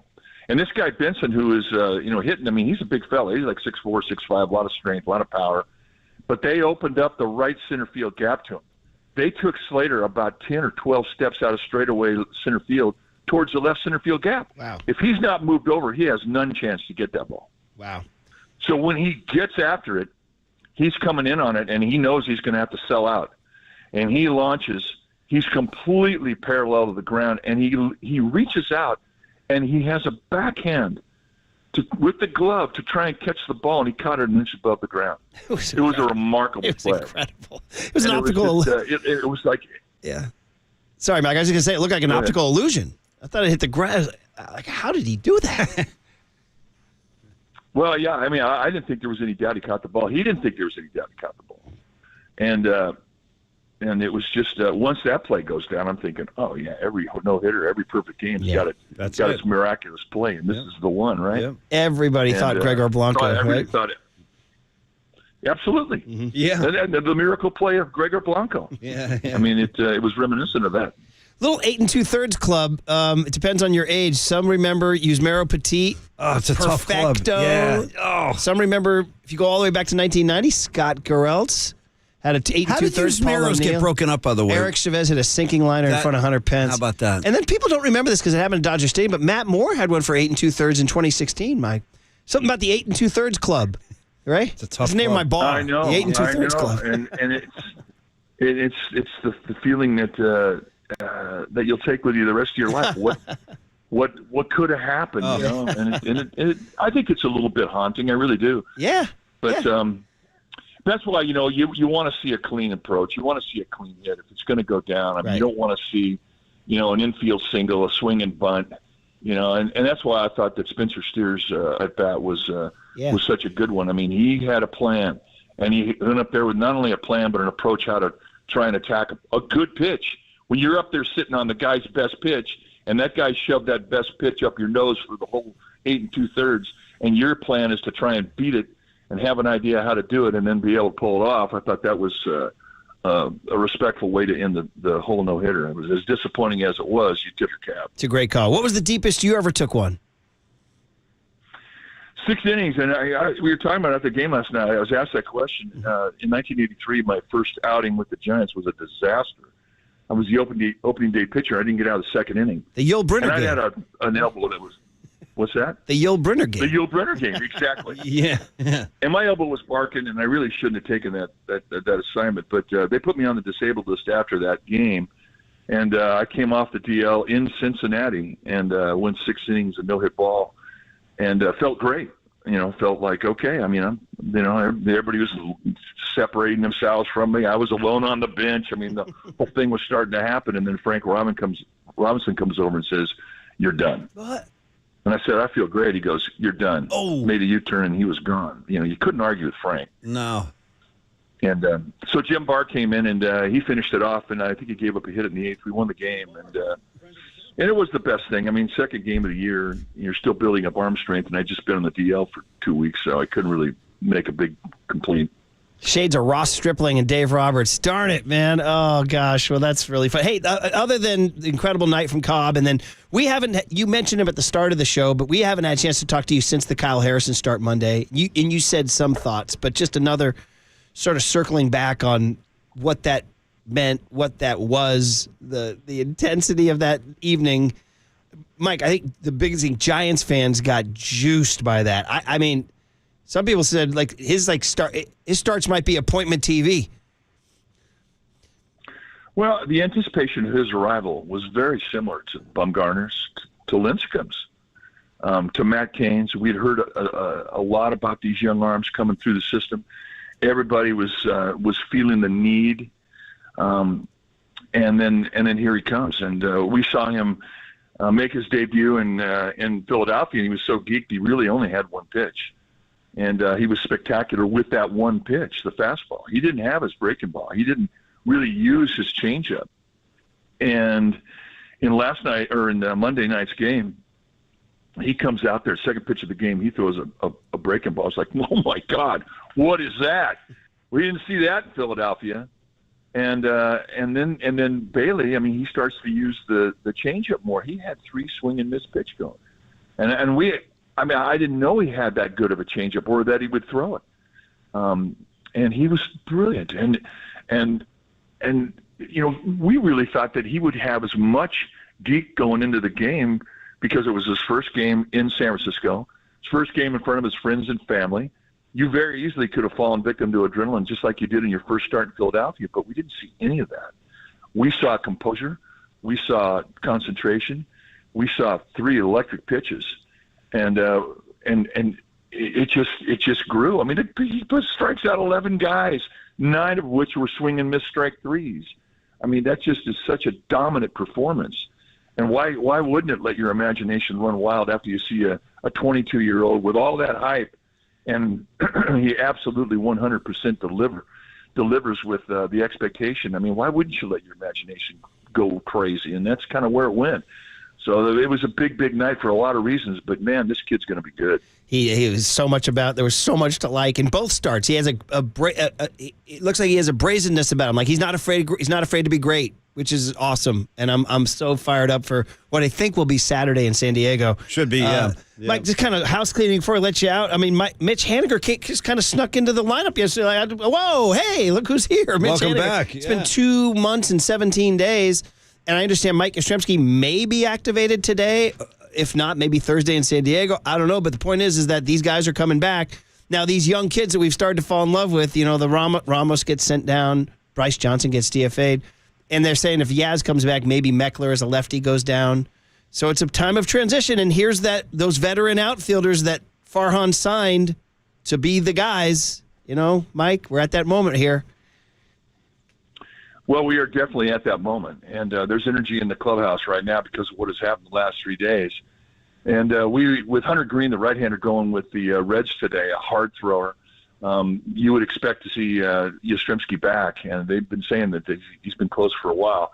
So if he didn't go today, we certainly thought we were going to see him this weekend against the Padres. But today would be a great time, and yeah, it's time to go. So you're getting your players of reputation back in the lineup, and hope they can ignite. I mean, that's the thing. Hope they can ignite, because this team, coming into this 3-game little win streak, they have been last in just about every offensive category. Mm-hmm. Batting average, hits, runs scored, OPS, on-base percentage. So they need to turn that around. And you can't expect to make noise in September if you're last offensively in all those categories. So they need their boys to do the deal. I mean, Haniger was hitting cleanup last night, wasn't he? Yeah, I mean, this is like, come on in, son. He was. Yeah, I mean, come on in. Archbishop Mitty, the pride of Mitty. Let's do his thing. Awesome. And last one, too, Mike, is that the Angels, what a mess. I mean, the Angels, what a mess. Then they released all their players that they acquired a month ago. And I'm just wondering if you think the Giants would be, look at like a Lucas Giolito. I mean, Farhan loves to shop. He loves to shop. We know that. Would you think maybe there's a chance that the Giants sniff around on those released players? Yeah, absolutely. But I think it's more of a possibility with a bat than an arm. I mean, who would you rather have in right field, Hunter Renfroe or Luis Matos? Right.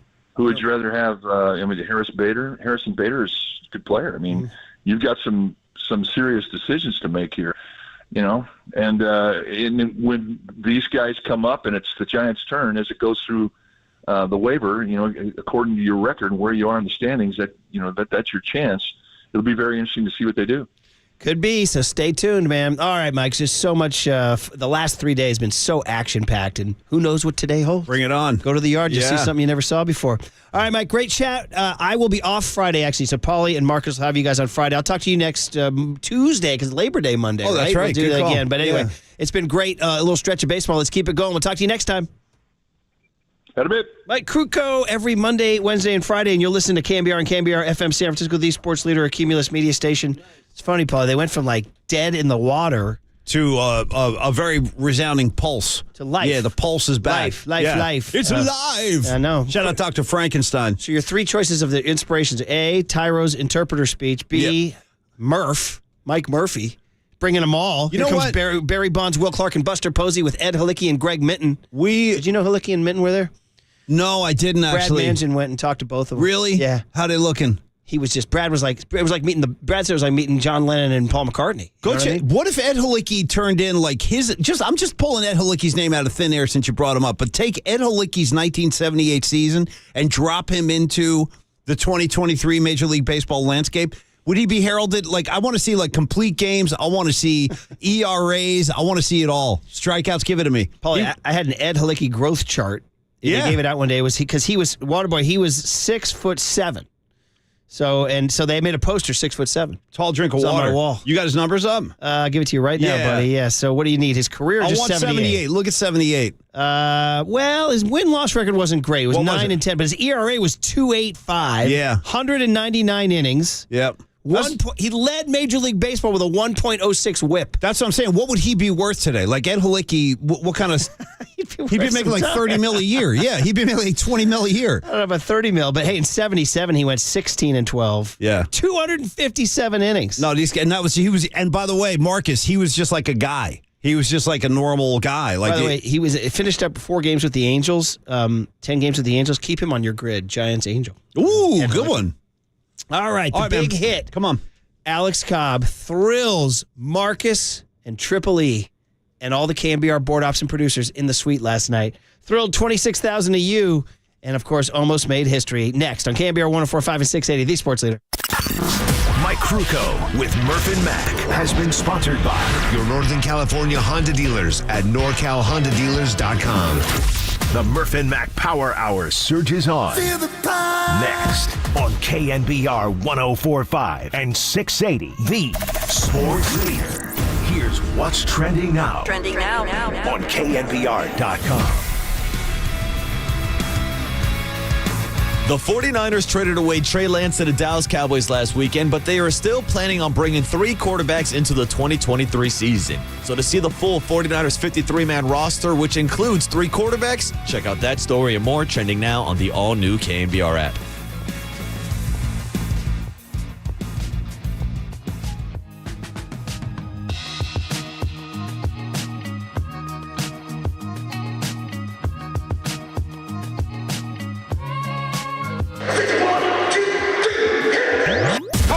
This is Murph and Max. Big hit. I'll take a hit. Hit me. Hit me. A hit is a hit, you pathetic schlepper. Fly ball into left field. Nice hit. Sponsored by Benjamin Moore Paints. Experience the Benjamin Moore retail difference at their independently owned authorized retailers today or at benjaminmoore.com. On KNBR 104.5 FM and 680 AM. The sports leader. Full count 3-2. Here's the pitch. Martini, ground ball, right side. Davis has it. He'll feed Cobb. Covering, he gets to the bag for the putout. 7 shutout innings.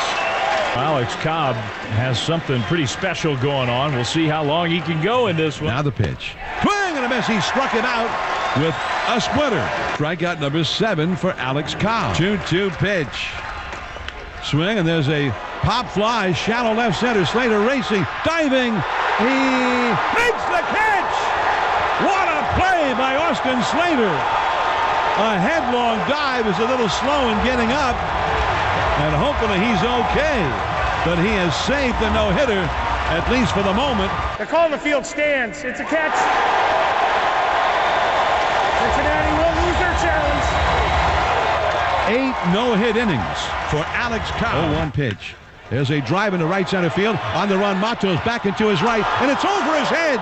It will roll into the 6th archway, and that's the first hit. Coming around to score is Senzel, and it is 6-1, and that takes away the no-hitter for Alex Cobb. Cobb's wind up. Here comes. Strike 3 called in the inside corner. Alex Cobb has to settle for a 1-hitter. Oh, man. Fun calls from John Miller. Good crowd reaction last night. 26,000. I think you're getting the true fans out there right it's a now. loud 26. Marcus Boucher out there both nights. And going again today? Well, if there's a baseball game, there's odds are Boucher will hit the scene if it's close nearby. Well, that's unless Trey Lance is going to make his last start as a 49er like last Friday we thought was going to happen. It turned out, though, you know what? It wasn't a great night for Giant baseball Friday night, so maybe the decision... I'm glad I skipped that one, Paulie Mac, but I doubled down, went Monday night, Kyle Harrison, Tuesday night, Alex Cobb, Wednesday, Logan Webb's on the mound. I'm going to beat out the yard today. I got to be there. Webb, baby. 26,078 last night, 2 hours and 15 minutes. By the way, 74 degrees first pitch. Incredibly warm night. Usually nights like that, the ball flies. Yeah, right. Good point. But not with Alex Cobb and that nasty splitty. Ground balls, down in the zone. That center field camera could show the angle. That thing was dipping and darting and diving. He was feeling good. Dude, and he threw it 83 times. Of his 131 pitches, threw 83 my splitters. elbow just called and cried. Dude, oh, my God. That was actually funny. I'm not sure if we have the sound. He was joking with FP in the postgame saying, I had a new ligament. I've had Tommy John surgery, so we'll see how long this one lasts for. Oh, my God. 131, 8 strikeouts, 1 walk. 131's one of the numbers we got to get into, but first we got to put the stamp on it because Kai Correa called Rob Manfred, and Manfred said, were you playing under that super moon last night? Was that what's going on? I saw it on my way to work today, dude. The moon looks incredible. He said, enough of your chit-chat, suit. Put it in the book. San Francisco Giants 6, Cincinnati Reds 1. Oh, it's all good, baby. It's all good. Beautiful baseball. Beautiful baseball. The Giants. Fun. This is some kind of good. This is unbelievable. Runs are cool, man. Enthusiastic fire emojis. And there it is, the Celestial chuckle in the background. And the coolest guy in town. Give him the patriotic headband. Let him chew some gum. Let him call some pitches. Pat Bailey, number 7. Bombs away. This guy Bailey. Nah, he's like he's kind of like my idol right now. Murph, I got to ask you a question. Go back to, how did you categorize the moon? What's the label you call this? It's called super moon. Okay, no. Do you know that there's on the new Pearl Jam record, there's a song called Super Blood Wolf Moon. Great track, by the way. Reason I'm bringing that up is because our great buddy Joe Wallahan, Pearl Jam Joe, the camera guy, the camera director, he showed up at the gig on Friday. So he was hanging out, wearing his Giants gear and stuff. Great to see Joe. He's just one of the greatest guys of all time. So I wanted to shout out Joe and shout out the incredible moon hovering over the Bay Area. And it was stay amazing. tuned because I teased you something in the 6 o'clock hour about the moon and Darren Chan. And stay tuned. But we got to get into Alex Cobb's 8 2/3. Getting the Giants, by the way, back into the third wild card with Arizona losing last night. So the Giants at 69-63.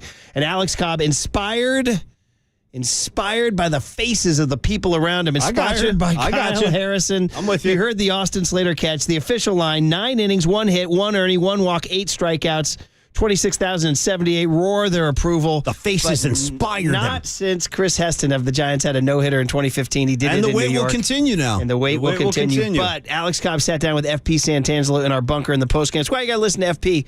He does a great job. There's some really good stuff. And so we talked to Mike about the ground ball that I thought was an infield hit. He said, no, the first hit's got to be clean. And Mike stated his case. And Alex Cobb, when it was ruled a hit, thought, okay, I'm going to pitch a one-hitter tonight. He didn't know that it had been changed to an error, and the 0 was up on the board. So listen to this. In the 7th inning, he got a little wake-up call here.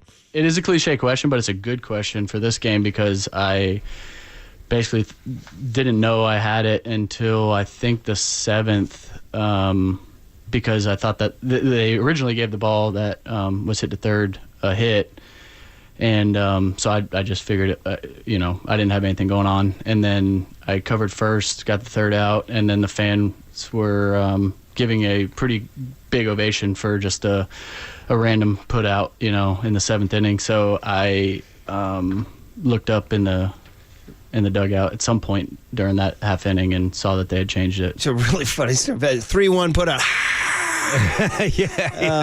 Well, what's going on here? There's a 0 up there, so that was pretty cool, man. And Alex Cobb continued to talk about, and this is the bigger picture stuff that what Kyle Harrison did. First of all, Tristan Beck on Sunday, 4 shutout to start the game. He deserves some credit, Tristan Beck. He's done a pretty good job with what they've asked him to do. Is that who I'm seeing in Diego on Friday? Am I going to get a little TB? You know what? It's not the worst recipe, too. Hey, not the worst scenario. I told you, I watched the K-Rod on the American Airlines flight. Yeah. And K-Rod said... Dude, don't sleep on K-Rod. I'm on board, too. I was there, too. The last one of the season, so we're going to miss Alex. That sucks. Alex Rodriguez said, hey, shout out Rod Beck.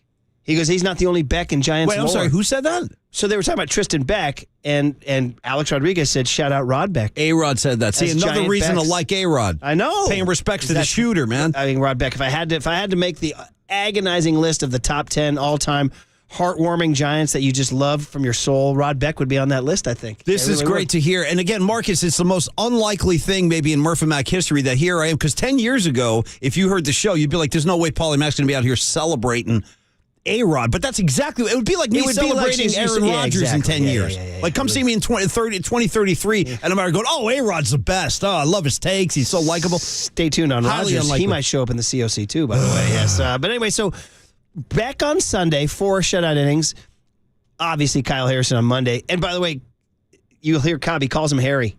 Did he? Calls him Harry, yeah. All right. And now Cobb's like, okay, well, I got to keep this going. And this is the thing. So this is why we don't like openers. This is why we like starting pitching here. Obviously meant a lot for our team these last 3 games to steer the ship in the right direction. And, I was just watching Harry last night, wondering how I was going to even follow that up. That's kind of the cool thing about having a group of starters. You feed off each other. You have a friendly competition where you want to one-up each other, and you're able to have dialogue in between starts of like what you felt, what you saw, what you think the other team's game plan was, and it forms a camaraderie, and you feed off each other. So first thing when Webby gave me a hug tonight was, one up me tomorrow, do something cooler tomorrow. It's pretty good. Cobb's a good talker, man. 35 years old in his 13th year. He can talk the game really well. Great call on Harry, too. Yeah. Boy, that thing caught on pretty damn quick. Kid's been here 2 days. They're calling him Harry. So we're going when Harry met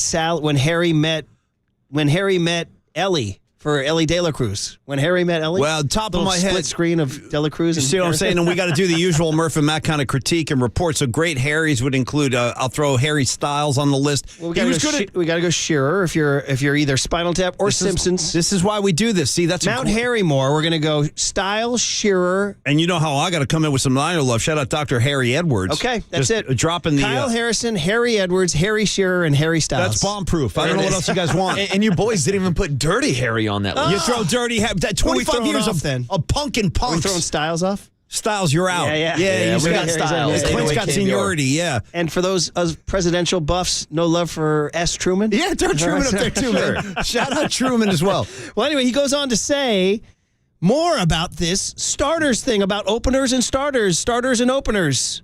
Cobb. We have this like desire for each of us to go out there and just be the leader that day.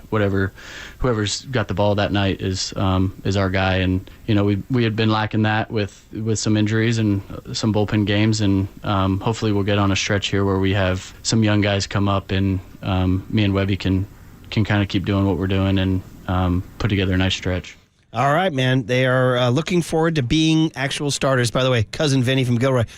Not trying to stir the pot, but did Alex Cobb give a tip of his cap last night? Oh, hey now. Very. Hey So, now. he didn't have the chance. He didn't have the chance because the game was over. That's true. It's over. That's true. And by the way, shout out 916, man after my own heart, Harry Spillman. As a member of the Harry Spillman fan club, I got to give love on that. Also, shout out Harry Nilsson, 805, great call. Jump into the fire. And Good if you're one. going to keep it in baseball, Harry Carey, of course. And then I got to give all the credit in the world to this texter. Who is it bro. down here? It's I hope you're going to. Go ahead. Well, you go first. Well, 559, dropping maybe my favorite 24 of all time, Harry Sidney. Bro, Harry Sidney, who once threw a touchdown pass to Jerry Rice, for God's sakes. 707 nails it, though, by the way, when Harry met Bailey.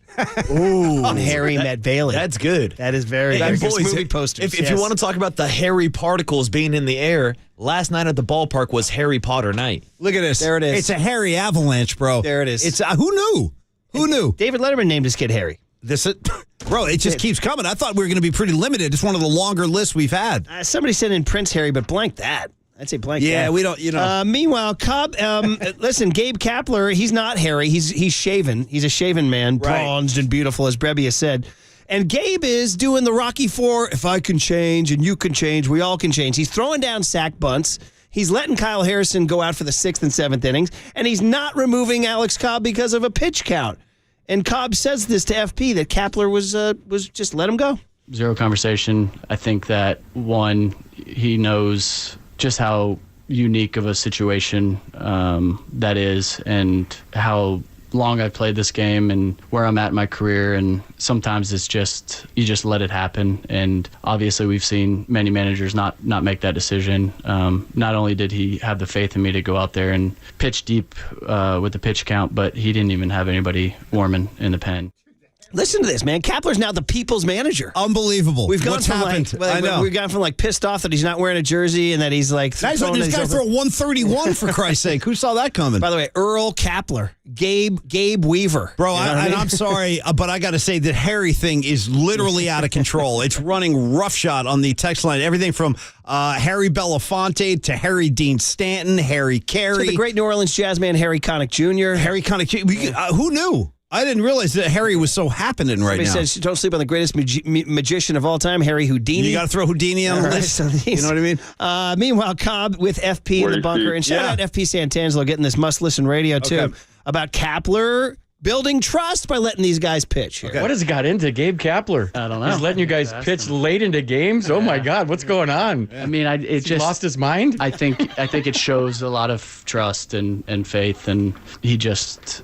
you feed off of that. You feed off of your manager having trust in you and letting you go deep into the game. And, I told him right afterwards I appreciated that opportunity. Gabe Kapler, the people's manager. I like it, yeah, man. Don't get to be like, Gabe, we love you, buddy. We Any love new you. Instagram posts or anything you can update me on? No, just that cable car one. Gabe Wise, yeah. Where he had the paw. Yeah, the paw. It's not a hand, it's his paw down there, too. Yeah. Meanwhile, Pat Bailey, who's just, I think he might be the coolest guy in town. Well, there's no question. He's just chewing gum. Watch him on the handshake line at the end of the game. He's chewing, he's nodding. Another defiant moment for my 15-year-old, who I love dearly, and I'm very excited for his first varsity water polo game today. We're all excited. Shout out Declan Murphy, playing water polo, getting defiant, and grabbing balls. But he got defiant on me grabbing again balls last is going to stay with me. Because I said, any take I throw out there, it's a clay pigeon. He goes, pull.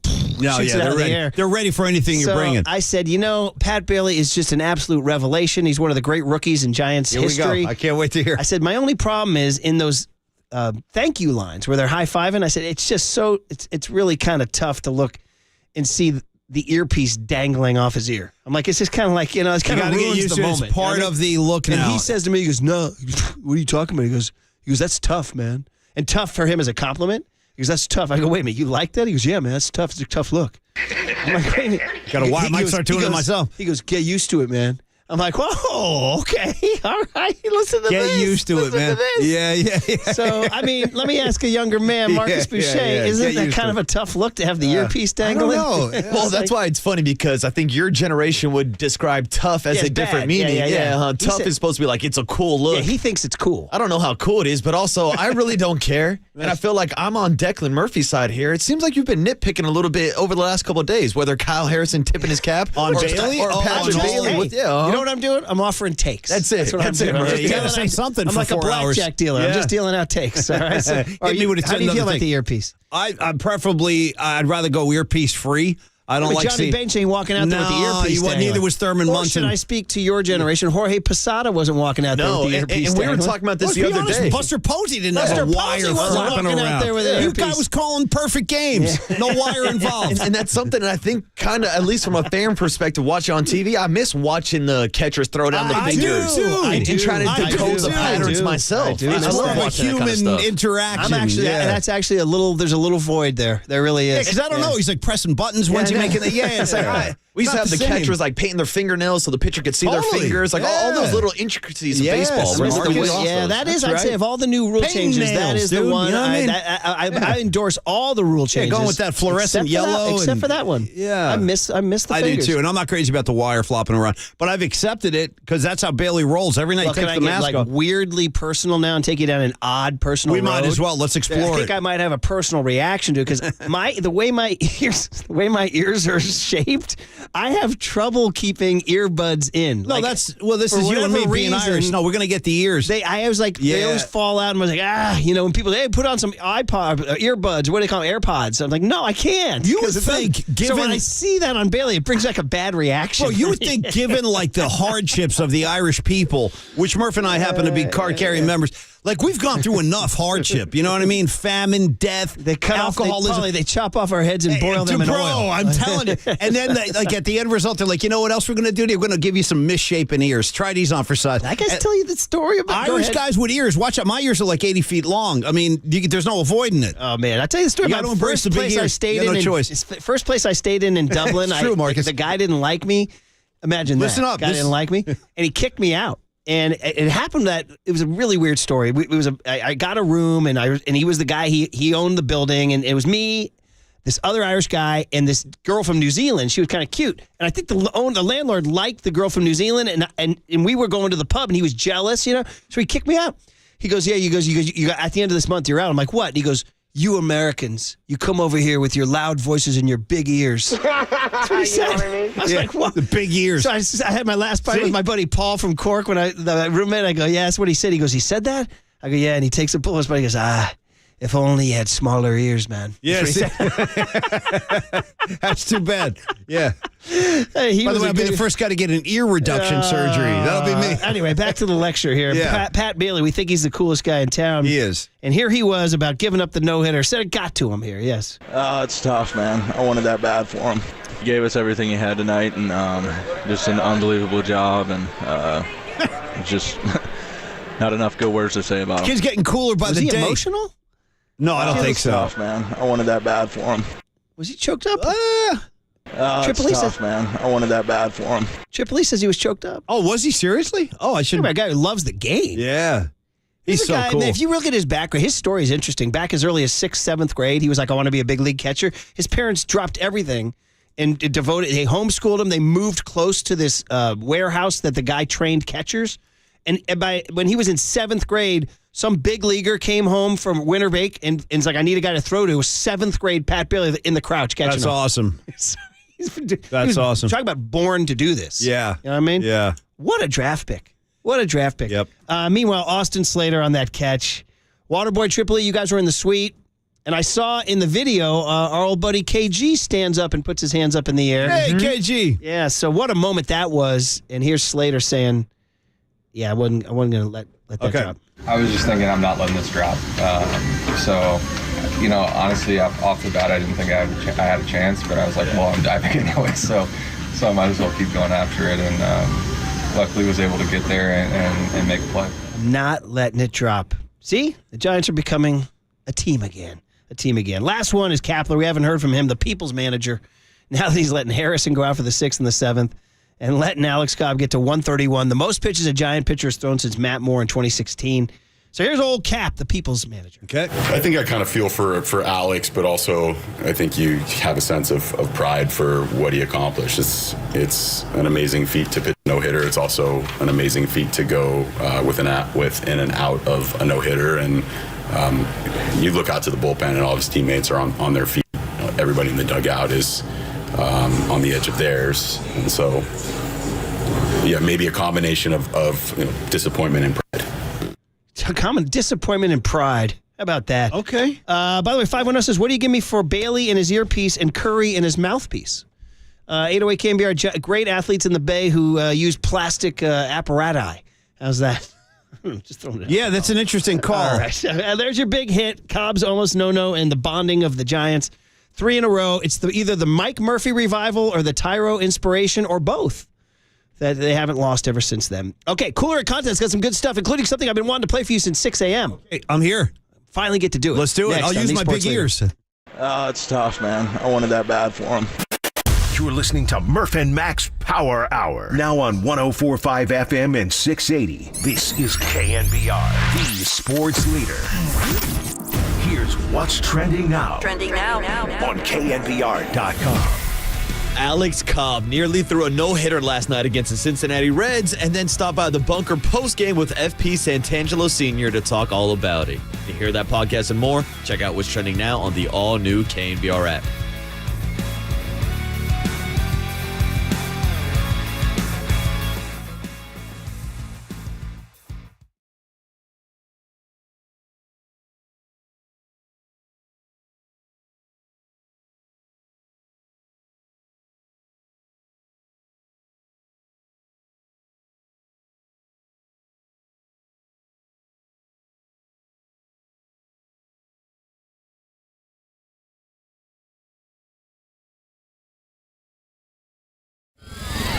And now, time for the Protect Your Assets with David Hollander Business and Technology Report.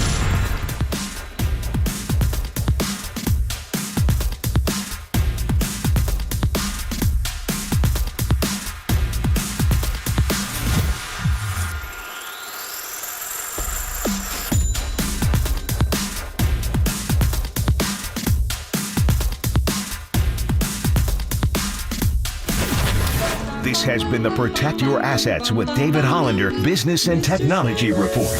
Do you want to pay less taxes this year? Learn more. Listen to David's show every Saturday morning on KNBR or call 1-866-PROTECT.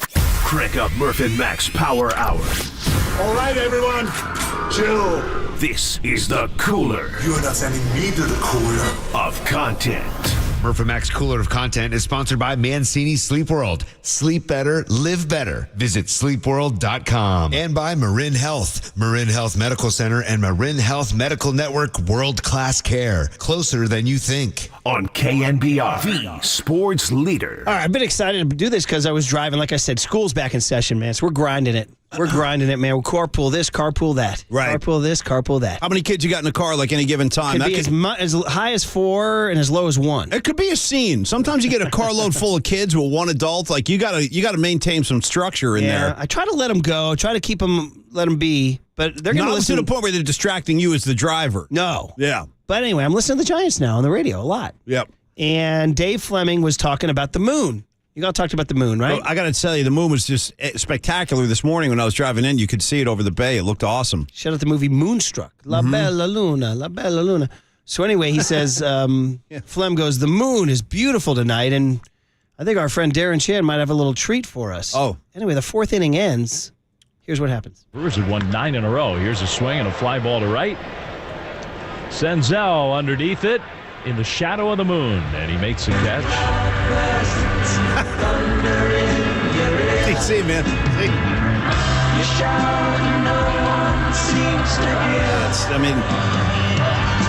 This on the Giant broadcast.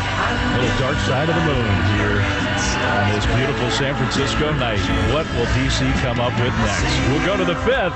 The Giants have a 5-0 lead on the KNBR Northern California Honda Dealers Radio Network. I'd like to put in a formal request that Darren Chan be my new boss, please, if possible, because he's a radio genius. I know we got an important thing. This guy with the Giant this guy. I'm driving. I got an ear-to-ear grin in my car because that's DC. Just making DC for life. Radio greatness. And I have Flem playing along too. Got to give Flem all the credit. He's like, I think DC's got a little treat for. He teased it. Well, and then they kind of worked out well that the final out just kind of came and Flem goes under the moon. He makes the catch and there you go. That's awesome. How Darren. long did it take you to recognize it here? So 2 seconds. Yeah, but you're not a huge Floyd guy. No, I like Floyd. You've seen Waters, right? I have. I've seen him a few times. Yeah. I like Floyd. And to your point, you want to talk about the dynamic duo of Flem and DC. We mentioned their pregame show yesterday. Yeah. Flem was calling for DC in the middle of his talkback with Ray and Tom, and he's like, DC, let me get one of those drops from Wade Meckler. I mean, he's gross. And there was DC putting in drops in the pregame show, and that's why he's the best. I mean, there's one guy in this building who knows what the blanky's doing, and it's DC. Well, he's gross. Every station. By the way, people don't know, it's Darren Chan, San Francisco's own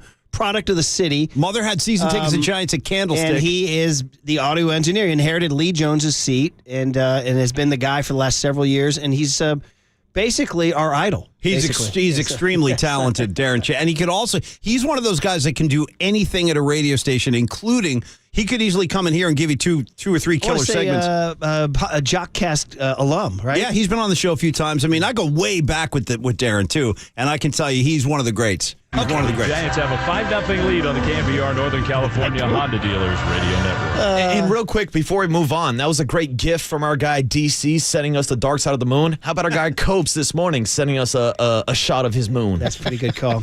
And by the way, it's on social media. We want to congratulate Copes and Sasha. Yeah. He got on a knee and asked her to be his wife. What did she say, Murph? She said yes. Okay, she said yes. Yeah. Great pictures, and we're super happy. And let me tell you, it's all about the better half. And Copes, you did good. You got a winner there, buddy. You got a winner there. Oh, yeah, you hang tight. Hang on tight to Sash. All right? Don't blank it up, buddy. You don't want to lose that banana bread, I'll tell you that much. No, exactly. Now, Sports Talk Radio. I was saying earlier in the show that Nick Bosa's manager was listening to us to get some leverage. Yeah, totally. And some guy wrote in, Nick Bosa's manager is listening to you with like laughing, crying. And I was like, well, two things. Number one, A, can I riff? Number two, B, maybe because Bryce Harper said this. Bryce Harper went deep for the Phillies yesterday. And listen to what he says, why he went deep. Okay. It's funny, I was driving in today and, I'm listening to WIP like I do a lot, the 2 o'clock hour. And a guy named Chuck called in. He calls in a lot. It's hilarious. But I said, he was talking about our team and talking about me and stuff. And I walked to the training room. I was like, I'm going to go deep tonight for Chuck. That guy had me fired up, man. That's killer. That's Bryce great. Harper driving in, listening to WIP. I'm going deep for Chuck. Call her Chuck in the 2 o'clock hour. So, yeah, they're listening. They may say they're not, but he says he is. I know one point guard in the NBA that might be considered the best point guard in the history of the sport that has been known to tune into Eminem. He took a picture of some traffic once on Highway 24, and 680 was on the screen. It was like 8 in the morning, Yeah, it was 8:50 or something. We were still on the air. So shout out Sports Talk Radio in 2023. Still drawing in Bryce. And by the way, he's in the demo. Bryce Harper's in the demo. I'm going to go deep tonight for Chuck. So I thought that was great. By the way, when I was back on my trip back east and I was playing that golf and my caddies who were classically quirky Philadelphians, and they were asking, so what are you doing then? What's you doing out there? And I said, well, it's like WIP. They're like, oh, yeah, I listen to WIP all the time, man. So I said, well, it is, but it isn't. We're different in that, like, we're not looking to take guys' heads off like every time we open the microphone. Well, maybe they want that. Yeah. Maybe they need that in Philly. You have to bring that. Well, see. All right, Paulie, Hard Knocks. I stopped watching after episode 2. I did too. It's so funny. It's got limited shelf life. I think unless it's your team and you want to watch every nook and cranny, I think you're right. There's an initial reaction like, oh, this is super cool. Hey, got some new faces and new blood. I look Bobby Sala's F-bombs. Then a little bit of episode 2, and now I'm like, I dropped out. On the same boat. Yeah. Well, here's what we missed. Aaron Rodgers played this past weekend against the New York Giants and got into it with a New York Giants D lineman named Jihad Ward. Is that his name? Yeah, former Raider, Murph. Oh, really? Jihad Ward, yep. Wait, his name is Jihad? Yeah. That's a hell of a name, yeah. I'm not going into that. Yeah, let's not get into that. Okay. Anyway, this is what happened on the field, mic'd up, Hard Knocks. Okay. Bootleg out to the left, flipping it left. McCole Hardman. Bro, that. Show some respect, bro. Come on, what the is that? 5 damn steps? I don't even know who you are, bro. I don't know who you don't? Never heard of you. And the officials had to separate Jihad Ward and Aaron Rodgers. Drops back, lobs one, front left pylon. It is caught. Garrett Wilson. It's a Jet touchdown. Poke the bear. Bro, I never heard of you, bro. I never heard of you. Then I gave him the line that's uncomeback with a bowl. I said, I don't even know who you are. But he said, I don't know who you are. I said, bull. I know that was a little hard if you're in the car. I understood it. I got it. Let me just take you through that. So Rodgers gets upset that Ward pushes him after he releases. Come on, bro, that's BS. 5 steps after the pass, you throw me. And Jihad Ward said, I don't even know who you are. And that just gets Rodgers furious. How dare you not know him? I don't even know who you are, bro. I don't know who you don't? Never heard of you. Rodgers goes, you don't? Yeah. How's that possible? I'm Aaron Rodgers. Rodgers says, I don't know who you are. Don't you remember when I took the darkness retreat? I'm that guy. I'm the guy who takes ayahuasca. You don't remember? Rodgers claims that he stymied the guy by saying, I don't know, I've never heard of you. Yeah. I've never heard of you. And he says, uncomebackable, whatever. Well, now you know now you know how to get Aaron Rodgers a goat. You just tell him I don't even know who you are, man. Who are you? That's pretty. What are you, my pool boy? How do you feel about that if somebody says to you, Paul Mack, I don't know who you are? Well, that's just daily life. That's just like the norm. But uncomeback with a bowl. It was a strange, awkward phrase there. Uncomebackable. Uncomeback with a bowl. Okay, well, you're not. I think I've had it with the Jets. Come on over with me, Murph. Come on over. There's plenty of room for more anti-Rodgers. By the way, did you guys see that touchdown pass that he threw to Garrett Wilson? Beautiful ball. Beautiful ball. Well, he had that arm talent. And he could have displayed it in the playoff games against the Niners. All I know is that the Niners just kept too busy beating him kicking his ass up and down the field and over again. And which playoff game are you talking about? The one at Divide, the one in Green Bay? What do you want, Kaepernick kicking his ass for years now? I mean, decades. Yeah. So literally kicking his ass for years. So you know what do I say to him? Congrats on the arm talent. Cool story, bro. Cool story. By the way, when you're talking about cool arm talent, bro. And that's it, brother. No, that's it. Yeah. Now I'm just going to move on in the playoffs. Again, last scene losing to Jared Goff on his own field. But go ahead, Marcus. I'm going to San Fran. Yeah, well, you enjoy. Cool story, bro. Yeah. Wait, who are you again? Yeah. I got to say, Deion Sanders. Now, this one, I don't know how good this sound is, but I just like hearing Deion. The man is a skilled orator. When he talks, you're like, I like the way he is. His cadence, his pace, question. The whole deal. Yep. And this is interesting. He is talking to some reporters in Colorado, and a reporter says, hey, I'm a Miami Hurricane. I know you're a Florida State Seminole. And he just he surprises him. And the reason I saw this is that Danny Cannell, who's a Florida State Seminole, gets very upset at Deion for this. He says Deion should respect, what he did at Florida State and all this, because Deion rejects Florida State here. Hurricanes like myself. Yeah. And you're a Knoll, my friend. No. Actually, do you know where I graduated from? Yeah. Who said that? You know everything. She didn't know that. They didn't know that. Tell them again, where did I graduate? I graduated from HBCU. So I'm a who? Well, you're still a Knoll. I'm a who? I thought it's where you graduate from, isn't it? Well, you keep calling me that, and it goes to where I graduated from. I'm a HBCU grad. Okay. So, man, Florida State's pissed. Buster Posey's like, come on, Deion, what's going on? He graduated from Talladega College. Is that what it's called? And it's an historically black college. See, I'm gonna blame Aaron Rodgers for that too, because if Rodgers didn't do this whole Butte thing and just give Cal some love, maybe none of this would be happening. I'm saying it's Rodgers' fault. No. Oh man! And hey, so this last one is Noah Lyles, and this one's probably, if it was a slow sports day and Cobb got lit up yesterday and we had nothing to talk about, this would be a good segment. But this is something. This is Noah Lyles. Now I know poor track and field, my father's favorite sport. It's just falling by the wayside. You won't see track and field no more. They just had the World Championships. Nobody noticed. So funny because my dad was the same way. My dad actually he played track and field in high school. Yeah. My father ran track in college. Yeah. He ran against great Bob It was Mathias. that generation, dude. They were not messing around when it came to hurdles and shot put. They were dead serious. Javelin. What do you need, Marcus? They did it all. In my dad's obituary, I mentioned his track and field race against Bob Mathias, and he said, I had a perfect view of his back the entire way, is what he said. That's a good one. Goes, hey, you laugh. I do. Bob Murphy one-liners. So anyway, Track and field just happened, and this guy Noah Lyles is our American sprinter. He won the 100 meters. He used to be like a legend. Usain Bolt was the last track star, I guess, that really made a note. Right. But this guy Lyles is making a name now because this is what he says after winning the world championship in the 100 meters. Yeah. You know, the thing that hurts me the most is that I have to watch the NBA Finals, and they have world champion on their head. World champion of what? The United States? Don't get me wrong. I love the U.S. at times, but that ain't the world. That is not the world. We are the world. We have almost every country out here fighting, thriving, putting on their flag to show that they are represented. There ain't no flags in the NBA. There it is. Well, okay, a lot of things going on here. A lot of things going on. Number one, the general premise I totally agree with.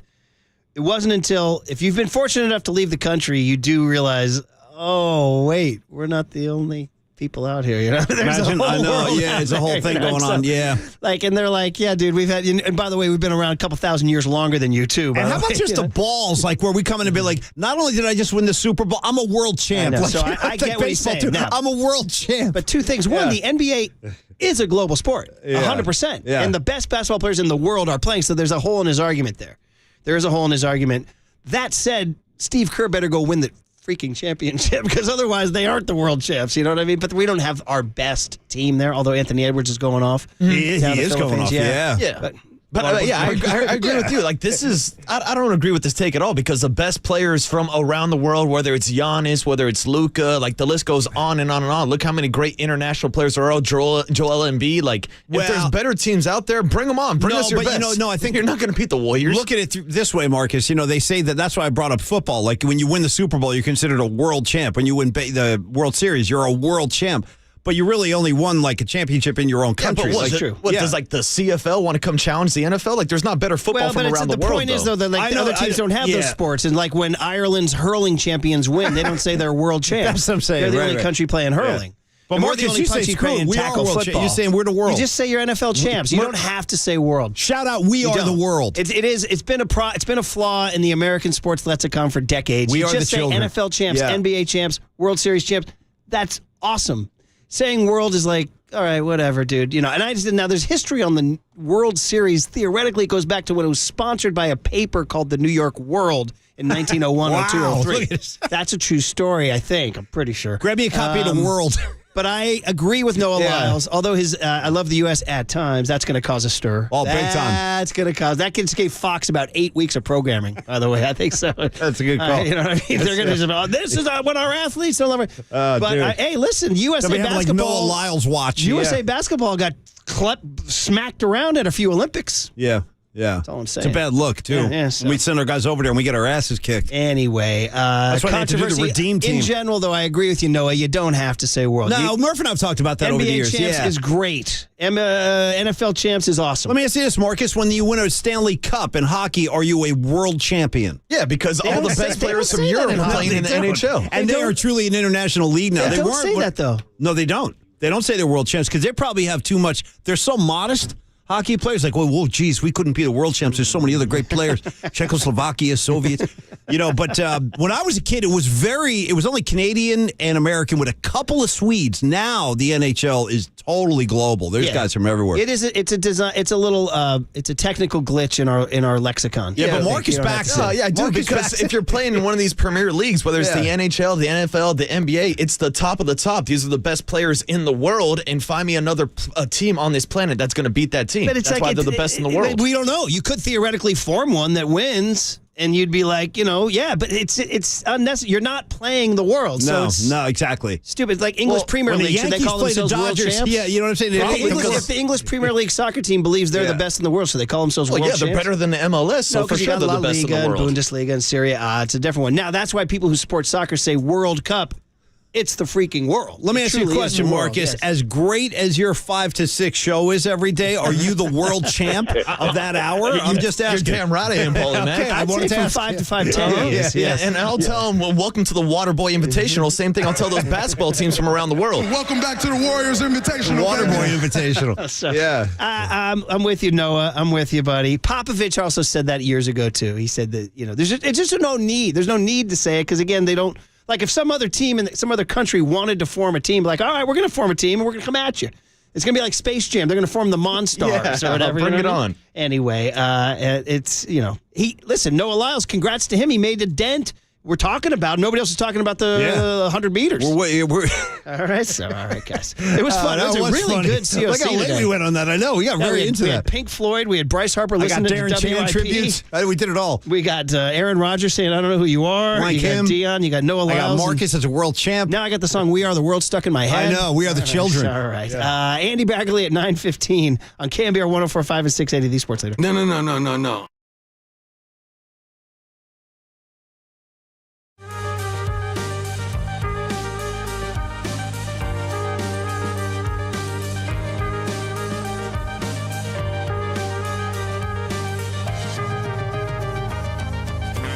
All right, let's talk about Provident Credit Union, making you money, saving you money, doing all the good stuff with your money. Provident Credit Union. I got a fantastic money-saving tip. A limited time offer from Provident Credit Union you don't want to miss. It's called the Pick a Term Certificate from Provident. Yeah, it's all about investing on your own terms with the flexibility to choose your own investment period. Yep. With the Pick a Term Certificate, you call the shots. You can select a 3, 6, 9, or 12-month term share certificate and enjoy an impressive annual percentage yield of 4.5%, one of the most competitive rates on the market right now. So, whether you're saving up for a short-term goal or aiming for a long-term investment, this certificate offers you the financial freedom you need to take control of your savings. But remember, this incredible offer will not last forever. Don't wait. Grow your savings today. That rate is effective September 1st, 2023. Minimum balance requirement, $10,000. Early withdrawal penalty may apply. Federally insured by the NCUA. Visit providencecu.org for terms and conditions.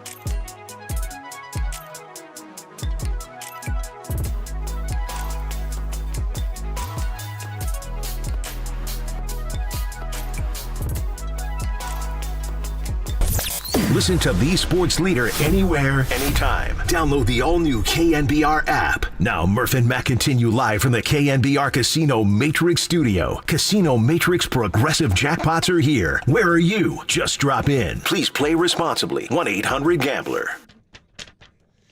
Now that's special. That's awesome. It used to be fun to try to identify all the voices, right? It's Let's pretty go. easy, actually. Well, that's Steve Perry. That's Steve Listen Perry. to Steve Rip. That's Journey's own. Go get him, Steve. Friend of the program. You're damn right. Daryl Hall. I'm going to keep it going. Daryl Hall. Hang on. Here comes Mike. That's the King of Pop. Oh, there he is. Just had his birthday yesterday. King of Pops. He gets his own verse, yeah. Huey Lewis. Another friend of the program. Lopper. I liked hers. I liked when she did her little well She's and killing, jump. yeah, like jumping up and down. Yeah, she jumped up and down. And she's looking good. Yeah, she looked cute in that. And this is Kim Carnes? That's where I got to give you your respect. That's where I got to give Murph respect. Listen to Cindy coming in over the top there. Yeah. Yeah, Quincy Jones. I think Lauper might win. She sold out hard. And Huey. She sold out hard. I always get a warm, fuzzy feeling when Huey appears, You know what man. the best is? Bob Dylan standing there, too. You can't hear him at all. They probably shut his mic off. They give him kind of the last. Do they? They're like, How do you remember? Remember, he's like with the last. He and Ray Charles are like the last two guys because it's like they've done a couple let's good be things. honest. These are the dudes. Got one a Nobel Prize for God's sake. Hey, Murph, this whole We Are the World retro kind of look back in time was brought to you by Redwood Credit Union. You can keep keep this going, by the way. Makes this read sound very important. You can start earning cash back on your everyday spending with a Redwood Credit Union free checking. In fact, play this on every read I do, Marcus. There are no There's monthly Dylan right there. Damn, I don't remember that at all. That's Bob Zimmerman I think they right cut him there, out of the radio version. Even I won't let. No minimum balance, Murph. Your debit card earns cashback, travel, and more. Get started at redwoodcu.org/free checking. Federally insured by NCUA.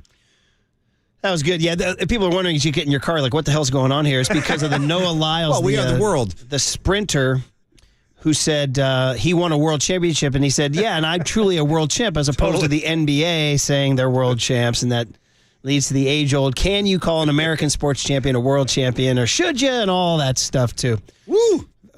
Whoa. Someone coming in hot there. Was that Is that Tina? Is that Tina? Can't tell. Is that? I think that's Tina. Is that? I've never heard that part, actually. This is like the extendo version. Yeah, Marcus got like the 9-minute version. I mean, I know. Is that Tina? It's not Tina? I'm not even joking, What, boys. This is a 15-minute long version. 15 minutes. Whoa! I didn't know one existed. Oh, my God. They just jammed out, huh? You guys are funny, man. They just jammed out. Now, the boss gets a pretty big role in that. Well, yeah, no, he does. You know, the great thing about this album, I think it was called USA for Africa, right? That's correct, and of course, I have it on vinyl.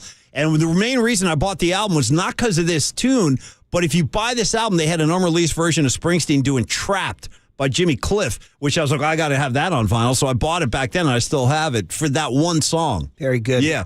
510 says, in terms of this world champion argument, Japan and the WBC, anyone? I saw Shohei Ohtani striking out Mike Trout. Mm-hmm. That's some international less right there. But I also see Shohei Ohtani playing in America for the MLB. Marcus ain't letting go. There's a lot of great Stars players on that team, so I would still say the MLB is a higher league than the Japan Marcus Baseball has League. the Declaration of Independence in one hand and a mallet to hit the Liberty Bell with the other, and he's saying, I'm an American. And that's what you're saying. And we are the world, Paulie, man. Once again. That's it. 530 says, don't sleep on Lyles. He won the 100 and 200. That's a very rare double. There's a 808 KNBR track and field takes. Track and field takes here. 530 says, hey, don't hate on Butte College, Paulie. They have more NFL players than Cal. LOL. Oh, no. That's not funny. Actually, LOL is, Cal's got a lot of players, actually.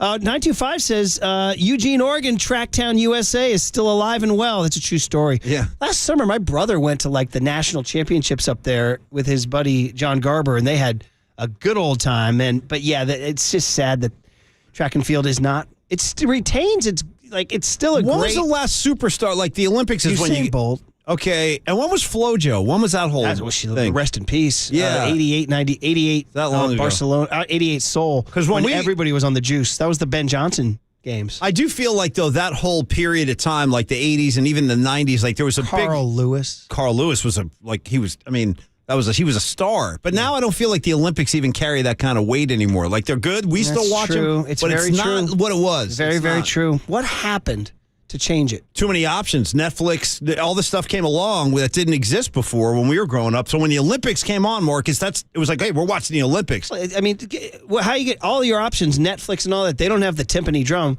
Boom, boom, boom, boom, boom, boom, boom, boom, boom. There it is. By the way, Paulie, the last segment with the Aaron Rodgers and Jihad Ward saying, who are you? I don't know who you are. Yeah. Has some listeners craving for a Jim Harbaugh. Did he know who you are? Oh, Jim okay, stand by. Harbaugh, did he know? Who's got it? Who's got it? Who's got it better than us? Nobody! Now, I got to say real quick, a lot of people know I'm a big Who fan. I didn't even realize until I see him side by side that we've had to explore that territory not only once with Harbaugh, but twice with another friend of the program. Who are you? Who are you? Who are you? Who are you? Who are you? Who are you? Shout out Zaza. Who are you? 209 says, in terms of Bailey's earpiece dangling, I look at it like a businessman loosening his tie at the end of the day and find it very appealing. All right. That's the best argument I've heard yet. That made me laugh. It's the victory cigar. Yeah. Okay. Let it the dangle. victory cigar. Let it flop. Hey, buddy, thank you, 209, for kind of winning me over on that. Like, how do we know the Giants won? pull it out. Oh, and by the way, Pull it 831 coming in. You know who I think that voice was? You thought was Tina? I think it was Aretha. Good call. Oh, I didn't remember Aretha being there. Now we got controversy on the 408 says USA. Patti LaBelle. That makes more sense. I Yeah. don't remember Aretha being there. USA for Africa. I don't know. Lionel Richie does Richie start Lionel's it in the off? house. He's in the house. Started off. Yeah. Anyway, guys, thank you guys for the texts, and do appreciate all the chime-ins there, and especially the businessman loosening of the tie. Oh, and the last one I wanted to get to, 916 says yes, he watched it and says that Bailey was choked up. Oh my God, dude! This is maybe the most. I just saw something. I got to come out with this immediately. 408 text line. Oh boy, what do you give me for Pat Bailey's earpiece and Ben Stiller's? Let's just call it hair gel in Something About Mary. Well, wait. You guys with me on this? And I'm with you 1,000,000%. I remember the hair gel. I remember the scene, and yeah, there's self. It's dangling. Jangling from the ear. I always think of it in the hair. Was it from the ear too? Yes. Oh. Yes. No, it's swinging around from the ear. Hey, bro, 408. That's I don't know how you came up with that, but dude, respect. And others saying, yeah, Aretha was in We Are the World. That's my bad. I would never disrespect the Queen of Soul. You know what I mean? And 707 says, let's cap it all off, says, did Aaron Rodgers just pull an Irishman? Do you know who I am? Paul, you were off that day. Murph, do you know me? This guy called in when you were in Italy. Yeah. He goes, Murph. He gave his take on Jimmy G. It was right when Jimmy G was named the starter or whatever. I'm assuming you met this guy out somewhere. And then he goes, by the way, before I go, he goes, Murph, you know who I am. I'm the Irishman. Do you have that, water boy? No. You can't find it? All right, never mind. All right, well, thank you guys. We're going to get back on the, it was. I'm the Irishman. Do you know who I am? Once more. I'm the Irishman. Do you know who I am? Yes, incredible. What did you say? Haunting. It's kind of eerie. It is. It's like a challenge almost. What did you say? It's almost like I'll be outside your building when you leave. Well, you're going to meet me. I'm the Irishman. Do you know who I am? Have you looked outside your window late at night? We're going to get acquainted real soon. All right. You told everybody what sponsored us, right? I did. Okay, good man, good man. Hey, Tim Kawakami joins Tolbert and Ratto today at 4:50. I thought that was on yesterday's promo. Was he not on, or did Triple E not update? One of the two. Could be any number of things. Either way, just listen to listen to the afternoon show. That's all. Just listen to the damn afternoon show. Listen to all the hours. Okay, guys. Well, listen. I'm going to do something that's mildly irresponsible, but maybe worth discussing because this is the world we live in, and that is to give credit to an unverified rumor about Nick Bosa. Next on These Sports. Oof. I don't even know who you are, bro. I don't know who you don't. Never heard of you. I'm the Irishman. Do you know who I am?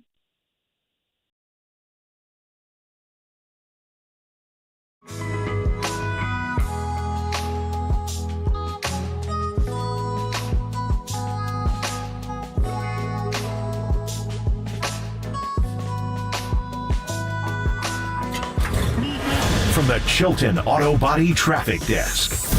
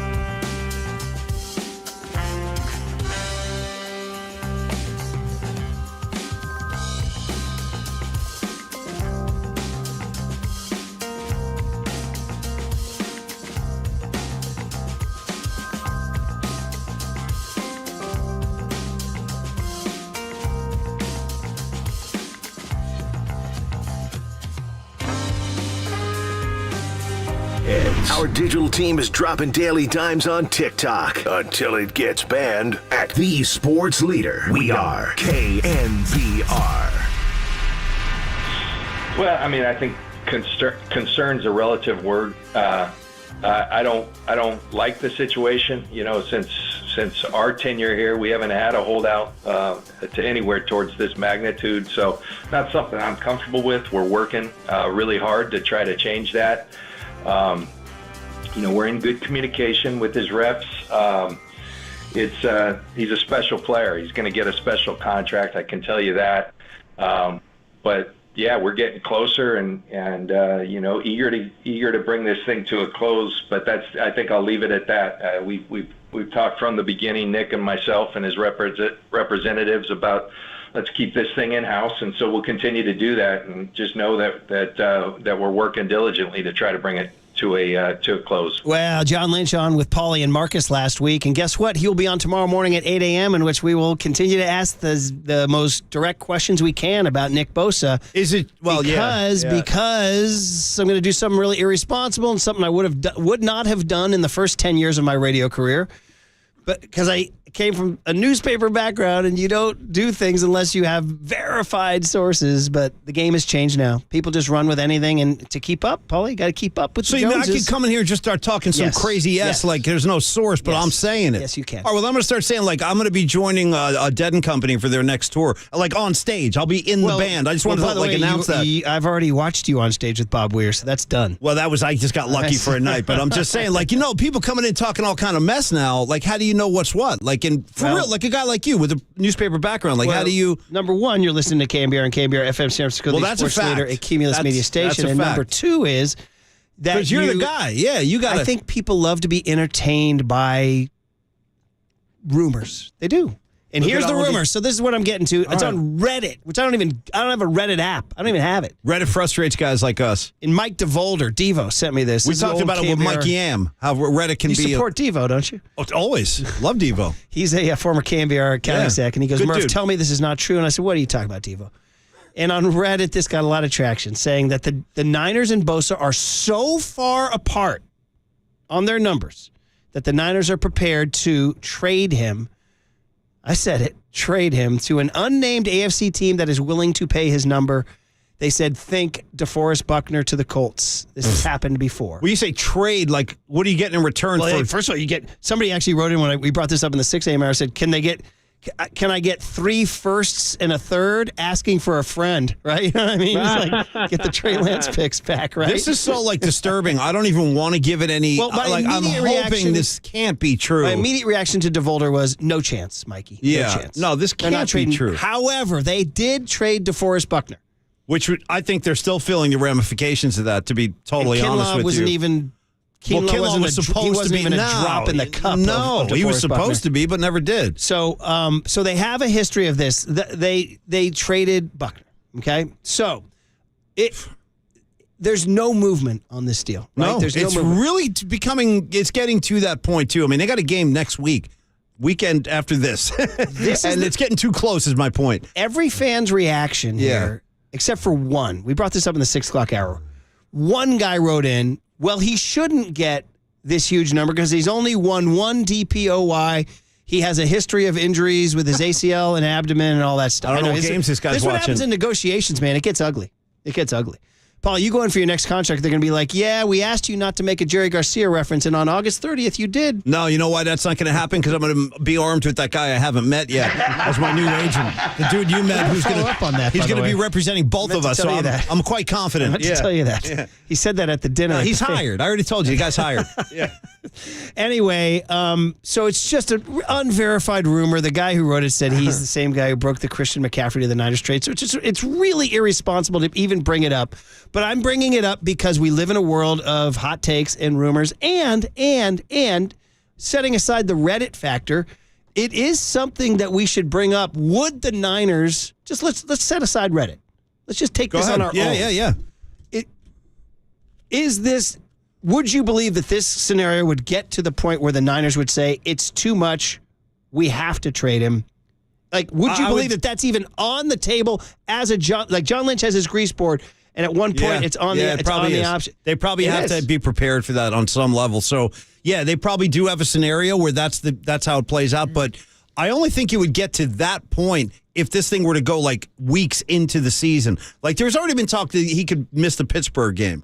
So I kind of accepted that when I heard that, Marcus, last week. I heard Greg Papa talking about that. And so I said, okay, now I got to brace myself for Bosa to miss Pittsburgh. But if this thing goes beyond that, like if he misses Pittsburgh and he starts missing games beyond that one, then I don't know honestly, I don't know where you go from there. Like, what's it going to take to get this guy in a uniform again? And it seems like we all know what it's going to take at $30 million plus. Like everybody's looking at the Aaron Donald contract. I think maybe the only thing holding that up right now is Chris Jones out in Kansas City. He's also holding out, so maybe they're waiting for that like new quarterback contract that always hires than the other. But I don't think Chris Jones is going to get more money than Aaron Donald. Nick Bosa might, though. I think Bosa should get more than Aaron Donald. I do. I think he should. And that being understood, that's why I think the Niners should start at that number. Yeah. Whatever's more than that, okay, here's a starting point. Going to make this guy the highest paid defender in the NFL. Let me just say there's two things. Like, number one, if they ever traded Bosa, number one, I don't want Super Bowl window gone. I'll just tell you that right now. And the backlash, Murph, the PR hit they would take, like this would be, I don't know how to recover from that. I'm going to say this, and I know this is going to infuriate our partners, and I don't want to like ruin our relationship with them, and thank Bob Sarge for that great dinner at North Beach Restaurant and all that stuff. But I'm just being real. That Jed York has spent many years building up our trust and appreciation. This would undo it. This would be the Jed that everybody believes was the. This would be the Jed from 10 years ago that everybody just loathed. The way he blew the Harbaugh stuff. But he had that sticker over at the bar in the saloon font. Yeah, if you go to Gino and Carlo, they'll tell you how they feel. Like does Jed have that recessive gene in him where he'd fall back to like that part of him where he's like, well, this is, where he botches it, where he blows recessive gene. Well, because we believed he wasn't the guy for years and years and years, and he still hasn't won a bowl. Well, I think he made a lot of us feel way better about him after he put Lynch and Harbaugh in place. It's like, okay, you got John Lynch, man. You got Lynch and Kyle. Excuse me? I mean, Lynch and Kyle? Yeah. Okay. What did I say? Harbaugh, but that's I didn't mean that. Yeah, I meant Lynch and Kyle, yeah. If I'm on Bosa, Bosa has a chance to win a Super Bowl. Doesn't he want? He doesn't want to go to. He doesn't want to go to. I'm sure Bosa, Houston, right? My best guess is Bosa wants to be out there with his guys competing. Like, I don't think that he's enjoying this. But I think that his agent is saying, dude, it ain't time. I'll tell you when it's time. And circling back to Murph's original question, if there's a point where Nick Bosa could price himself out, but hasn't this whole last 2-3 years been setting themselves up for this Nick Bosa contract? Yes, they have. That's why they drafted Trey Lance, to get a rookie quarterback on a rookie deal. That's why they're going with Brock Purdy, because he's on a rookie deal. So you have the money out there, and then you went out this offseason and signed Hargrave, so you're paying him money. Yeah. Pay that money to Nick Bosa. I'm with you, buddy. So now you got to get into the story behind the story. Who leaks this stuff?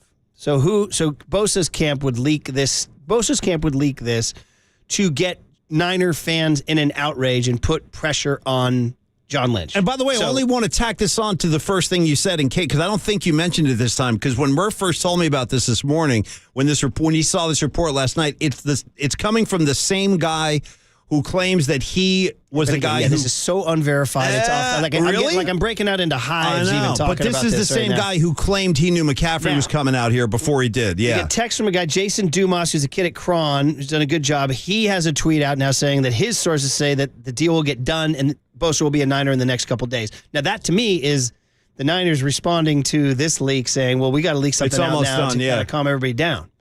So, I mean, this is high-stakes negotiations, man. How good are you? It's a game of chicken. Two cars going at each other. Who's going to veer off the road? Who's going to veer off the road? Who's going to veer off the road? Texter asks a good question over here. The guy says, 408, he goes, what would Eddie DeBartolo have done in this situation?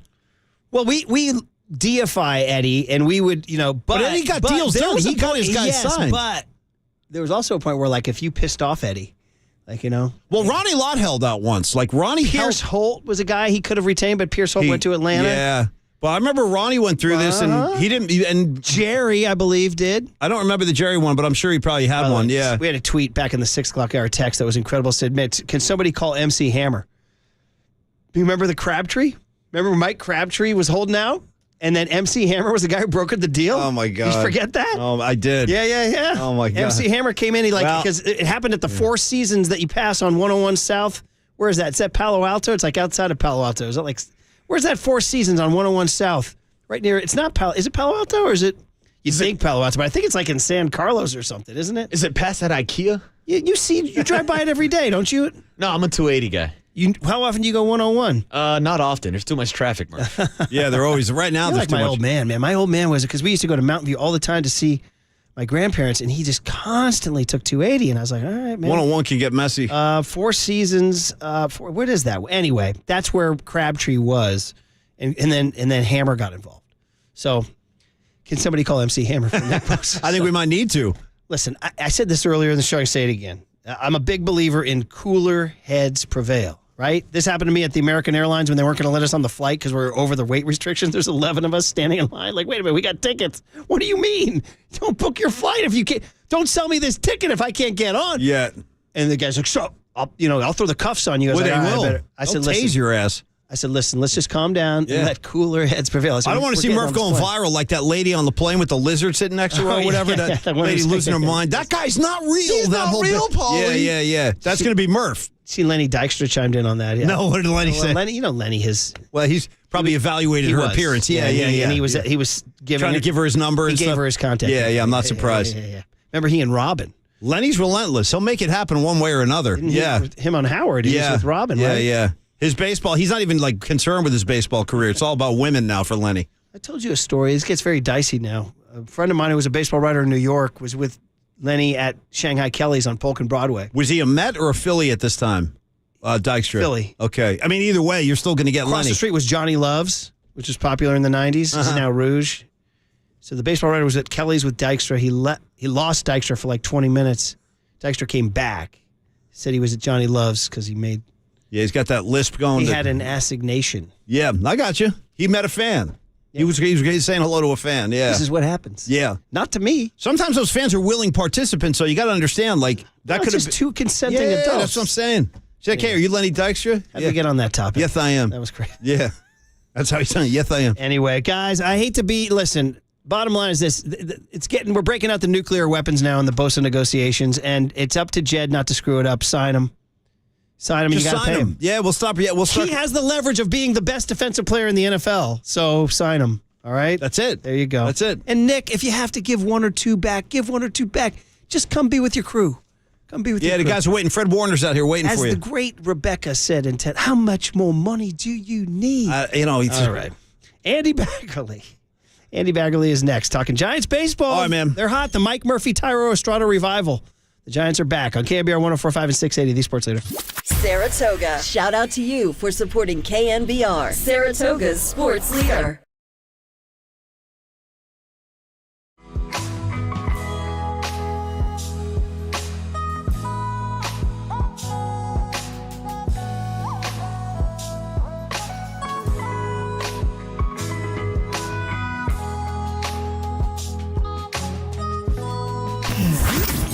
Here's what's trending now. Trending now. On KNBR.com. The 49ers traded away Trey Lance to the Dallas Cowboys last weekend, but they are still planning on bringing 3 quarterbacks into the 2023 season. So to see the full 49ers 53-man roster, which includes 3 quarterbacks, check out that story and more trending now on the all-new KNBR app.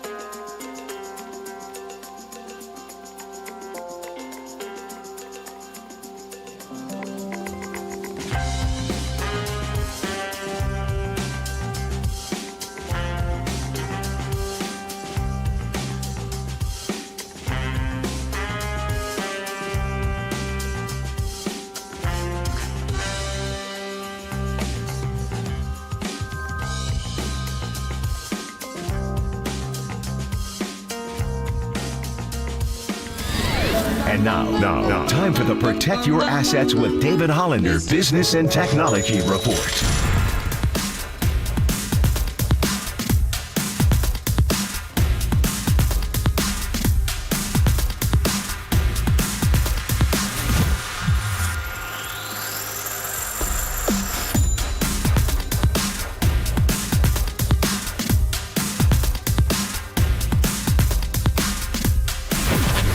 This has been the Protect Your Assets with David Hollander Business and Technology Report.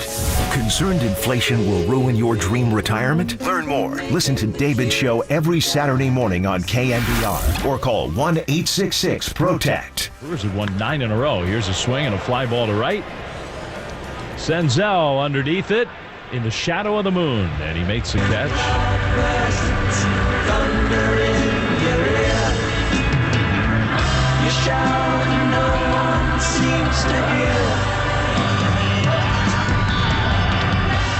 Little dark side of the moon here on this beautiful San Francisco night.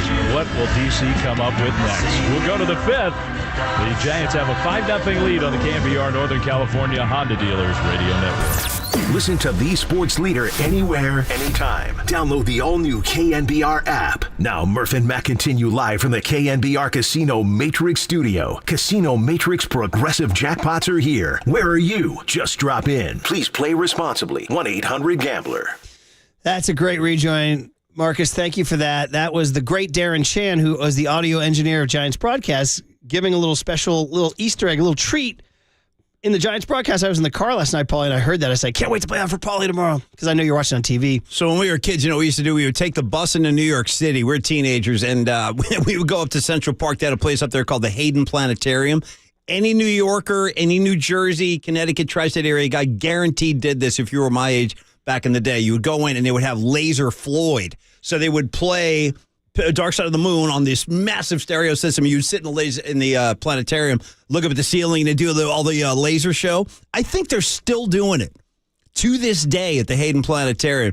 Shout out to Laser Floyd. I know you guys are out there. If you were a New York, New Jersey kid, you went to Laser Floyd. It was like a ritual. They did it at the planetarium here in San Francisco. Yep, no question. It was like a real moment in time. Laser show. show. The only band you can do that for, really? No, they had one for Zeppelin too. They had like a laser I'm Zeppelin. saying, is there something particularly ethereal or psychedelic about Pink Floyd? Yeah, they're very stoner friendly. Okay, yes. We are proudly sponsored by Marin Health with top physicians, surgeons, and clinicians right here in the North Bay. Marin Health puts you closer to your best health, world-class care, closer than you think. And while Andy Bagley just told us that he has no voice today, he cannot do his radio hit, we will tell you that Dave Fleming apparently has a voice because he is going with Papa and Lund today at 10:50. So we did say we were going to talk a little Giants in this segment, and we will. And obviously, it's all about Alex Cobb last night. It's funny about no-hitters. I've actually, I can't believe I'm going down this road. I've actually seen like the analytics crowd like dismiss the no-hitter.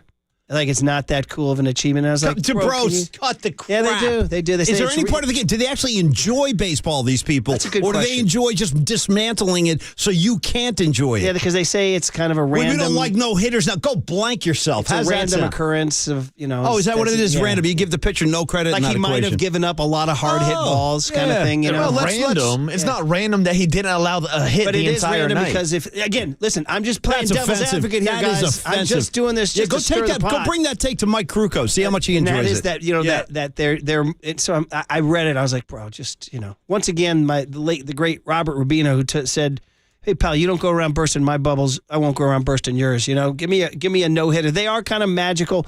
Actually, they say the same about cycles too. Cycles are random. It's not that cool of a thing. No, it's a Triple Crown sucks. It could be I hate no one hitters. could be a dribbler, one could be a flare. I hate to even all ask that what they think stuff. of perfect games. What does that mean to them? Probably nothing. Well, it was the field. Water brings up the point that a perfect game is entirely dependent on your defense because So are they're the no-hitters, ones who were perfect. Yeah. So you have to say Matt Cain and the Giants threw a perfect game, right? It is true. I mean, if Blanco doesn't make that catch, but it's kind of more fun to ascribe it to the pitcher. So that said, the no-hitter retains its allure as something really fun because it's love no-hitters. Come on, man. unusual and it's cool and it's different and it's something that builds with tension as the game goes on, inning by inning, out by out. You continue to get more and more excited. And I have to admit, I'm sort of perversely happy that he didn't throw a no-hitter because I didn't want to be that guy on the radio today.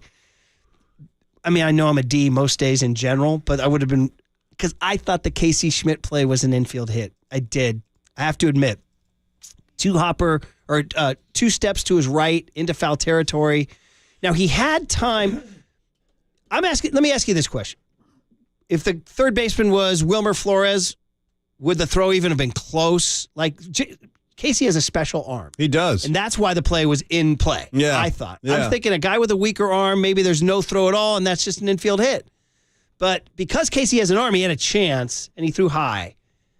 I didn't think it was an error. Now, Mike Krukow firmly said he didn't think it was that far out of the ordinary, and he also said his rule is the first hit of a game should be clean because you have to keep a no-hitter alive. Now, your counter could be, well, yeah, but if it's an infield hit, it's an infield hit. But if the throw pulls the run or the first baseman off the bag to catch it, but was the throw? To my argument is the throw was high because he was put in a compromising position to retrieve the ball. And he wasn't in a standard set position. And I think that's the argument that it wasn't a routine play. But to me, the tougher part of that play was him fielding the backhand. Once he fielded that cleanly, he had a chance to make the out. And I'm sure if you asked Casey Schmidt this morning, he would tell you himself he should have made that throw. Yeah, because he puts a high standard on himself. 100%. Now, you were in the suite with the KNBR board ops and producers. You said there was a house divided. There was a spirited debate. We had a lot of guys, a lot of hot take bullpen guys in the building last night in the suite. So whether it was Walter, Danny, even our guy Jacob Violante, as you like to refer to him as Lice Boy. Did he tell you about it? Did he tell you about it? Yeah, he said he ran into you on the street and said what's up to the window. But all three of those guys, plus probably a couple other, I'm not sure what Triple E's take was at the time, but they were talking about how it was a hit. But then there was me and Mike Holler, who's the official stat keeper for the San Jose Giants, and we both agreed that it was an error. So now we know when I go to San Jose Giants game, I'm getting cut rate scoring, is what I know. Yeah, that's the problem. Then it turned into a riff about that's why Mike's in the minor leagues. I was about to say. There you go. Listen, I understand you see it from a pitcher's perspective. Like, make a play behind me, man. I mean, that's the thing. Alex Cobb got a ground ball. It should result in an out. Yeah, but it was and so I'm not gonna lie. I felt a little weird about the no hitter throughout. I was like, yes, is it a no hitter? So I would have.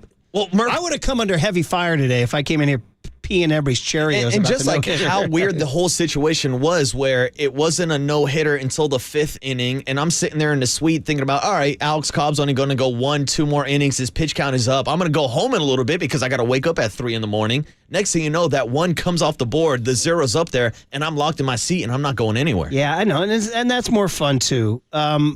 Here's another one I'm going to give you. That's another unpopular take. I think Matos didn't take two things. One, I don't think he took a good angle on the ball. And two, after Slater did what he did in the 8th inning, just leave your feet. Just leave your feet. You know what I mean? And again, I'm not. This isn't like a biblical rant or anything like that. I'm just nitpicking. I'm nitpicking, but it is. I'm wondering. I'm usually pretty easy on the Giants, but I'm wondering if you're Cobb, you're like, bro, you can't get a little dirty for me on that? Just at least try. If he dove, you're like, oh. Because Slater dove. That's nitpicking, isn't it? Well, I know. I don't know. Maybe, did you guys think that at all? Well, I've had some, Marcus and I were talking about Matos' defense last week a little bit. He's had some moments out there that have been less than spectacular, so you can nitpick with Matos. But he's also flashed great moments, like on Monday night with Kyle Harrison, throwing him out at home plate, made a great catch on the wall earlier this season. I agree that I thought he could have taken a better route, but then again, that ball was squared up from Spencer Steer. We all know line drives are the hardest balls to get a read on from the outfield, so I'm not putting too much of an emphasis on Matos. And even if he did lay out, that ball was 2-3 feet above his head, in my opinion, from where I watched it. Yeah, maybe. I just, you watch enough baseball, you can kind of tell who's taking a good angle, who's not. Like, the Reds biffed a play early in the game, didn't they? Wasn't there a ball in the right center that they biffed, or was that Monday night? There was a fly ball in the right center, and the center fielder and right fielder just looked at each other and fell to the ground. Was that last night or Monday night? I'm not sure. Anyway, point is that, I'm not trying to diminish what Alex Cobb did. I'm just trying to give you hot takes. Hey, I thought, listen, there were other ways to look at it, though. For starters, I will say this. I was surprised that Gabe has been giving his pitchers, like, all this room. Like, all of the sudden. This just happened, even with Kyle the other night, Kyle Harrison. I had it in my head that he was probably going to have around a 65-pitch limit because that's what he had last week, and knowing how they're easing into young arms now. So watching Kyle go as deep as he did, that was surprising. And then Wood last night throwing 131 pitches. That's unheard of in the Kapler era. Completely unheard of. We are witnessing, and you heard FP say it to Alex Cobb, what's going on? I'm telling you, at the end of Rocky IV, when the Russian, the Soviets, and the Americans. I look around, I see a lot of change. I think Gabe is he's not the people's manager. No, the best I think is, you know what I think Rocky actually says? He goes, I've been noticing during this fight, like he's out looking at the crowd in the middle of a boxing fight. I've noticed a lot of change out there. Well, and he's had Casey Schmidt lay down a couple bunts. Tyro laid down a beauty on Sunday night, was it? Yeah, and Slater last night. Slater laid down a great bunt last night. The Giants actually, don't they lead the league in bunts or something like that? They were top 2 or 3. It's working. Hits. They're getting guys on base. I mean, you really...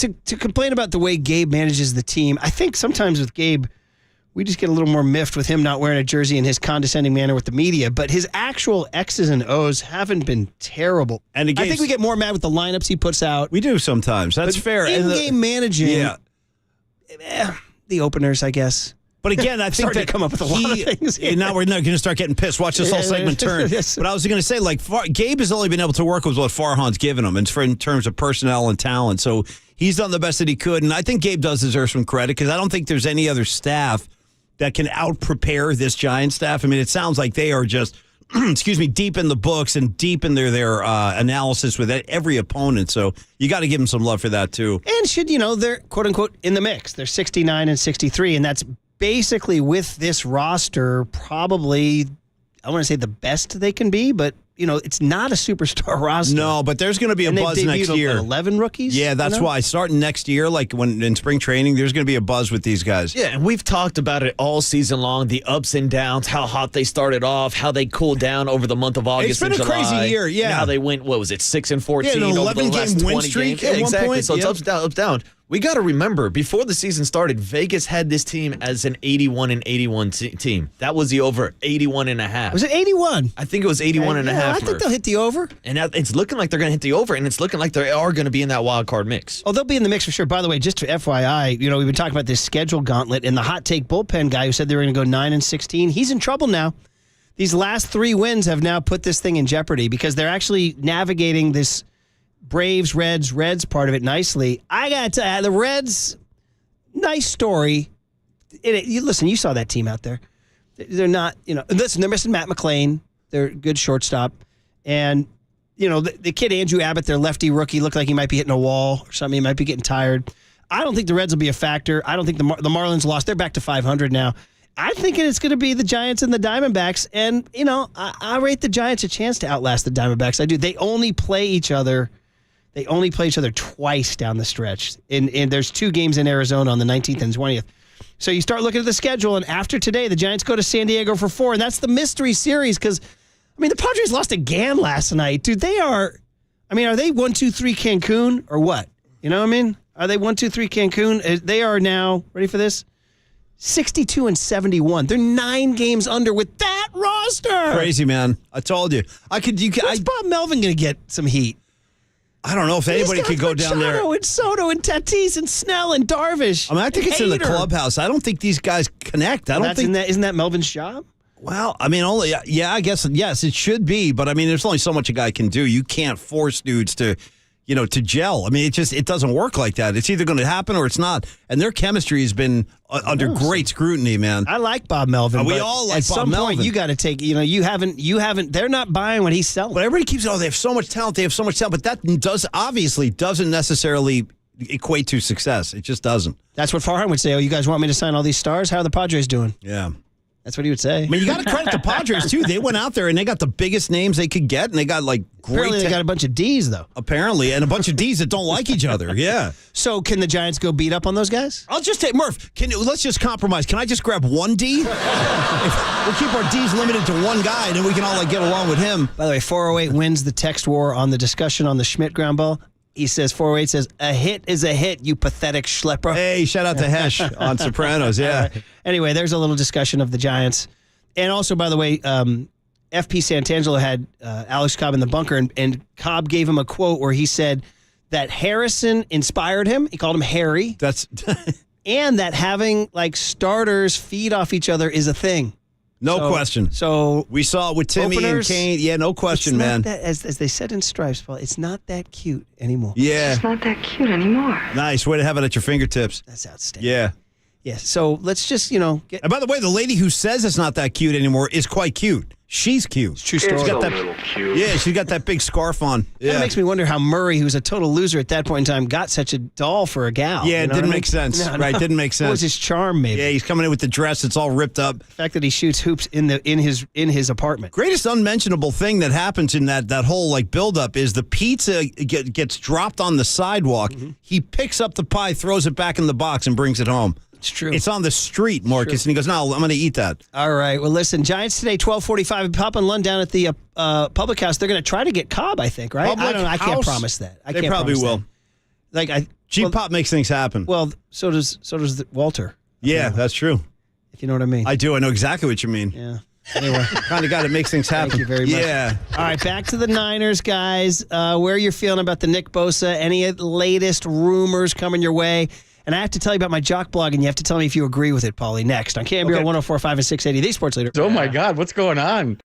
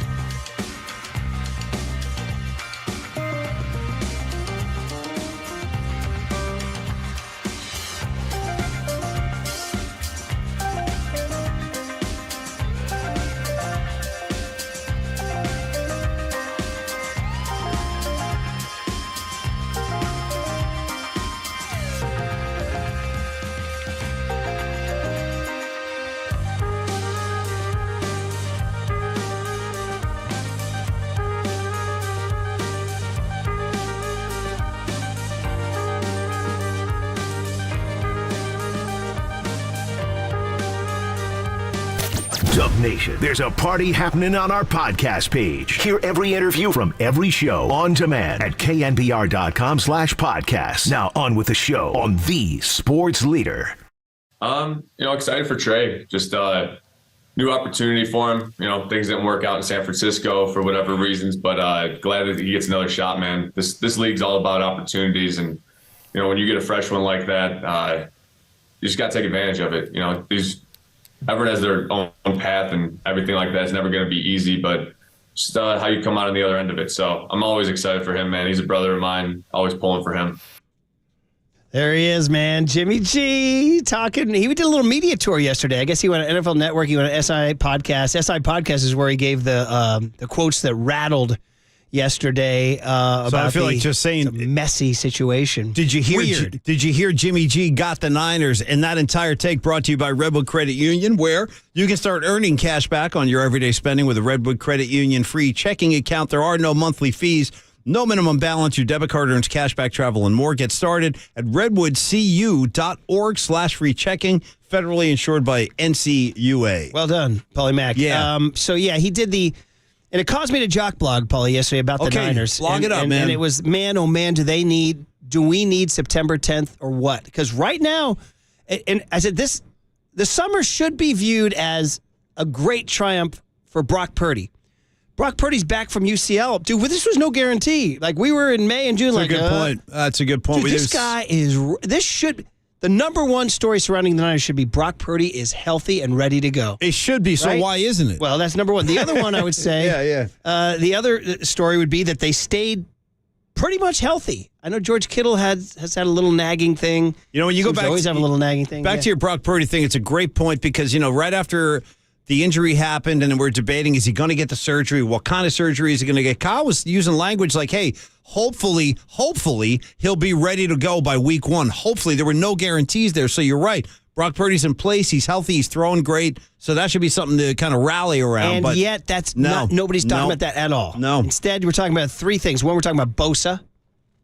We're talking about Trey Lance. And thirdly, we're talking about the kicker. The kicker situation. We are talking about. I know there's a lot of weird, dark energy around right now. And that's what I was just saying. Yeah. So, and the point of my JB was that they need, do they need a week 1 win like you read about? Because I actually think there's like a weird vibe. And I'm spinning off of what Barrows told us on Monday. He actually used, I went back and listened to the interview to try to get the exact quote. He goes, yeah, weird vibes. Is what he said. So I hate that there's weird vibes around these guys. I don't like that either.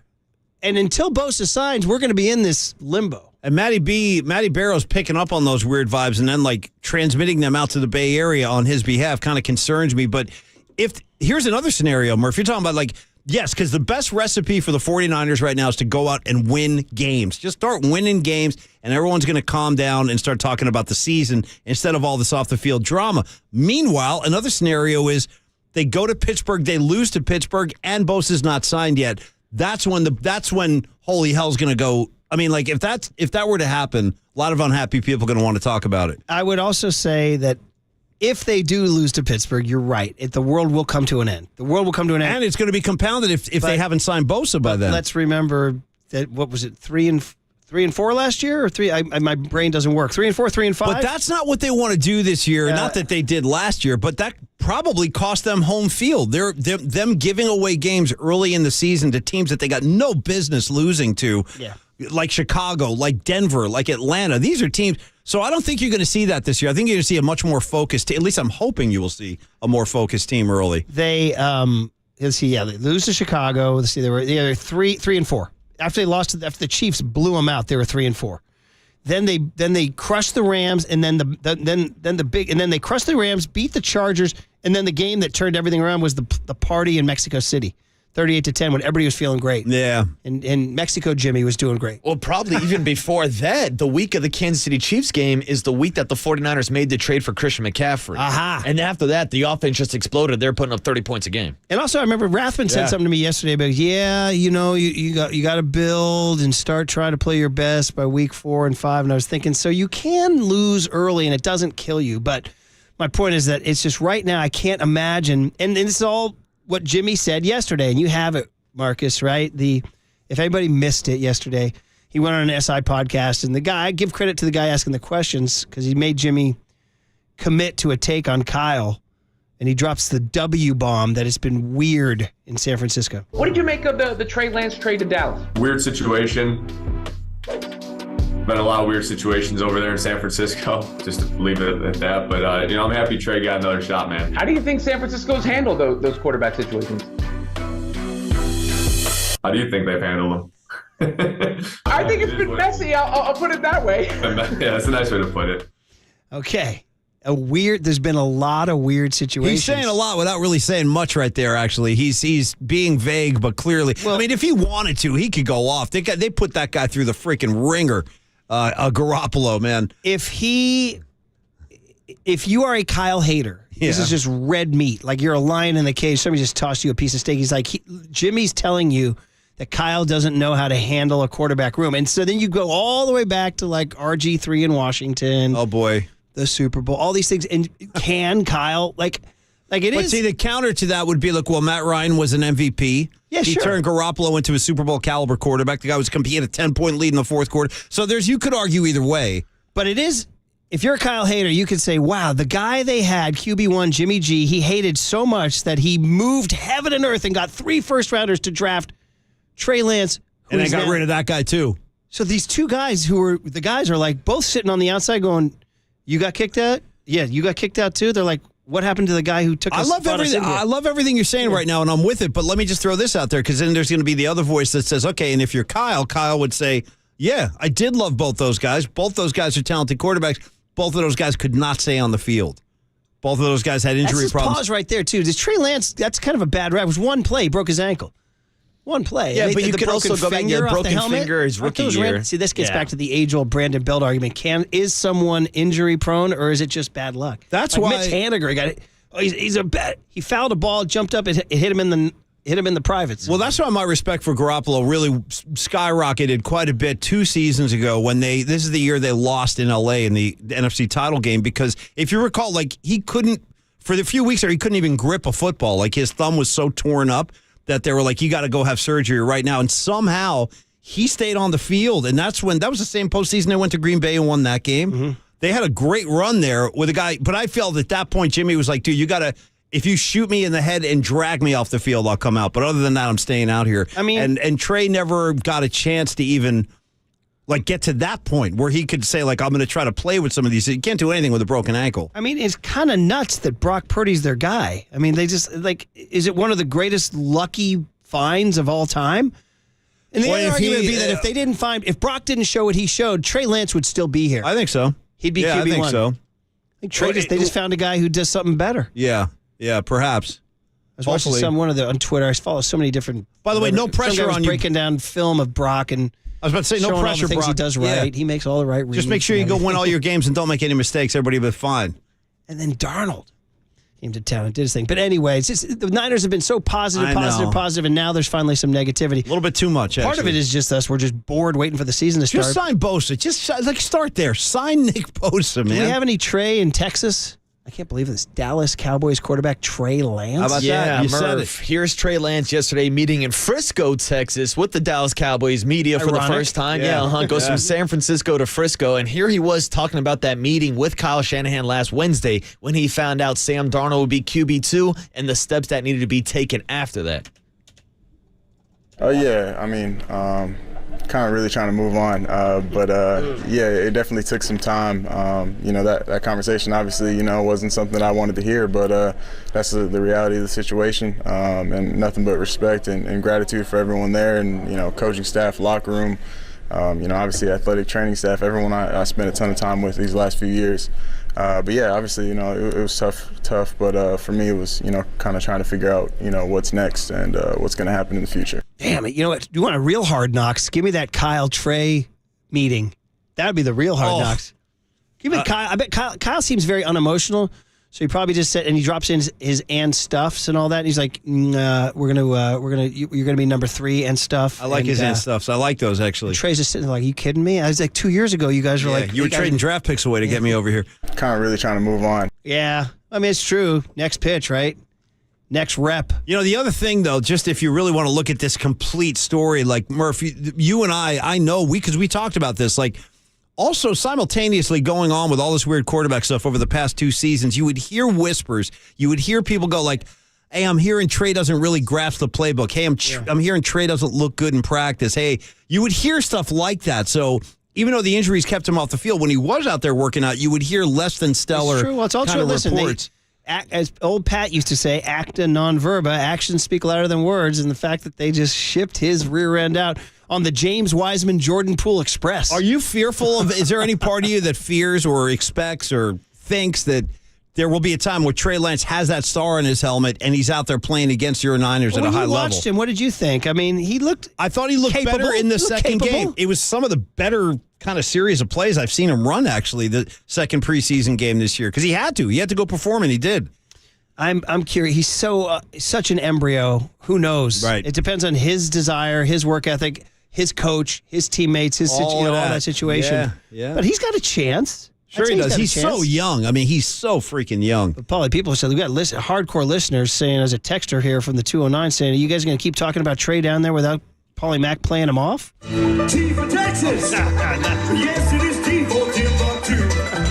Shout out to Aaron Redner picking? Aaron Redner on the mandolin there, yeah. 530 says, you Kyle haters have short-term memory loss. Look at every spot he coached at. Every single franchise has been worse since he left. Yeah. Cleveland, Washington, Atlanta, none have recovered or gotten better since Kyle left. No one disputes Kyle's play-calling ability, his offensive mind. The guy's a brilliant offensive mind. I don't think anybody's disputing You could that. make an argument that he's kind of botched a depth chart of quarterbacks. Like, Jimmy, yes, we love you. No, we don't love you. Yeah, we love you. No, we don't love you. Trey, we love you. No, we don't love you. Yeah. Brock, we love you. For now, Brock must be like, how long is he going to love me? How about this indignity if you're Jimmy Garoppolo? Jimmy, I love you. Jimmy, I don't love you. Jimmy, go stand on the side of the practice field and throw the ball around just in case I decide I love you again. Then I'll bring you back to love you some more. No, I don't love you anymore. You got to leave. I mean, Paulie Mack, one of the most famous drops we play on the Murph and Mack show is... It's been a hell of a ride, guys. See ya. People forget that Jimmy said that and then came back again last season. That's my story. That's what I was just saying. He said goodbye to everybody. Yeah. Stay on the side. I love you. Okay, I love you. And was leading him on a playoff run, too. Yeah. Was in Mexico City saying, Viva Jimmy. All I know is every time I turned around, Garoppolo was out there winning playoff games and people hated him. I'm like, all right, well. Who do you guys open against? LVR? The Raiders are taking on, is it Denver? the Broncos? I think either Broncos or Chargers. One of the AFC West You got to beat opponents. Russ, man. You got to beat Russ. I'm going to be fascinated to see how he does. Are you guys all loaded? Is Devontae happy? No, nobody's happy. What are you talking about? Nobody's Jacobs happy. is At least back? Josh Jacobs is back, yeah. How's your O-line? Not good. The defense isn't any better, I expect Murph. a lot of If you problems. guys don't have an O-line, that's a problem. Well, Jimmy G will get Jimmy killed needs a out couple there. extra seconds. And he doesn't have that defense he played with in San Francisco. It's going to be a problem. Yeah, Jimmy G could be under heavy duress. What are we looking at? 6 and 11? Yeah, 7 something and like 10? that. Like and a typical. and that's the worst. So that means you're not getting a top 3 pick and you're going to miss the playoffs. They're just going to be in the land of misery and nowhere. like a typical Raider season. Yeah, uh-huh. I'm sorry, I didn't mean to be Jimmy that. will fit right in, Paulie. But it's- Land of misery and nowhere. Reminds me of something you said earlier this morning that made me smile when I was coming down of Van Ness. You said, little Tony, pardon me, likable Tony. It's Michael likable Vincent, Tony. young Please get Tony. that straight. Young Tony, Yeah. young Tony. Yeah, Yeah. dump. Young Tony I know, imagine. I know that's. Ooh. it was sitting at your foot last night saying, but Marcus, what about pitch count? And you said, son, we're in the land of no-hitters now. That's it. I like that, but it was like Candyland. Yeah, we're in the land of welcome. no-hitters now. We're going, land. Tony. There are no pitch counts. Yeah. That's what you said. like Where we're that. going, there are no pitch I like that. I want to live there. That's what you just said. Well, you just said that the Raiders are in the land of misery and nowhere. Yeah, that's not a place I want to visit. But that's where they've been for a while. All right. Yeah. Well, we'll hand it off to the crew on the other side, which, by the way, 831 says, by the way, guys, I'm really enjoying the face-offs. That's what he says. Yeah, we enjoy a good face-off, too. Let's be honest. It's our buddy 831. He checks in, by the way, on the Mount Harrymore and all that stuff. He goes on and on and on. And he says enjoys the face-off. So we'll do a face-off, but they're down in Santa Clara, right? They're down in Santa I believe Clara. they are. No, they're at the public house. At the yard, Murph. They're doing a Giants game, yeah. That's what I meant to say. Levi State, Oracle Park. I got you. Yeah, we got you. Logan Webb, Hunter Green, 1245. That's it. The boys are down there. We'll give it to you next on KNBR 104.5 and 680, the Sports Leader. Been a lot of weird situations over there in San Francisco. San Francisco. Shout out to you for supporting KNBR, San Francisco's sports leader.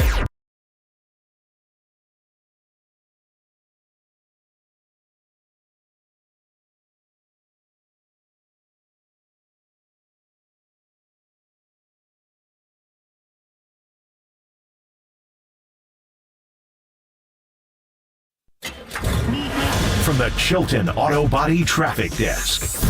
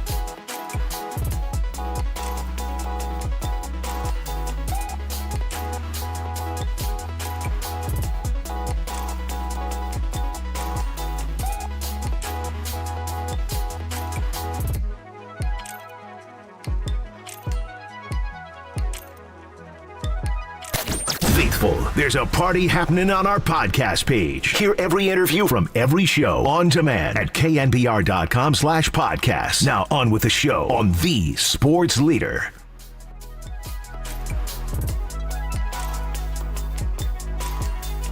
The boys are down there in No-No Land. Well, 8 2/3 of No-No Land. Club 8 2/3, where Scott Gereltz, Yusmero Petit, Matt Moore, and Alex Cobb walk into a bar. Club 8 2/3. That's a good name for a bar, isn't it? Club 8 2/3. I told our colleague Paul Tonelli that name because I liked it so much. I go, hey, Murph wants to open a bar called 8 2/3. He goes, oh, good name. And I agree, it is a good name. I want to be a patron at 8 2/3. Papa and Lund down there at the corner of 3rd and King. I think I see G-Pop with a bloody. Nice, we have Greg. 8 2/3 ounces, Jeff. Attaboy, Greg. Hey, why wait around? And G-Pop that City Connect hat in honor of the City Connect. Last night, always on Tuesdays. Looking good, man. There it is, boys. Might as well jump. Was that for Austin Slater and his jump, or for Luis Matos? I don't. Luis is playing well. He's learning to play the corners. If Yaz, if I wanted him to land on his butt, shouldn't he have? Greg, if Yaz is in right field, and he may be in right field today when he gets activated, you got to take a more direct line to the ball. You got to lay out a little bit considering the circumstances. Yeah. Earlier, he made the first 2 outs of the 9th inning, and he was remarkably casual. One going towards the gap to his right. He just kind of, you realize it's a no-hitter? And then he went the other way, and it was like, wow, he's just like a can of corn it. Luis Poloni or Ricky Snatch catch it. So, which brings up the, should the Giants lose today and fall behind Arizona, but go ahead of Arizona in the claiming procedure tomorrow? Oh. Would you like a better Bader center fielder? Great What if you get Harrison? What if you get Harrison Bader here? Oh, another Harrison. If you don't get him, what's your best defensive outfield? So Yaz. Right now, Yaz and right. Mikey Yaz, yep. Slater. Well, Conforto's hurt. He's on the IL. Okay, so Yaz. I was even thinking last night, Meckler's going down. Yeah. So even last night, they brought Meckler into play. How about Slater? Slater had that great catch last week. Okay, where are you going to line him? Yeah, Slater, Haniger, Yaz and right, Slater and Slater. I'm ending all concerned. Put Bader in center. Okay. Right? That's done deal? It's done. He's the best. Okay. Now, And Giolito? You want a Giolito with our bloody? Yeah. Yes. We asked Mike about him, and he said, expect Farhan loves to push a shopping cart down the aisle, man. Gosh. So, yeah. We got to lose today, right, John? Arizona's got to beat the Dodgers tonight. So that's the angle. That's why I listened to Papa and Lund. I didn't know that angle came down to today's one loss. We are big on tossing games around. Yeah. Okay. Well, setting up a fix. We got the fixes in down to 3rd and King. We got 8 2/3 ounces of bloodies, and the boys are down there on the corner. Go say hi to them, Giants fans. Orange bloodies. And when it's time for a change, think Speedy Oil Change and Auto Service, your trusted oil change, tune-up, and brake experts. You are listening to KNBR and KNBR FM San Francisco, the sports leader, a Cumulus media station. A little dark side of the moon here on this beautiful San Francisco night. What will DC come up with next? That's the end of the game.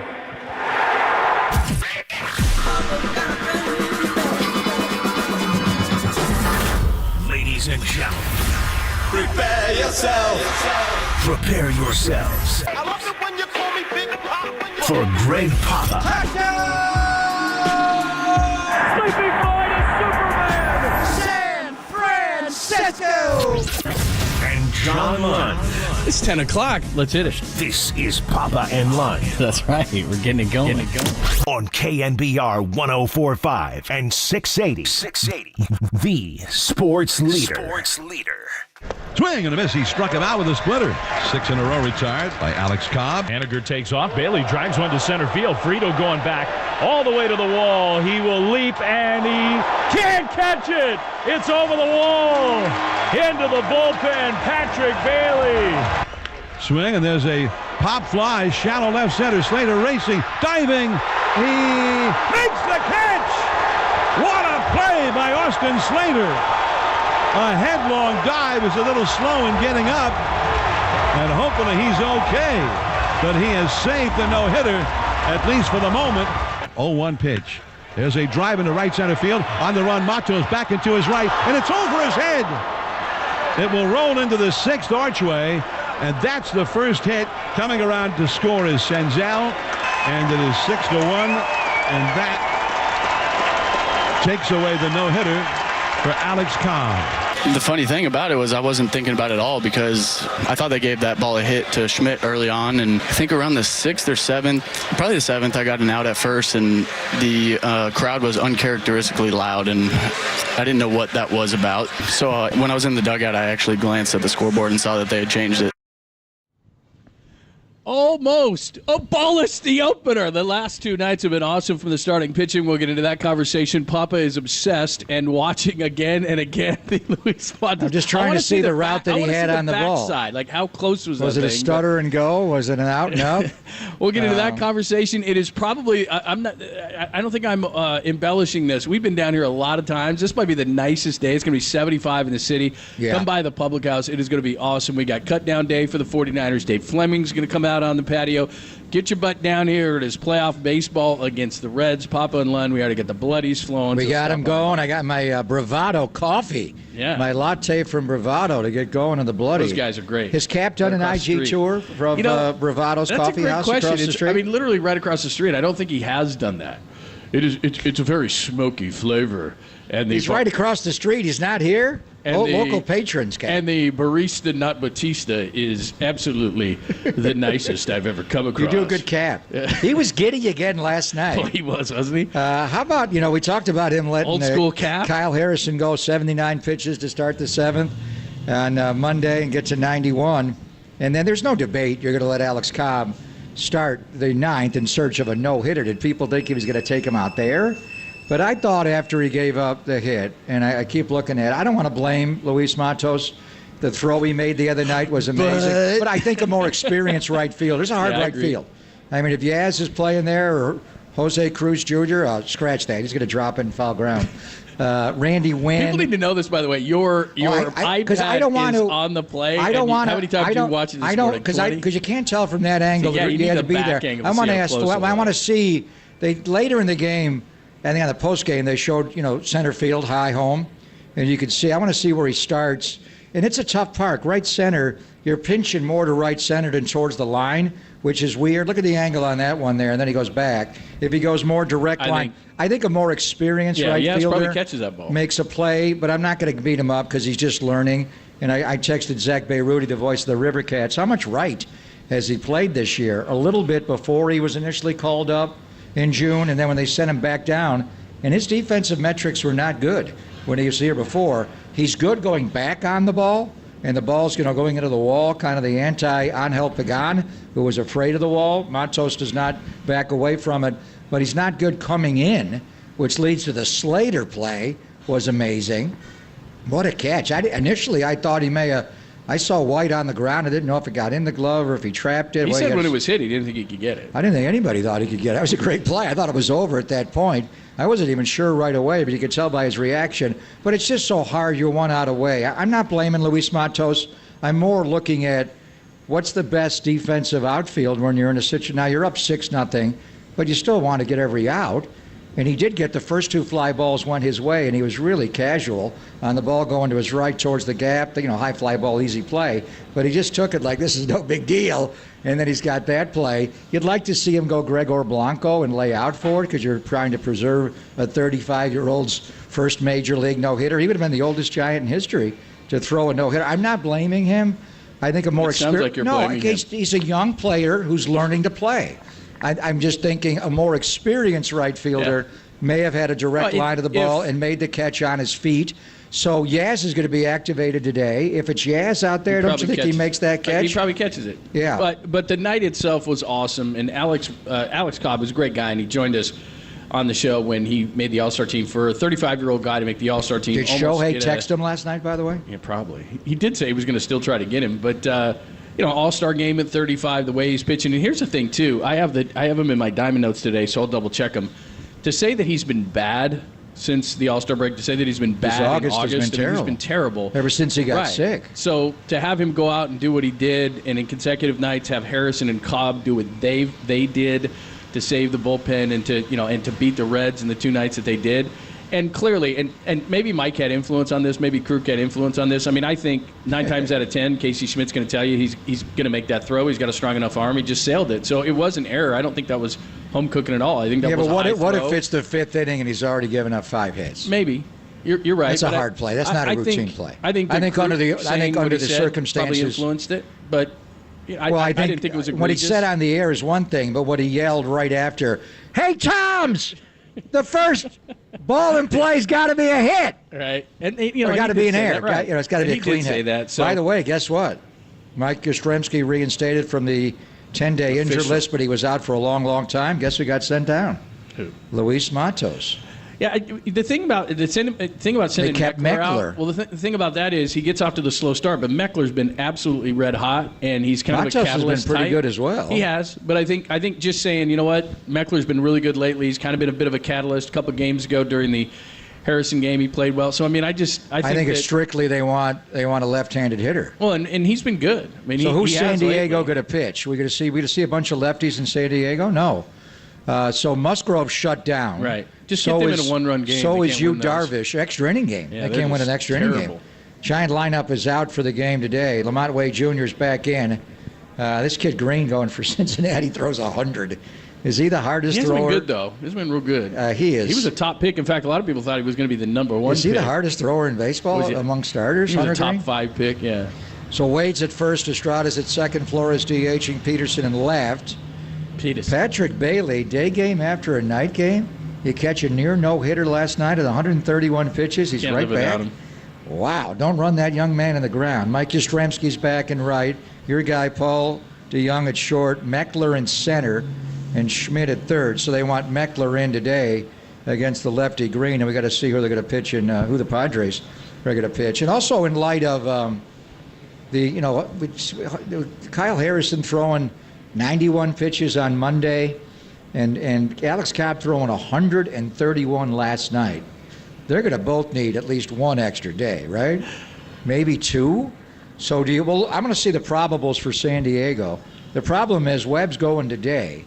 So if you don't start a true starter at San Diego, you're going four straight How many days openers? does Giolito need to get here? Wait, I was just going to ask you, when's the last time Lucas Giolito pitched? We're laughing. Can we check that? When does his last Angel start? Look, do you know how aroused right now Farhan is by the fact that the Angels dropped all these guys?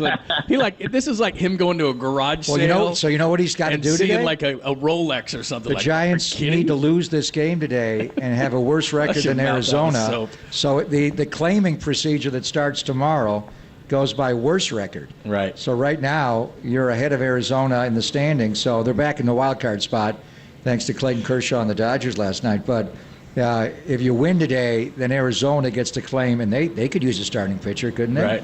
Anybody could, absolutely. What do you want, Bader and Giolito or my choice? Bader's nice, but I mean, you look at the guys that they dumped. Giolito was 6-6 with a 379 with the White Sox. He was 1-5 with a 689 with the Angels. He Terrible. Can pitch. He's good. I don't care what he's doing. That guy's good. I know that people don't want to hear this, but Matt Moore was a disaster here, but he's 3-1 with a 230 out of the pen. Matt Moore was not a disaster here. He pitched well. He was all right. What are you talking about? He almost pitched a no-hitter. The game against the Cubs, he got pulled after but you know why people didn't like him? Because the bullpen gave it up. They didn't like him because, remember, Matt Duffy was all popular and they traded Matt Moore. Matt Moore was not terrible. He wasn't great. He was okay. You know why you didn't like him? Didn't he drill Joe Panic in the head? He might have. He did when he was a member of Tampa But he's been Bay. a good reliever. Lopez has a 2.31 ERA out of the pen for the Angels.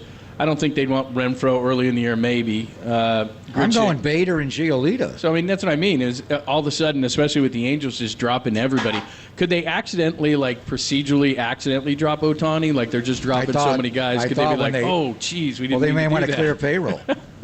Well, you know why they're doing this? To get below the tax line. So if he does leave in free agency, they get a higher compensatory pick. So if they want to keep Shohei Ohtani, is this Shoheiing them that they want to win? All these guys they just traded for, they just put on irrevocable so they can save waivers. some money. Yeah, save a lot of money, $7 million, but it gets them below the CBT. Yeah. So that's what happened yesterday. That's why What's up, boys? We shall see if Farhan is going to be in on any of these guys. You got to kind of not be known. Like, who's that guy that got from the Mariners? Mark Mathias, something like whatever his name was. Like, what do you mean? The bigger names are going to get claimed? Yeah. If you're known, Farhan really doesn't have a whole lot of interest in you. so anyway, I don't know. But anyway. You knew Paul DeYoung. Yeah, I did. Yeah, that's right. Paul DeYoung. You didn't know Chris Bryant when he traded for Chris Bryant? Yeah, I think I knew that one. But, there's a few that he just, like, who's that guy? You got to double check and look up his numbers. But anyway, we'll see if they get after one of those guys. Like Pop said, it's dependent on the order.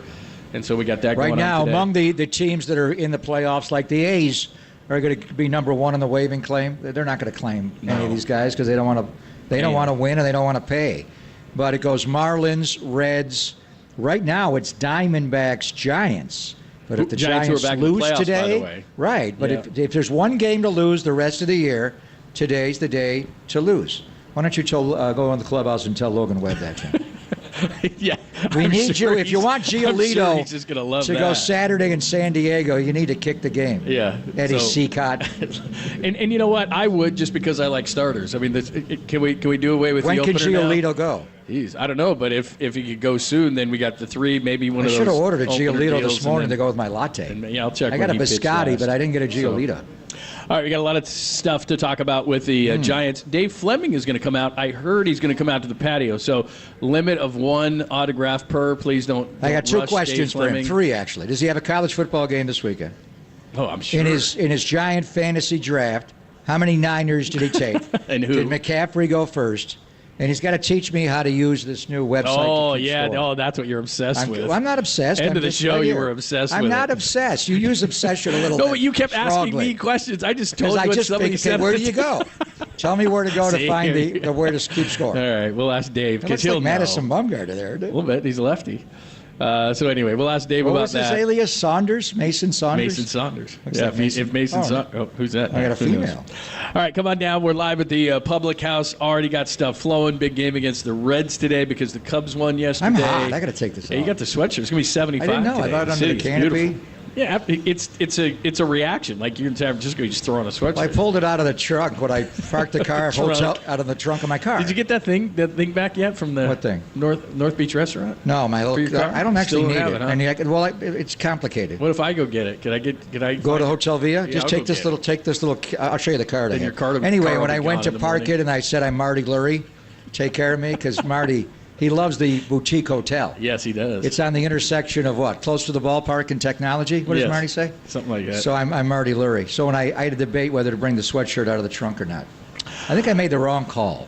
I'm hot as hell. All right, we got that. It's plus hot. some Niners 53. Some things will get trickling out of that. Cut down day was yesterday. A ton for you. And then day baseball. Hunter Green versus Logan Webb. We're live at the Public House. Bob and Lund on the Sports Leader. Santa Rosa. Shout out to you for supporting KNBR, Santa Rosa's sports leader.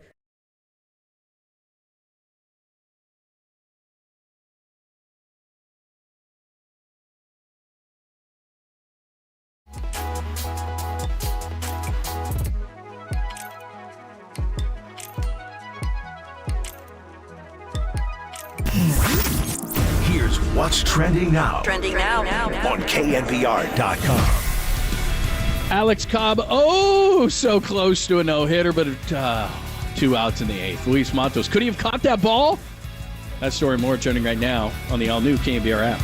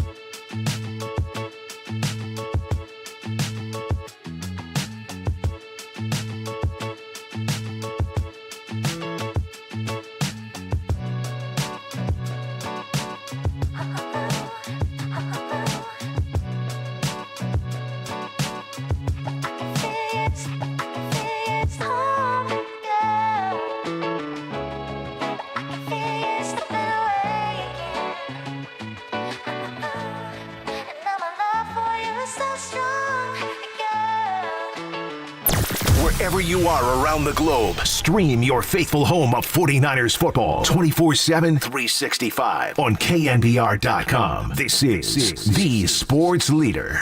Oh, yeah. I mean, kind of really trying to move on. Yeah, it definitely took some time. That conversation obviously, wasn't something I wanted to hear, but that's the reality of the situation. And nothing but respect and gratitude for everyone there and, coaching staff, locker room. Obviously athletic training staff, everyone I spent a ton of time with these last few years. But yeah, obviously, it was tough. But for me, it was, kind of trying to figure out, what's next and what's going to happen in the future. That's number 15, Trey Lance. Patrick Mahomes? I saw some pictures. Maybe he's doing maybe that's an ode to Patrick Mahomes. I didn't know why he went 15. 5 is taken, so maybe it was something along the lines of, I'll take closest, 5 is taken? Who do the Cowboys have that weren't 5? I was looking at the roster yesterday. 5 is taken. I'll double check it. But he's going with 15. Maybe that's an ode to Patrick Mahomes, who he works out with in Dallas, which you have in the offseason. So maybe he thinks through osmosis 15 will be his lucky number. But you brought up a great point before the show, and I worked in Dallas years and years ago, but one thing remained the same was that Mark Cuban tries to be as relevant as he can with the Mavericks. The Texas Rangers, they're having a great season with Boats. No one cares. It's Friday night high school football. It's Saturday college football. But more importantly, it's Cowboys on Sunday, and it's what they talk about 24/7, 365, off-season, in-season, third-string quarterback, doesn't matter. And so Trey Lance may be going from the frying pan to the fire because, it's nice. And we were talking to Brad Sham the other day, the voice of the Cowboys. Okay, he gets a mental break. He doesn't have the pressure of being the number 3 overall pick. But you're still a quarterback for the Dallas Cowboys, and there's a lot of scrutiny with that. Totally. I mean, what we heard was Trey being introduced in Frisco, the Cowboys facility, yesterday, and he's just kind of getting into it now, and he'll be the number 3 behind Dak Prescott and Cooper Rush and all that. So, when we heard about the trade, and Trey said his eyes lit up when he heard it was the Cowboys. He wanted to go there, and you could see him, just smile a little more. His situation, though, is not any better as far as on the depth chart. He's still number 3. So he's not going to get many snaps. They're into regular season mode now. They got to get ready for the New York Giants on Sunday Night Football on September the 10th, John, and it's go time now. So Dak's going to get all the 1 reps, and Cooper Rush is going to run the scout team. You may have Trey do a little bit since you are getting ready for Daniel Jones and his running ability, but it just doesn't work that way in pro football. The third is the third. And it's interesting, John, even with the new rule with the emergency third quarterback, only 13 teams have 3 quarterbacks on their roster. And there's one in New England that has none beyond their starter, Mac Jones. They have 1 quarterback on the roster. So his situation as far as the roster depth chart is not any better. But what you were talking about, obviously we know they're the Dallas Cowboys, but they're the Dallas Cowboys. And it's not just within the Metroplex, but it's every show you watch in the morning. All they're talking about now is Aaron Rodgers and the New York Jets, and to take a break from Jerry and Dak and the Cowboys. It is incessant. I really would like to see the ratings of this country. Are the Cowboys that popular in our country that they dominate as far as the talking heads on television, John? They probably talk about the Cowboys 20-fold over what they talk about the Niners. Does that make sense? Do they rate that high that they're worth talking about every waking moment? Well, you know this as much as I do. I do know this because I worked for ESPN for years. They spend an ungodly amount of money on research. And so what they're talking about is not just by chance, it's all research. So I know this from an ESPN standpoint that if they're talking Cowboys as much as they are, it's because it does hit the meters. Analytics, yeah. And then, like you said, this is, again, where Trey is going to have a real wake-up moment where we're pretty laid back in the Bay and the debates that we had. Not when it came to him, though. Yeah, it's true. But it was the Trey area when he was here. But when it comes to them, because everyone's already thinking, and Jerry can say it's just to pick up talent, but it's the quarterback for the team with the star in their helmet. And so it means Dak is done in 2 years. It means, Cooper Rush, this and that. But everyone's looking at Trey Lance. Is he going to take over for him? It's just going to be talked about incessantly. And like you said, my wife and I on Friday nights, we could go anywhere we wanted because high school football, in the city I lived in, which is similar to what De La Salle is here. South Lake Carroll High School, where all the Cowboys kids went and everything. That's the one Kyler went to, Allen High School? They have a 42,000 seat stadium in the city I lived in. We could go anywhere on a Friday. It's bigger than Stanford Stadium. Yeah. In the day, on a Saturday, we could go anywhere that wasn't a sports bar, and it was fine. On Sunday during a Cowboy game, it was, that's just the way that it works. It's all they do. And they're going to analyze everything. And so the point is, if he was looking to get away from his situation here, to be in a better situation, he's not on the depth chart. He's not in a better situation. And then as far as the visibility of what he has to walk into, he may think, I wasn't drafted by this franchise. They're going to give me a break. To them, I'm just a fourth-round draft pick. That's all they had to give up. But it doesn't work that way. It's nonstop. And it's national. And now I'll give you an example. When I was there, we had a thing called, it was a Tony Romo show that I hosted. And Drew Bledsoe was the starting quarterback. At Tony Romo's? Not at Tony Romo's, but you know what it was? This is the weirdest thing ever. So Drew Bledsoe was the starter, but we did it at some apartment complex. They paid a bunch of money, and so it was at this clubhouse. So the clubhouse might have been able to have a couple hundred people in it, right? Well, Romo gets named the starter after a couple of weeks, and the next time we go out, we can't have the show there. We had to actually have it at, it wasn't an arena, it was like an amphitheater that could have like 1,000 people. Then the next time we had Romo, we had to get security, and there was like 2,000 people because he was the new starting quarterback of the Cowboys. I mean, it's just, you really can't fathom it. And so if for some weird reason, let's say that Dak gets hurt, Cooper Rush, and he gets thrown in there at some point, he's going to play. He's just not going to believe. They didn't acquire him not to play him. Just the Maybe intensity not this year, that they have. But it was just, it was like when Tony Romo became the starter, it was like the Beatles were appearing. I mean, it was just like, it was totally foreign to me. I was like, what is this? By the way, this is Lee Hammer's bald head. If you're watching on the stream, this is a really weird shot right now. Could you kind of move away a little bit? He is cleaning up. You should have stayed. The Bravado latte, non-fat milk caramel. I spilled my coffee. I did not spill the bloody. I spilled the coffee all over the floor. So Lee's worried about the cables here because Bonds is coming up to hit and BK Kim's about to go into the windup. Lee did a great job. Does there have to be one of those? There has to be one of those every time. Because I love him. It's Lee did a great job in Philadelphia. Everybody's walking out on the patio going, it's just a weird shot. You know we are live streaming, Lee, right? Wow, he does floors. I'm impressed. You do this at home, or does Wanda do this? He does it all, man. Lee Hammer, that was just kind of a weird shot there. Thank you, Lee. All right, we got some Giants news for you. We'll get back. Coffee from Bravado across the street, by the way. Get another one. No, I'm good. If they were to get Lucas Giolito, we'll tell you when he can pitch. Do the starters continue? We'll get into that conversation. Plus, we'll give you an update on the standings. The Giants are back in the playoff picture, and in about 20 minutes, our good friend Dave Fleming is going to join us, and we'll talk some Giants baseball then as well. We are live at the Public House. Come on down. It is going to be a beautiful day in San Francisco. They're saying 75. Already feels amazing. So stop on by, say Lee's hello. Off his knees for safe. The Public House. That was weird. Please don't repost that video. Let that one go.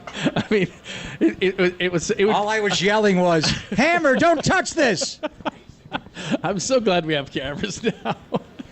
It's Bob and Lund, only here on the Sports Leader. Lee Hammer says yes.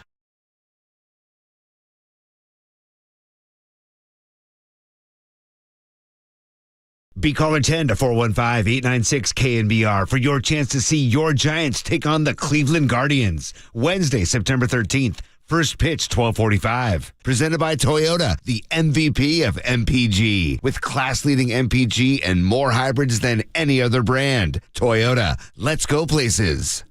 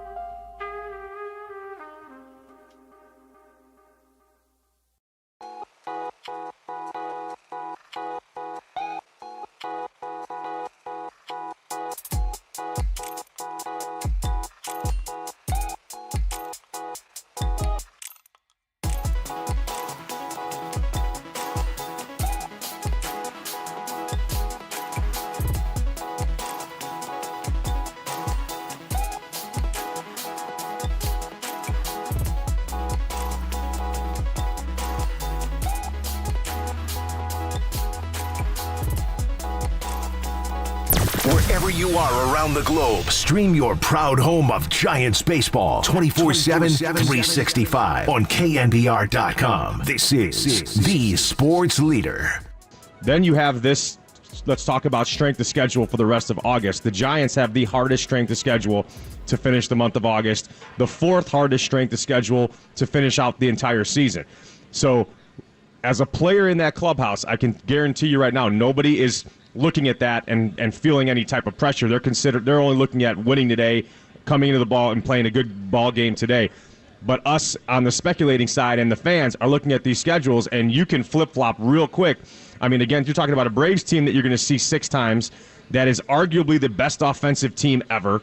You're talking about better than the Braves teams in the 90s with Smoltz and Glavine and Maddox and all those guys, Andrew Jones, Chipper Jones.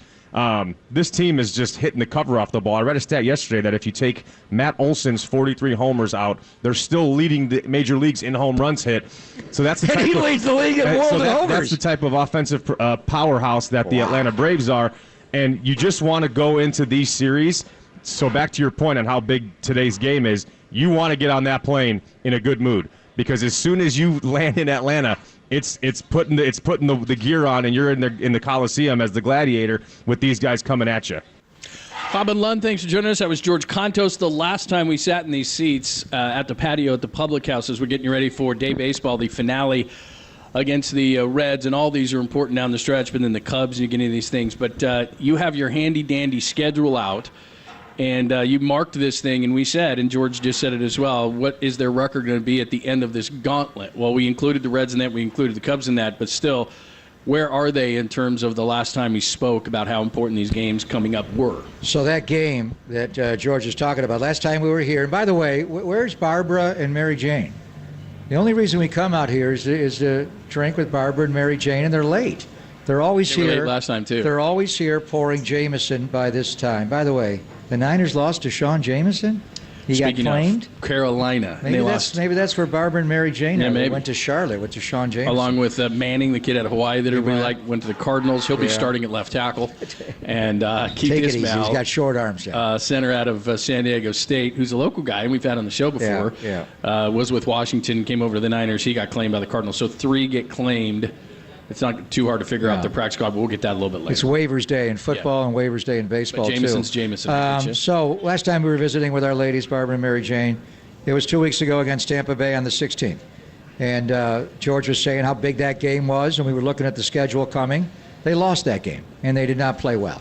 So there's one loss. But the road trip, what we're looking at is at Atlanta, at Philadelphia, was going to be hard, and then home to Atlanta. So what they did is lose the first 2 games of every series and win the third. And then they get back home, after you lost the first 2 at Atlanta. Tyro Estrada makes the riveting speech before the game. Mike Murphy goes on the Wall of Fame. They get a great win that night. Tyro backs it up with some smart play. And then you get Kyle Harrison energizing the crowd, you win. And then last night you throw in your no-no. All of a sudden you're WWW. So overall, it is a 13-game stretch we were looking at, John, and today's the 13th game. And then we were looking at going to San Diego for Labor Day weekend. Actually, Labor Day Monday, they're in Chicago to play the Cubs, who won last night 1-0, and they're right there. Those series are going to be huge. Part of me thinks you save Harrison to pitch the first game and throw your 3 starters at them, Harrison, Cobb, and Webb, because those games are so important. If you do that, then all those guys would work with a full week of rest.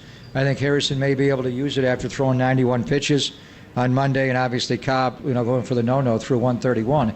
But to this point, and we said you got a 13-game stretch. What would you take right now? 4-9, something. I mean, you're playing Atlanta, Philadelphia, and Atlanta, and Tampa Bay one more game, and then the Reds. Well, they've gone 5-7. So you win today, you're 6-7. You kind of tread water. You kind of stayed in the race now, and you're back in the wild card spot, that final one. So I think overall, they've survived this tough stretch. And now they kind of come out of it. You win today, you sweep the Reds. Even if you lose today, you still win the season series with them. Because you're looking at the waiver wire. Because I want to lose and get Giolito and Harrison Bader tomorrow, unless Miami claims. Anyway, so overall, you'd have to say this fortnight, this 2-week gauntlet, that they had, they survived it. They're 5-7. I think what you said there is absolutely key. You wake up this morning as a Giants fan and you're in the playoffs. So let's start looking at this. Divisions, I think, are pretty well set. I'm going to put Milwaukee in there. They did lose to the Cubs 1-2. They're playing the Cubs today. It took a great pitching effort for the Cubs to win that game. Kyle Hendricks going today. That's a big game. And the Phillies have separated themselves as well. There's 30 games left in the season. The Phillies have a 5-game lead right now. So they're going to be the number one wild card. They're really good. So which means they're going to play at home. Yeah. So now you're looking at the fact that it's the Cubs, the Giants, the Diamondbacks, the Reds. I guess I'll put the Marlins in there. So you've got 5 teams there for 2 spots. Not the Padres? No. They're 62 and 71. You're going there to play them 4 games this weekend. You're playing them 7 times before the end of the year. I know that. You could put them away. If you go there and sweep them or win 3 out of 4 or even go 2-2, you kind of put Bob Melvin's team 9-9. Yeah. 62 and 71. I mean, they have the same record as the Washington Nationals. Are the Nationals a playoff contender? I mean, if is Ryan Zimmerman still playing third? Well, and we keep saying that the Padres. I guess in 30 games they could just go absolutely crazy. But let's think about this. Right now, the number of games you have to win to be a wild card projected out is 85. The Padres with 30 games left have 62 wins. So to get to 85, they'd have to win 25 of their last 30. Can they do that? Can they go 25-5? They're capable of it, but they're not going to show that. So anyway, you could put them away. So just keep it with the teams that we're looking at right now. Like this game with the Reds today, John. How big is this game for Cincinnati and the wild card? They've already lost the first 2, so they lost the season series to the Giants. If they do end in a tie, the Giants get the tiebreaker. You need to create some separation. Right now, the Giants are 3 games up on them in the loss column. Just 1 in the win column, but 63 losses versus their 66. You beat them, you're 4 up in the loss column, and you win the tiebreaker. So, in essence, you're up 5. Now, you lose today, it gets tighter, and then Arizona's right there. So, I mean, the race is on. I think that series, I want to see the pitching probables for the Cubs series. And again, in light of, Kyle Harrison throwing 91 pitches on Monday and Cobb going 131, I think they'll give him an extra day. Do you give him an extra 2 days and line up the series at Wrigley to go with your 3 big starters, Kyle Harrison, Alex Cobb, and Logan Webb? Or do you pitch Kyle Harrison Sunday in San Diego, go Cobb and Webb at Wrigley, and then Lucas Giolito Wednesday at Wrigley? I'm going to tell you... Let's see. Here's the way it lines up. I happen to have this right in front of you because I anticipate the questions you're going to ask me. Is this Gabe Kapler and Andrew Bailey? This is Monday for the Cubs. This is the way. And Justin Steele was the one who pitched that game saw him last night. He took awesome. A shot and he got up. So here's the deal. This is what they've got. And these 2 young pitchers they have potentially going against the Giants are really good. So Justin Steele, who threw a shutout last night at the Brewers. Kyle Hendricks on Tuesday. He's and going Jordan today. Wicks, who's a rookie lefty, made his first career start last week and was really good. So Steele, Hendricks, Wicks.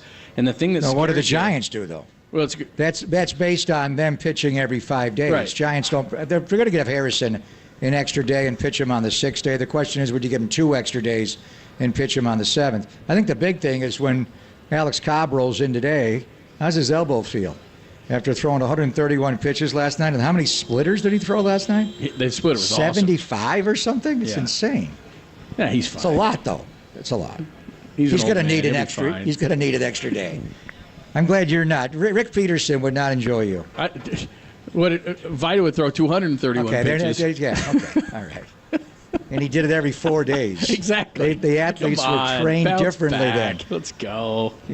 Did Lincecum have any? When Lincecum threw the 148, did he have? Yes, he was done. Yeah. You know what? You know what bothers me about this is Jason. You wouldn't have pulled him out though, right? You would have. He was throwing a no-hitter and he was pretty much That's what I'm done saying. then. No, but I'm not saying to take Cobb out. No way. Let him pitch But I was surprised when he gave up the hit and a run scored. So the no-hitter's gone. The shutout's gone. Why they let him face De La Cruz surprised me. But he didn't have anybody up in the bullpen. The bullpens here are more visible. They didn't want to. If he's looking over his shoulder, he was so locked in the plate he probably wouldn't have known. But there is a residual. You know why I bring it up? Jason Schmidt. Remember how good he was? Yeah. I remember him throwing on Father's Day one year, and Manny wasn't in the lineup, but against Boston with 2 pitches, that high 90s fastball and the 90-mile-an-hour changeup. He one-hit the Boston Red Sox at the height of their powers here. But in 2004, he went to Wrigley, and he pitched a game. It may have been a one-hit shutout as well. It was a great game. Windy night. I think it was like middle May. Anyway, he threw 144 pitches. And then he left and went to the Dodgers, signed the big contract, and he came back. And I remember chatting with him, and he said, I never bounced back. After throwing the 144, my arm was never the same. He also had a game here where he went after Christy Mathewson's franchise record for strikeouts in a game against Washington years ago. And I remember that game. Was it that game? He goes, no, the Cubs game when he threw a gross amount of pitches, 144, and he never was able to bounce back. So I know people today, and Mike, he believes it because in his era they just kept on pitching, but they count all these pitches for a reason. You can't have these guys just exceed, far amounts. So for him to, what was his previous career high, like 13 pitches lower? The point is, he's going to definitely need an extra day. I don't think he'll pitch on 4 days of rest on the 5th day. And then I think you give Kyle Harrison an extra day as well after the 91. But then if you do that and you go 2 extra days and you pitch them Monday, Tuesday, Wednesday, you go Harrison, Cobb, Webb in Chicago, then you got to pitch 4 openers in San Diego. You don't have a starting pitcher. So how do you do that? Tristan Beck? You want Giolito? He could go. He can go Saturday? You're saying, right? He went Monday. I mean, he went on the 28th, so he could go Saturday. How many pitches he throw on Monday? Then you just push everybody back. You're good to go. Right. Yeah. All right, give us your thoughts. Text line is wide open. We're on YouTube and Twitch as well. Make sure you check that out as well. Dave Fleming, closer to 11 a.m., Walter tells us. So if you're down here looking for Dave Fleming, around 11. When is Barbara and Mary Jane getting here? Yeah, I don't know. They're a little late. I like them. Start earning cash back on your everyday spending with the Redwood Credit Union free checking account. There are no monthly fees, no minimum balance, and your debit card earns cash back, travel, and more. Get started right now at redwoodcu.org/free checking. Federally insured by NCUA. We'll continue our conversation. Papa wants to lose today's game. What's going on here? We'll explain. There's more to it than that. And we got cut down day as well. We'll get into all that stuff next. Come on down to the Public House. 75 and sunny in the city today. I just saw a couple of burgers come out. Look amazing. A couple of silver bullets over here. Bloody Marys. Is that a breakfast burger? What is that? It looks pretty good, whatever it is. Could you eat? It's 10:45. You could do a burger at 10:45, couldn't you? No, you're still into breakfast? Too early. Yeah. Well, how was that? I need a cup of coffee is what I need. Well, you spilled Where's Bravado? So no more for over. you. No more for you. Hammer has a rule. Only one coffee cleanup per show. Yeah, but I have water and I have Bloody Mary. You're in so trouble. It's a separate category. It's Bob and Lund on a Wednesday on the Sports Leader.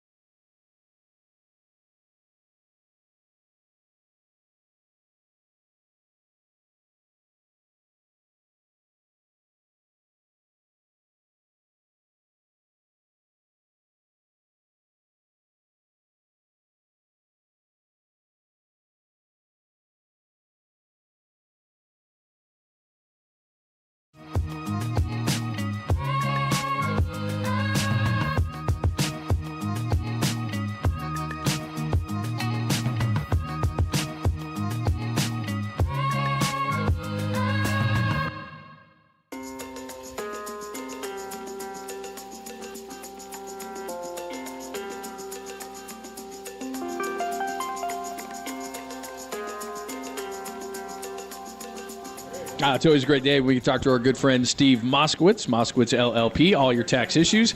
And today, Steve, we're talking ERC. Tell us about that. ERC, Employee Retention Credit. This is where the federal government is rewarding employers who employed people in 2020 and 21 by giving away. That's right. It's not a loan. They're just giving you the money of up to $26,000 for every employee you had who qualifies. How do you qualify? There's 2 different ways, and you only need to satisfy one. A lot of CPAs I've talked to, I was a CPA before I was a tax attorney, are just doing the easy test. It's a math test. Did your gross revenue go down a certain amount? If the answer is no, they're telling their clients, that's it, no ERC for you. Wrong. There's a second way, but the second way is a lot more work for the professional. It requires what a lot of CPAs don't like to do. Get away from the numbers, do analysis. We're tax attorneys. That's what we do. Legal analysis. Multiple licensed professionals in our office go over this. And if you qualify, and a lot of people, not everybody, but a lot of people whose gross revenue didn't go down qualify. You can get just as much money as the first method, and a lot of people are getting hundreds of thousands, even millions of dollars. Bottom line is we have a free consultation. Let's see if you qualify. Call Steve Moskowitz, see if you qualify right now. 888-TAX-DEAL, that's 1-888-TAX-DEAL, or simply go online to MoskowitzLLP.com.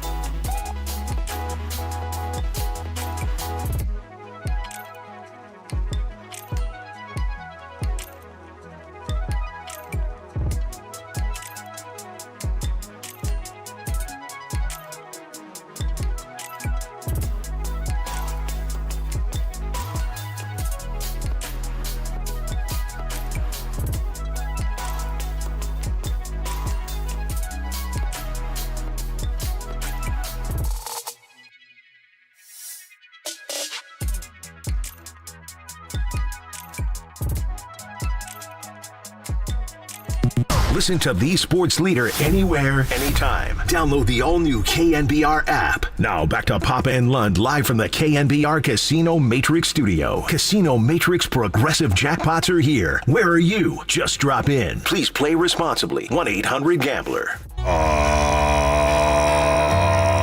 This is Lee Hammer. Lee Hammer. Hammer time. Hammer, please don't touch that. Exactly. The cameras. Did we catch that, Danny? What did that look like on camera when Lee was down there? He was down on his doing hands his and business. knees cleaning up a cup of coffee I spilled, and I was standing up, and it was an interesting cropping of Good thing you stood up. Lee's head.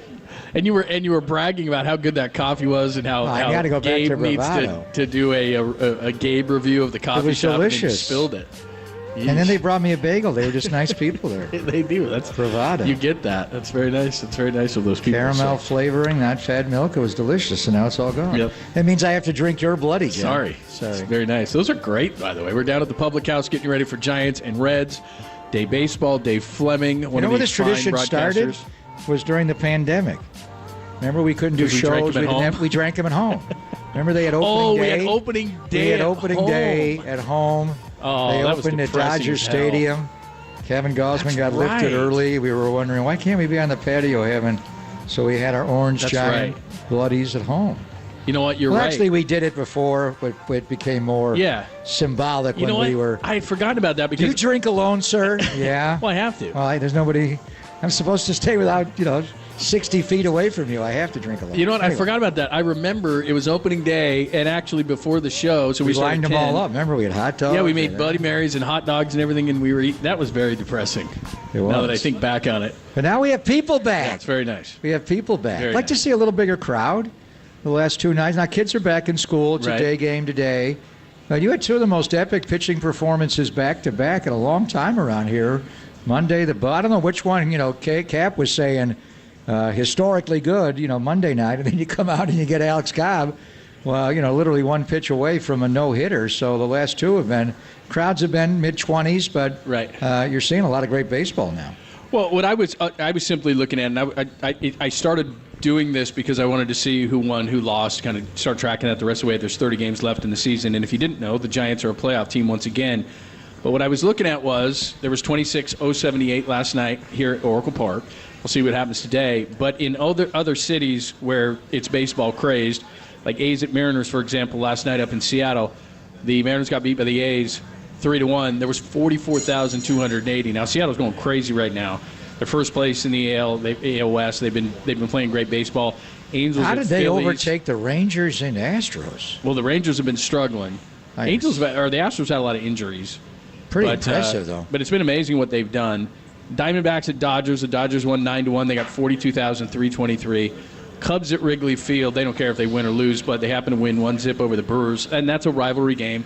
33,294. Giants are going there on Labor Day. Right. That's going to be crazy.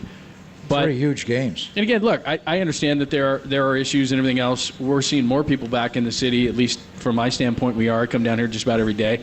So I would expect, and this is what I was asking about yesterday, that when you get a guy like Kyle Harrison pitching coming out, I just wonder at his next home start, what will the number be like? Will people look at that and say, let's say that he does skip the Sunday, maybe it's a Monday, whatever, and you go out and you see a Kyle Harrison, you say to yourself, I'm going to go see Kyle Harrison. How many kids go to De La Salle? Can we get them all to come?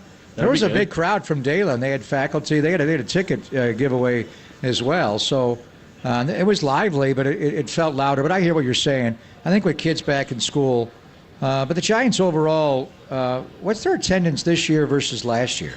Baseball overall is up 9% this year than last year.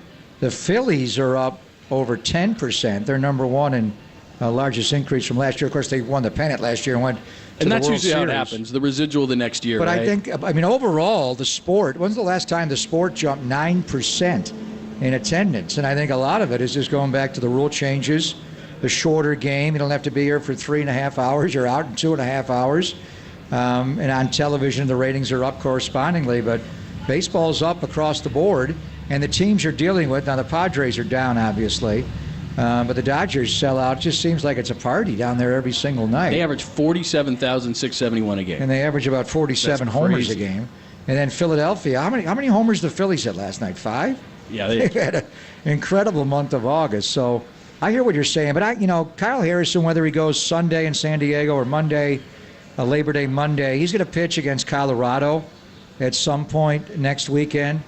Not Labor Day weekend, the weekend after. If he pitches early in that homestand, we'll have to see if he can come back up Friday, Wednesday. He could pitch conceivably twice in the next homestand and then twice as well. But overall, baseball attendance is way up this year, 9% across the board. And we'll see how it goes. Let's see. I'm looking at home versus road for the Giants are basically flat. So a year ago they were at 3650 last year, 3873 this year. So what's that, about 275 fans? That's it? Yeah. So they're about flat is what it looks like. And it's a better team. I mean, last year they started hot. They were 13-7. Middle months were bad. Remember that losing streak they had coming out of the All-Star break at the Dodgers? What, they lose like 7 in a row coming out of the break? But then they had a good September to get to 81-81. This year's been the opposite. They started slowly. I think the big advantage they have this year is the Warriors' season ended on Mother's Day this year and not Father's Day. or actually Friday before Mother's Day, the Warriors were out. And then they caught fire, when they had that 10-game winning streak. I remember that afternoon game against San Diego when they lost the winning streak, John, and the Warriors traded Chris Paul like 10 minutes before the game. There was like 40,000 here, and it was a lot of kids. And I think the bottom line is, kids are back. The big thing would be to play playoff games here.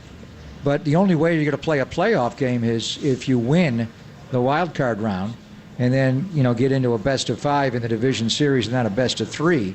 Then you could get 1 or 2 home playoff games. But right now, with Philadelphia taking 2 out of 3 from the Giants, and they're just, how many runs they scored last night? 13. They got like 5 more home runs. Well, the one thing, like home run derby. They're the 2 division winners, and the Phillies are the 3 division winners, and the Phillies are going to have home field they're advantage. 5 game up with 30 to play. They're going to be the number 1 wild card team.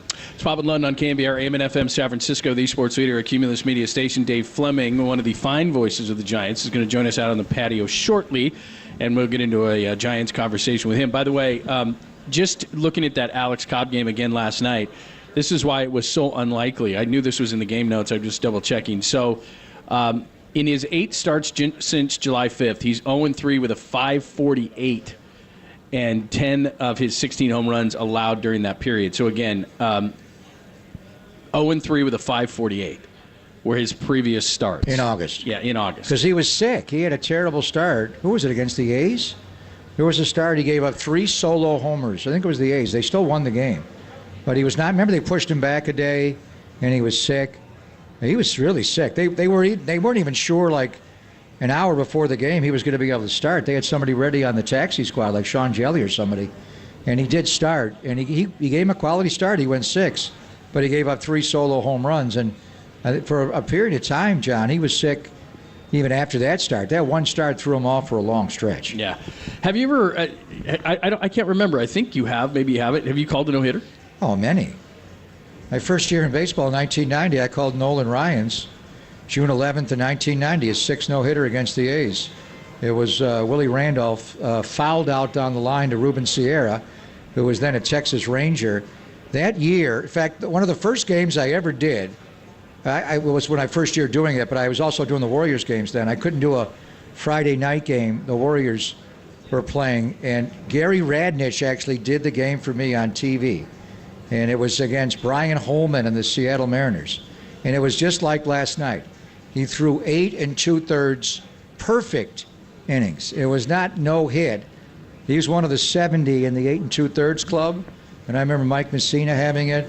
But Ken Phelps, remember Ken, Mr. Phelps of the A's, hit a home run off of Brian Holman, and because I was thinking, damn, maybe I missed this game, and Radnich is calling a perfecto. Unbelievable. But so that one I missed. But then that year. There were remember Dave Stewart no-hit the Toronto Blue Jays? I think it was July 29th that year. And then later that night, Fernando Valenzuela threw a no-hitter for the Dodgers. There were 2 in one day, and Stu's kind of got overlooked a little bit. There were a bunch of them. Then the Baltimore Orioles had a tag team no-hitter. They had like 4 different guys, I think all named Mark, that no-hit the A's. I think that was in 91, though. Yeah. So I called a lot of them. I think Dave Fleming's going to join us in a little bit here. Flem's first game with the Giants when he was a fill-in in 03, it was Kevin Millwood. His second game, Hammer was there. I got many jokes, but I'll let him know. I'm watching you, and I'm like, I think it may have been his first game. It wasn't his second. Either way, Kevin Millwood threw a no-hitter against the Giants in 03. It was one of Flem's first games he ever called. And it was against the Giants, so it's a tough situation. As a broadcaster, you get into when it's you're asking me if I ever called a no-hitter thrown by one of my teams? Yeah. No. Now that I'm thinking about it, they all were against the A's. Wow. No, I didn't have Dallas Braden's on Mother's Day. I know that. I wasn't doing that. No, that would be a different vibe if it's your team. But when Nolan Ryan threw his 6th against the A's in 90, you started cheering for Nolan Ryan. Well, yeah. I actually went down after the game, only time I've ever done it, and I asked Nolan to sign the scorecard. You know where he was? He was on the exercise bike. Did he punch you in the face and give you a noogie? Nolan Ryan. No, I'm not Robin Ventura. I wasn't charging him. He was on the bike. And he was like, how old was he when he threw numbers? He threw another one the next year, his 7th, but how old was he? 40-something years old? And he was on that's how you get there. He was on the bike after the game after throwing the no-no. Flem is here. Very nice. Was it Kevin Millwood, your first or second game? Second. Hammer is on it. Wow. He knew. Unbelievable. He knew. Very and nice. then how many of you had as a Giants broadcaster, starting with Jonathan Sanchez? Is that the next one? The first one is a Giant? I think total in my career I've done 11 or 12. Wow. Isn't that's a lot. That isn't is. For both sides. I mean, like I include Homer Bailey. Homer Bailey. I include Cincinnati. I had a no-hitter in the World Series last year. I was calling it for MLB International. Tag Does that team. count? Yes, it Yeah, counts. I think it Did the counts. other team have any hits in the game? They did not. Wow. So I think after that one I counted. I think it's been 11. Let's go through them. Jonathan Sanchez. Yeah, The so- Kane Perfecto. Wow, this is going to be the Correct. challenge. Lincecum. 2 Lincecums. Heston. Is that all of our Giants ones? Heston's the last Giants one. Right.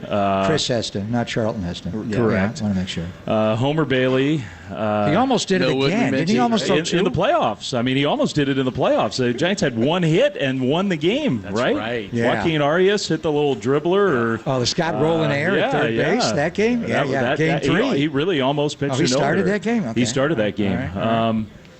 Okay, so the no-hitter in the playoffs. Gosh. You're like, I didn't know I was going to have to think when it came down here. What is Kevin Millwood. My head's Kevin hurting. Millwood. Yeah, Millwood counts. Yeah, who else against the Giants? Because I don't think any others. I think those are the only 2 against the Giants, I think. Giants have done a good job avoiding the no-hitter for the most part. But there's at least 1 or 2 other, like when I was doing a network game or so I'll have to think about that. But that's how many Giants ones is that? Sanchez, Lincecum times 2, Kane, Heston 5. Yeah, plus. I mean, they hadn't had one 7. since John the Count Montefusco in '76. Correct. Before Sanchez, and now you had one like every year. The Reds, last night they were sending us some info. The Reds, Halladay pitched the no-hitter in the playoffs against him. Yes. But in the regular season, they had gone like 7,000. I mean, they had gone a hugely long time without being no-hit. Now, they had it happen to him.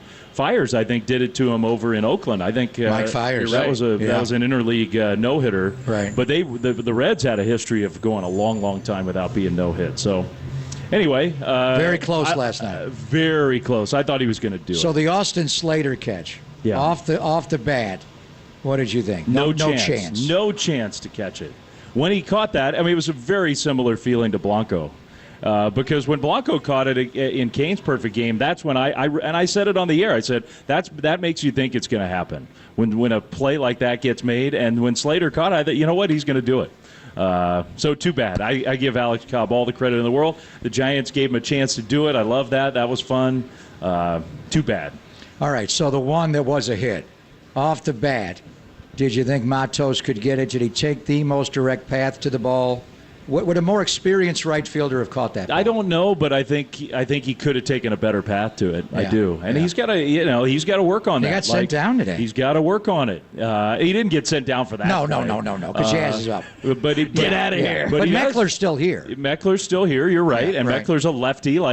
Just sort of in a vacuum, you would have said Meckler might have been the more natural guy to get sent down, but Meckler's played really well lately. Right. Matos has to work on that. Like, he's got plenty of tools, but the defensive numbers have not been great for him. Like, whether you believe the website that you pull up, or I think the Giants' own just internal way of measuring defense, he's got to get better, because that needs to be a part of his game. He's never going to be. I mean, he could be a really good big league hitter, but he's probably not going to be hitting 25, 30 home runs. That's just not his skill set. So if that's the case, you got to be a well-rounded, all-around player. And he certainly can be. He's 21 years old, but that's part of the task for him, is to go down and work on that stuff. Yeah, no doubt. And, Yaz comes today. I think Yaz probably makes that catch. I'm not sure Conforto does. And it's a tough catch. I'm not saying it was an easy catch, but in that situation, like you said, you've seen the Blancos and you saw what Slater did. I mean, that's sometimes how perfect games and no-hitters are done, is guys just make great plays. I was dreaming last night about if Yastrzemski had been in there.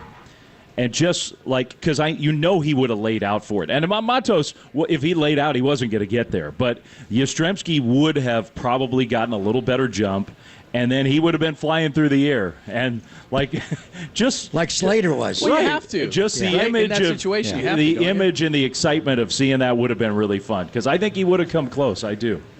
Can't blame Matos. Speaking Can't of, blame him. speaking of flying through the air, the night that you were the bad boy, really impressive in every regard. I hustled. You were impressive. You smiled. I hustled. You did. I smiled. And you had a wad of gum.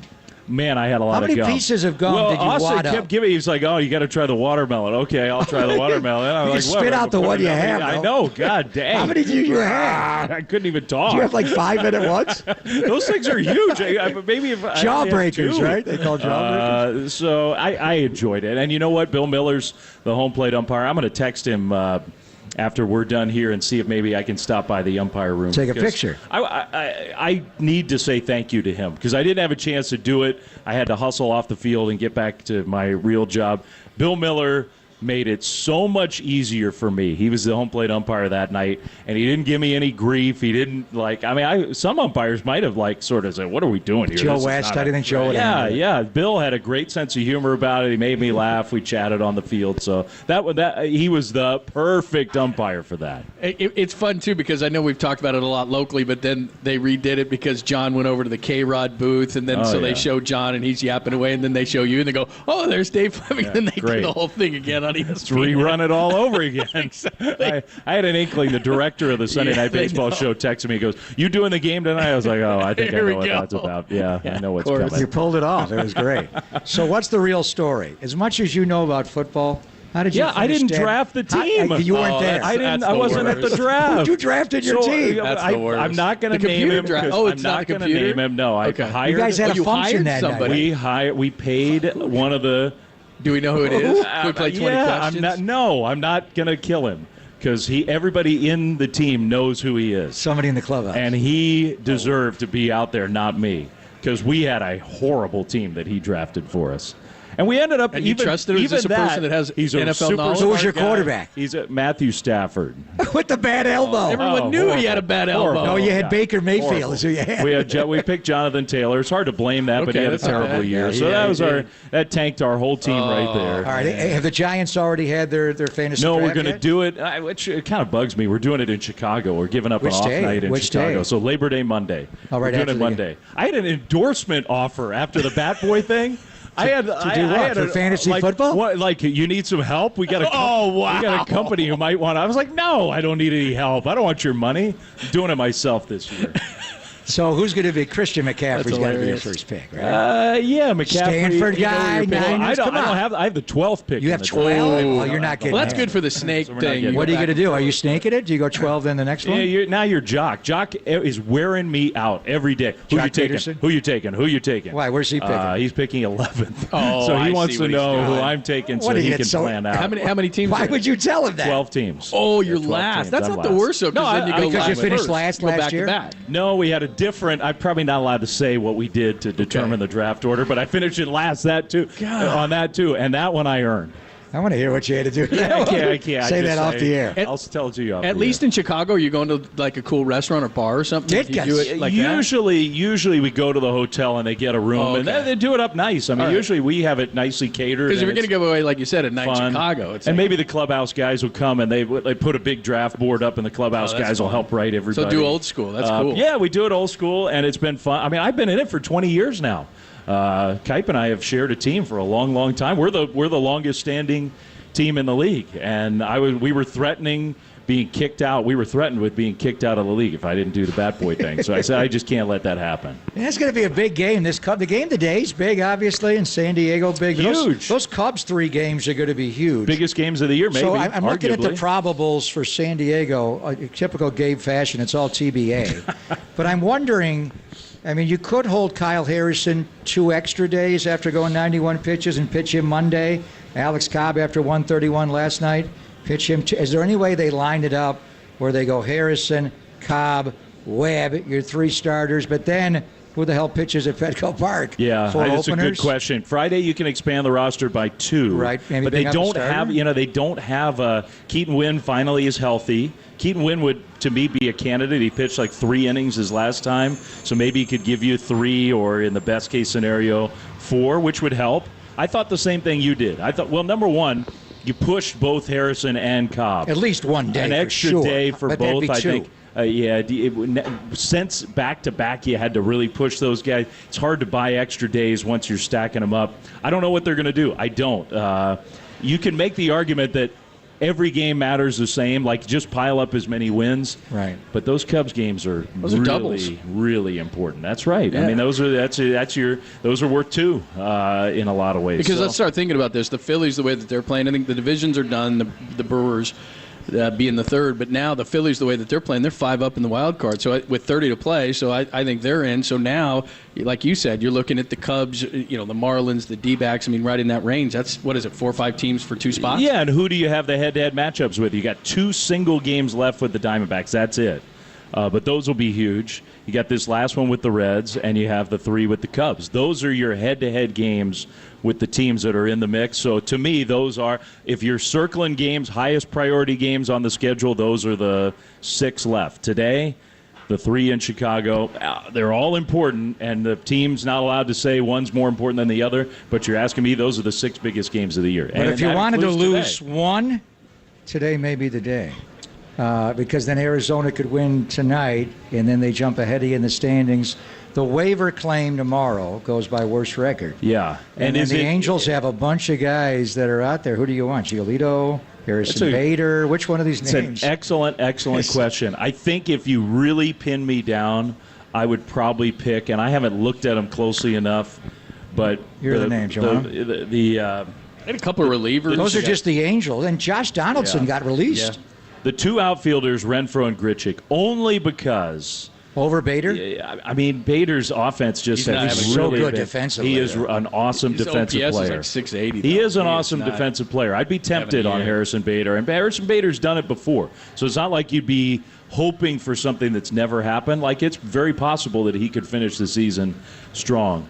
But if you're looking for, like, okay, we've got 2 lefties in this San Diego series and maybe Justin Steele in the Cubs series. Right. He pitched last night. Yeah. So I don't know exactly what their plans are. I think but he's going Monday or I think Tuesday. he'll go Monday or Tuesday. Yeah. Like, if you thought, hey, Hunter Renfroe can help us win that game, I'd be tempted on him. The problem, here's the thing about all this. How about a starter? Do you want a starter? Giolito? Giolito would tempt me also. He would, but he just hasn't. His numbers with the Angels were really He's got not good stuff, though. 1 and 5 with a 689. I thought he looked good against us. I did. I thought, the Giants are arrogant in a good way. Here's your phone. Arrogant in a good way, where they think they can get the best out of players, and so maybe they can do some super scouting in the next day and kind of dig deep and see if they see something with Giolito. I sure would be tempted with him. Bullpen, I think you're full. I don't think you need. Matt Moore's had a good year. But I don't think you have a spot for an extra bullpen arm. So it's Giolito, maybe one of those 2 or 3 right-handed hitting outfielders. The problem is the waivers are totally different. If you put a claim, the player is yours. Right. Period. And his salary. And the 40-man spot immediately. You got to clear the 40-man spot. Right. You got to put him on the roster. He's yours. There's no pulling him back. There's no blocking. Do they have room? They don't have room. Because Yaz is up. If Joey Bart going to come up, you think, September 1? I mean, you like to have an extra catcher, but you only get two places. I mean, I think in a perfect world, you'd have Joey here. You can more freely pinch hit for, on a day Sable's catching, you can feel real free to pinch hit if a lefty comes in. That I'm glad I'm not making that. Those are hard decisions. It used to be a lot easier. It's a lot harder now, and it's better for the game. It's good, but it makes it harder. Yeah, it's fun. Just to recap that, Giolito was really good with the White Sox, 6-6 with a 379. He was 1 and 5 with a 689 with the Angels. And then you mentioned Renfroe, 18 home runs. Remember what he did against the Giants as a Padre. I mean, there are a couple of names, but as you just pointed out, with Haniger getting healthy, with Yaz getting healthy, Crawford's going to get close. I mean, Brebbia, Stripling, both are real close to being back. You don't have room. Like, who are you bumping? Like are you kicking those guys off the team? Are you kicking Tristan Beck off? No. Ryan Walker off? No. It's tough. You're going to need those 2 spots for existing guys. Yeah. Never mind. We don't want any of those probably you don't. You want to win again? I don't know. I think the answer is probably no. I mean, I hate to say that because you look at those names and think, man, what if that were the difference? Isn't that wild, though, that Farhan, who loves garage sales, and it's like there's guys out there now that you've actually heard of. We could claim somebody and somebody that has options. He could send them back, and play that. Correct. September is now more like every other month where you just have to treat it normally. You can option players down. But the only optionable players are on the pitching side, Walker and Beck right now. So, to me, clearly those are two of your best 8 or 9 pitchers. So I don't think they want to send those guys back. All right. Is this the right app, the iScore? Is this how you keep score? No, I keep score. I scanned my old score sheet into just a note-taking app, and that's it. That's it. So I write it in just like I would on a piece of paper. It just lives in the iPad. So it's not like a it's special. Not one of these? Yeah, it's not one of those. It's just It's purely just an old school score sheet. Want that a I Kite write scores? I use. Kite has a great one. He does have a really good one. I use my own, but whatever works. Yeah, whatever works. Got it. It's just in I like it. I've grown to. I never thought I would have done that. I got all those old score books from all those years stacked on the bookcase in the booth. I used to be attached to those. So what happens? What happens if Cobb pitches the no-hitter? You have that printed then, and I print ask it him out. to sign it. I print it out. Yeah. That's nice, though, because then you have everything electronically and you don't have a bunch of papers all over. Yeah, you don't have to haul a big book. It doesn't get. I used to bend it like twice a year, and half the pages would rip out. And it's like, why am I doing that? Just load it in here. It's easy. You got a college football game this weekend? I got a UCLA game on Saturday, so I'm gonna go. I'm gonna do the 2 games in San Diego. Just drive up to the Rose Bowl. Who are they playing? They're playing Coastal Carolina. Yeah. They've been good in the past. They're good. Actually. They have a quarterback who's like the most experienced guy in the country. Like Coastal Carolina could win that game. Yeah. It's not a bad. Look, the whole college football schedule. You look at the early weeks. It's like, man, the ESPN Prime game that leads into us. We're the 7 p.m. Pacific time game is Texas A&M New Mexico. Like, wow, it's just spread more thin these days. Yeah. I don't, and maybe that's just an ESPN thing with no Big Ten. We have no Big Ten. ESPN has wild. 0 Big Ten in any sport. 0. We're out on the Big Ten. Wow. Fox has it, right? Fox and NBC now. On NBC. Yeah.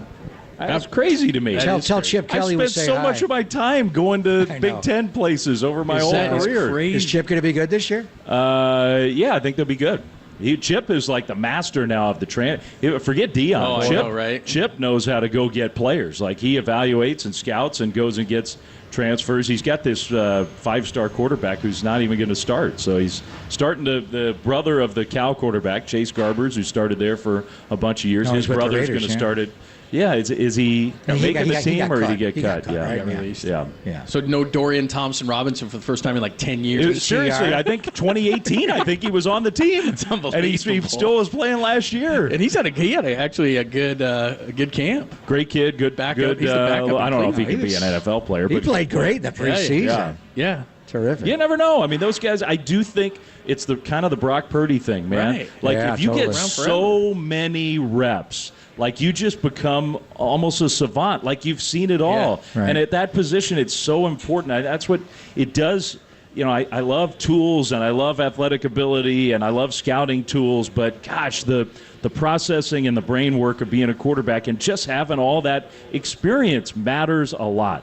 I did not think Brock Purdy was going to be an NFL quarterback, but clearly starting 45 games at a high level paid off for him. I mean, it's not like he doesn't have physical talent. Right. He does, but that's huge. Amazing. Huge. Yeah. All right, man. Good stuff. Thanks Go for to work, stopping by. brother. We appreciate it. Oh, yeah, I got to start busting my buns here. What do you got to go to the umpire room. You don't do the cap show. John I don't do does the that. cap show. Yeah, these home games sometimes are. You just stroll in his first pitch? Yeah, just time for the lineups. Sit down. Lee knows. Lee's yelling at me like, "Are we going to do He did a nice anything job here?" in Philly, didn't he? Oh, Lee did a great job. He did a great job. It was a reunion for us. Lee was my producer when First game the that first Kevin game Millwood? that I ever did. And Oh, the that's why Millwood you knew game. it was game 2. Yeah. No. Great stuff. I got to come up with that no-hitter list for you guys. I just you text it. stumped And we me. thro it right at you. That's not really He's cool like of 11, us. But 12. it is, but it's double amazing. figures now. I mean, It's that's amazing. a lot. That is a lot amazing. Some guys went their whole careers, like 40 years, and never called a no-hitter. Well, I mean, like you said, you've called opposing teams. Well, I but did never in the home, 1990. We had a bunch of them right away. Nolan Ryan, 6 no-hitter against the A's. I had like 4 my first year. Wow. It's amazing. That's kind of amazing. That was fun. That was I did fun. a perfect game in the minor leagues. You did? Bronson Arroyo pitched a perfect game for the Paw Sox? Pawtucket Red Sox in the minor. So I've seen a minor league perfect. And he had a nice major league He career. had an awesome career. He was not a prospect back then. He had a great career. And he's a music guy. He's like Zito. Oh, Lord. We went to Cincinnati, and they put him in the Reds Hall of Fame, which I was like, really? But you look at his You look at his career, and he had a lot of great years for the Reds. Yeah. I took it Better than back. you I was think, like, right? I knew him when. So we had these endless rain delays in Cincinnati, and they just ran the Hall of Fame ceremony on a loop on the video board, and Arroyo sang his speech. He's good. Oh, good grief. I've heard enough of his covers of James Taylor. Yeah, I've seen fine, I've seen Yes, that's exactly what I'm saying. Enough. Right on, man. Love him as a pitcher. Yeah, exactly. Yeah. Had that big high leg kick. Yeah. He did. Hit the ball. He was the A-Rod guy Right. at first base. A-Rod chopped the ball out of his glove. That's Remember right. that in Yes. the playoff Good game? call, right? Yeah, he was involved in a lot of weirdness in his Very career. nice. The great Dave Fleming. All See you right, guys. man. Good luck Take on the care, draft, friends. by the way. Talk Good to you luck. soon. No Be good, last man. place Yeah, this year. off air, if you feel free to text me if you got Pop- any little Load up on You know what? Niners. Who is it? McCaffrey's going first, No, right? you- if you had he the first gave- I think overall Justin Jefferson's going to go first. I think Yeah. going for 2,000 yards. Yaz has the first pick. So Mike He's actually Yastrzemski is the good. Remember a guy. couple years ago, What, the old fantasy? Giants GM who's now in Detroit. Why am I missing Scott his name? Harris. Scott Harris. I gave Jeff we had him Wilson on. Jr. He goes, "You Yeah, got a he's- sleeper for He me?" beat Farhan that week because and it was he with took Jeff Wilson Jr. Jeff Wilson Jr. had a huge I think game. he had like two or three touchdowns against. By the New way, England. Got hurt the week later. Though. I know we got to go, but Okay. I think Farhan's out this year. Oh, He didn't And- make the cut in the. And I think it's because I did the dang Bat Boy thing. If I'd gotten cut out, he would have gotten to stay. Because I did the Bat Boy thing, we got so to he's keep our afraid of spot. being the bad boy. Is that Well, no, I think he. There was a an open numbers spot, game. right? There was, And you got it. and that's why. If I'd Wasn't gotten sure. kicked out, it would have been he would have been fine to stay in, but he got squeezed out by a player or something. Oh, he's probably really unhappy with me. He's not happy with you at Probably all. really Is unhappy. that He bad for your He career? hadn't talked to me much in the last couple of weeks. Could be why. Former Giants broadcaster Dave Fleming. Yeah, it's been great, everybody. Love being here. Yeah. Awesome, Go man. back to Pawtucket. All right, man. Enjoy college ball too. I'm Thank looking you. forward to seeing Thanks. you. Yeah, and then I got Berkeley week 2. Auburn's coming. very cool. Auburn's coming to What play Cal. conference are they in? God, what a Wow. weird game that is. Really? But, Is that right? So it's a home game. The home game for you. When's the That's last very time cool, Auburn man. played Cal? Probably never. I'm thinking never. They're doing like a home and home deal? Auburn in Berkeley. That's just a. I can't That's wait gonna to be see those different. fans take Wow. over Berkeley. Yeah. They're going to be. That, Come on, Tim Hudson. Come out and visit again. That is culture shock Yeah. right there. Yeah. All right, See you man. guys. The great Dave Be good, Fleming. Dave. We'll come back. We'll get you ready for Giants baseball. We're getting close. It's Bob and Lund live from the Public House on the Sports Leader.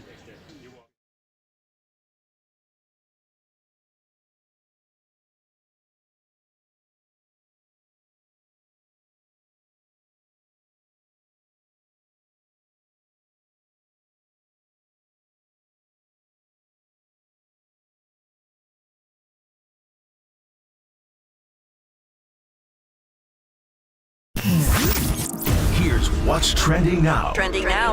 on KNBR.com.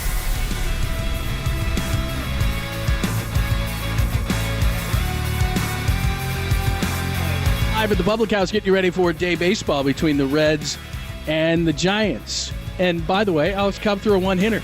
That story is trending all over the place on the new KNBR app.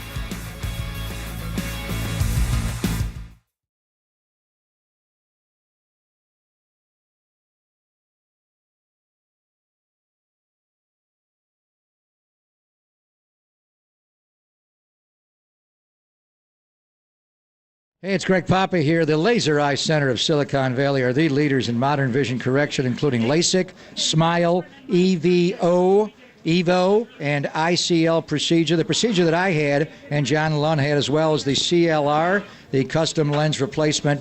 The eye exam I had is to see if I was even a candidate, and it was the best I ever had. They called it the Advanced Vision Analysis, and it gives the doctors over 1 million data points to see if one of their 5 modern vision correction procedures is right for you. And again, I had the CLR procedure. They have other procedures as well. I had LASIK done many, many years ago. And all 3 types are a specialist in the EVO, the ICL. They put contact lenses in. They're more appropriate for some patients to help them see their best without glasses. So it's Dr. Craig Bindi, and my actual surgeon was Dr. Joseph Lin. John Lund had the same procedure. The entire team down there are amazing, so helpful, and they're known for their conservative advice on proven procedures that work. So I want you to go in and check it out. It'll be the best eye exam of your life at the Laser Eye Center of Silicon Valley.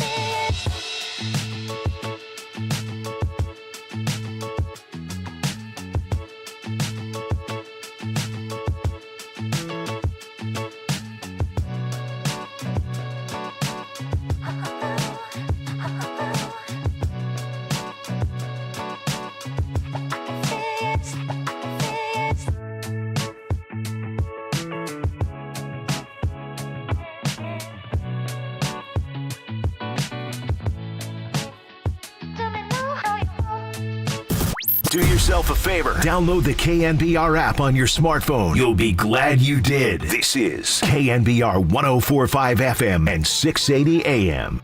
The Hammer would break my arm. You're right. Hammer is a violent individual, isn't he? Yes, he is. A lot of hammer time. He's very violent. Very violent. Thanks for joining us, Bob and Lund. We're live at the Public House, getting you ready for day baseball. The Reds and the Giants. Live at the Public House. It's going to be 75 in the city. Stop on by. I'm going to pull back the curtain a little bit. So a couple of weeks ago, I think I told you this. I was down in Santa Cruz, and there was this guy, those kind of the pop-up type things, and all these different clothes.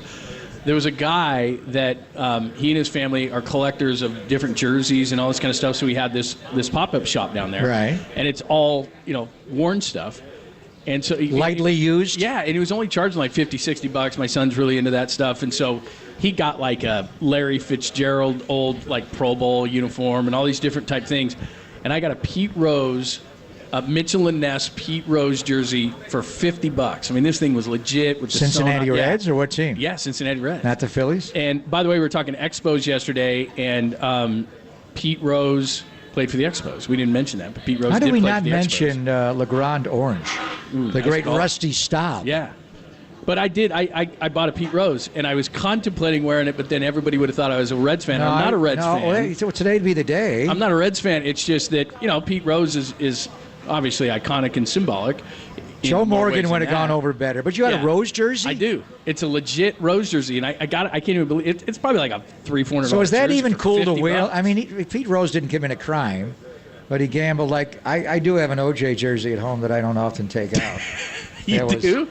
No, I don't. That's different, though. He's my childhood hero. But can you wear an OJ in public? I was going to wear it to a Halloween one year, but no. Yeah, you probably can't. No. So that's what I was contemplating. The same but thing Pete you Rose said, didn't. I mean, he bet on baseball. I actually even threw it on. He didn't commit a crime. He wasn't the most moralistic individual. But remember, because Walter he didn't commit any crimes. Now this is a little bit different, but Walter caught a bunch of grief a few weeks ago. He went to jail. 6 weeks ago? Did Pete Rose? He went to jail. Yeah. What did he do? Why did he go to jail? That was different, I think. Where he went to jail was Marion, Illinois, which is Ray Fosse's hometown. Oh, is that right? And of course, Ray. Every time you bring up, Rose, it was the 70. But here's World why Series. I didn't wear it. For those reasons, I still would have been okay. But remember when Walter about 6 weeks ago wore Roberto Clemente when the Giants were playing the Pirates, and Murph especially gave him a bunch of grief about it. They ended up, did they sweep that series, something like that? But we were like, well, now Walter has to do that all the time. But so I thought Roberto Clemente. Right. He's one of the greatest players of all time. Which is far different than Pete Rose in terms of the way that he's looked that's at. Very so you didn't bring it? So I didn't bring it. I was gonna either bring it or wear it. You have a Joe Nuxall? No, I don't have a ton of them, but I just thought, I was looking at it. It's legit, the sewn in, the real deal, and it's got. Don't wear a Ness. Chris Sabo. It's like $50. No, I'm not doing that. Ace fans won't like that. I wouldn't have worn like a general. We got a Reds. Brandon Belt captain hat, or is that from Mustache Harbor? We got a captain. That looks like a captain's hat. That's Mustache really Harbor nice. was here playing before the game on Friday. Yeah, that's nice. By the way, the Cubbies are batting in the bottom of the first. You know leads off for them? I know you do. And plays center field. Mike Talkman. And he's had a good year for them. He turned their year around. The home catch. run saving catch he made against St. Louis. Very similar. Much like the two he made different as far as The we're in the Pujols ballpark. one, right? And then he made one against Juan Soto in Washington in the game DeSclafani won 1-0. He had two that year. But he just drew He's a had walk. a really good year. He's leading off for them and playing center field. Where's Bellinger playing? First base now? Yeah, they moved him to first base now. Because of Talkman? Yeah.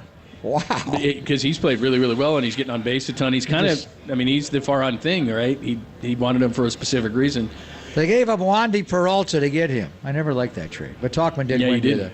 Yeah, well, Wandy Peralta would be a serviceable left-hander. Well, he got off to a really good start and then kind of. Anyway, Cubbies win today, John. That's Kyle Hendricks. They cut that Central deficit to 3 games. That would be This is a huge game. Yeah, and they got to deal with Woodruff today. You've been to Wrigley many times. I remember. I was there twice last summer. Yeah, you sent me a picture from there. I mean, day baseball is amazing here. We were chugging beers. But you'd have to say. I had a shotgun of beer with a guy next to me when I was there in July. Well, they don't mess around. And he was like, I crushed him. Yeah. He was like this 21-year-old Were you out in the bleachers kid. or were you in like a higher brow I was area? everywhere, but that day I was right on the third base bag. And then we went, when the 49ers played the Bears, and we did the loop, went to the Cubby Bear after, but I was everywhere. They put Pat Hughes in the Cubs Hall of Fame that day, and then he went into Cooperstown as well. Any Giants fans going to Wrigley for Labor Day? That would be amazing. How great of a trip would that be? I will say that it is going to be a wonderful day here. 75, beautiful, all this stuff. Sun's out, so come on down to the yard. But one of the nicest days of the year today. I think if you had to choose, like, just say where would you go for a day game, Wrigley would probably be tough to beat. I mean, they kind of anywhere in baseball. Yeah, they kind of perfected it because they had a day baseball. Wrigley's good up for a until night 89. game too. It's just That's fun. true.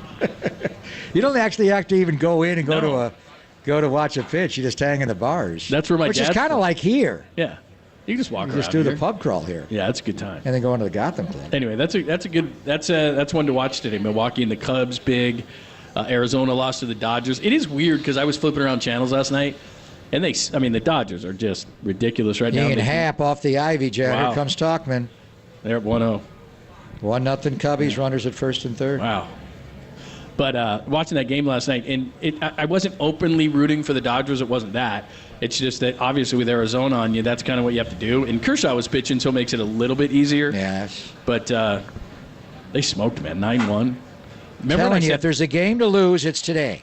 Giants lose Wait a to the minute, you Reds. pulled back on that. Diamondbacks win. I'm talking the Giants need Yeah, to but lose. we said that there's no room on the roster. Yeah, I don't know. I don't know if I'd buy that. I would. You bought it when Dave's here, then he I would leaves get a you. Uber driver, one of those cruise cars, to go up and down I-80. One of those and almost send hit me some of these today. guys I was up. nervous, by the If way. you got Giolita, you couldn't send one of the guys in the bullpen down and bring him up? I was scootering over here, and I was zipping through a crosswalk, of course, against the light, and I saw one of those cruise cars coming, and I thought, that thing's going to take me out.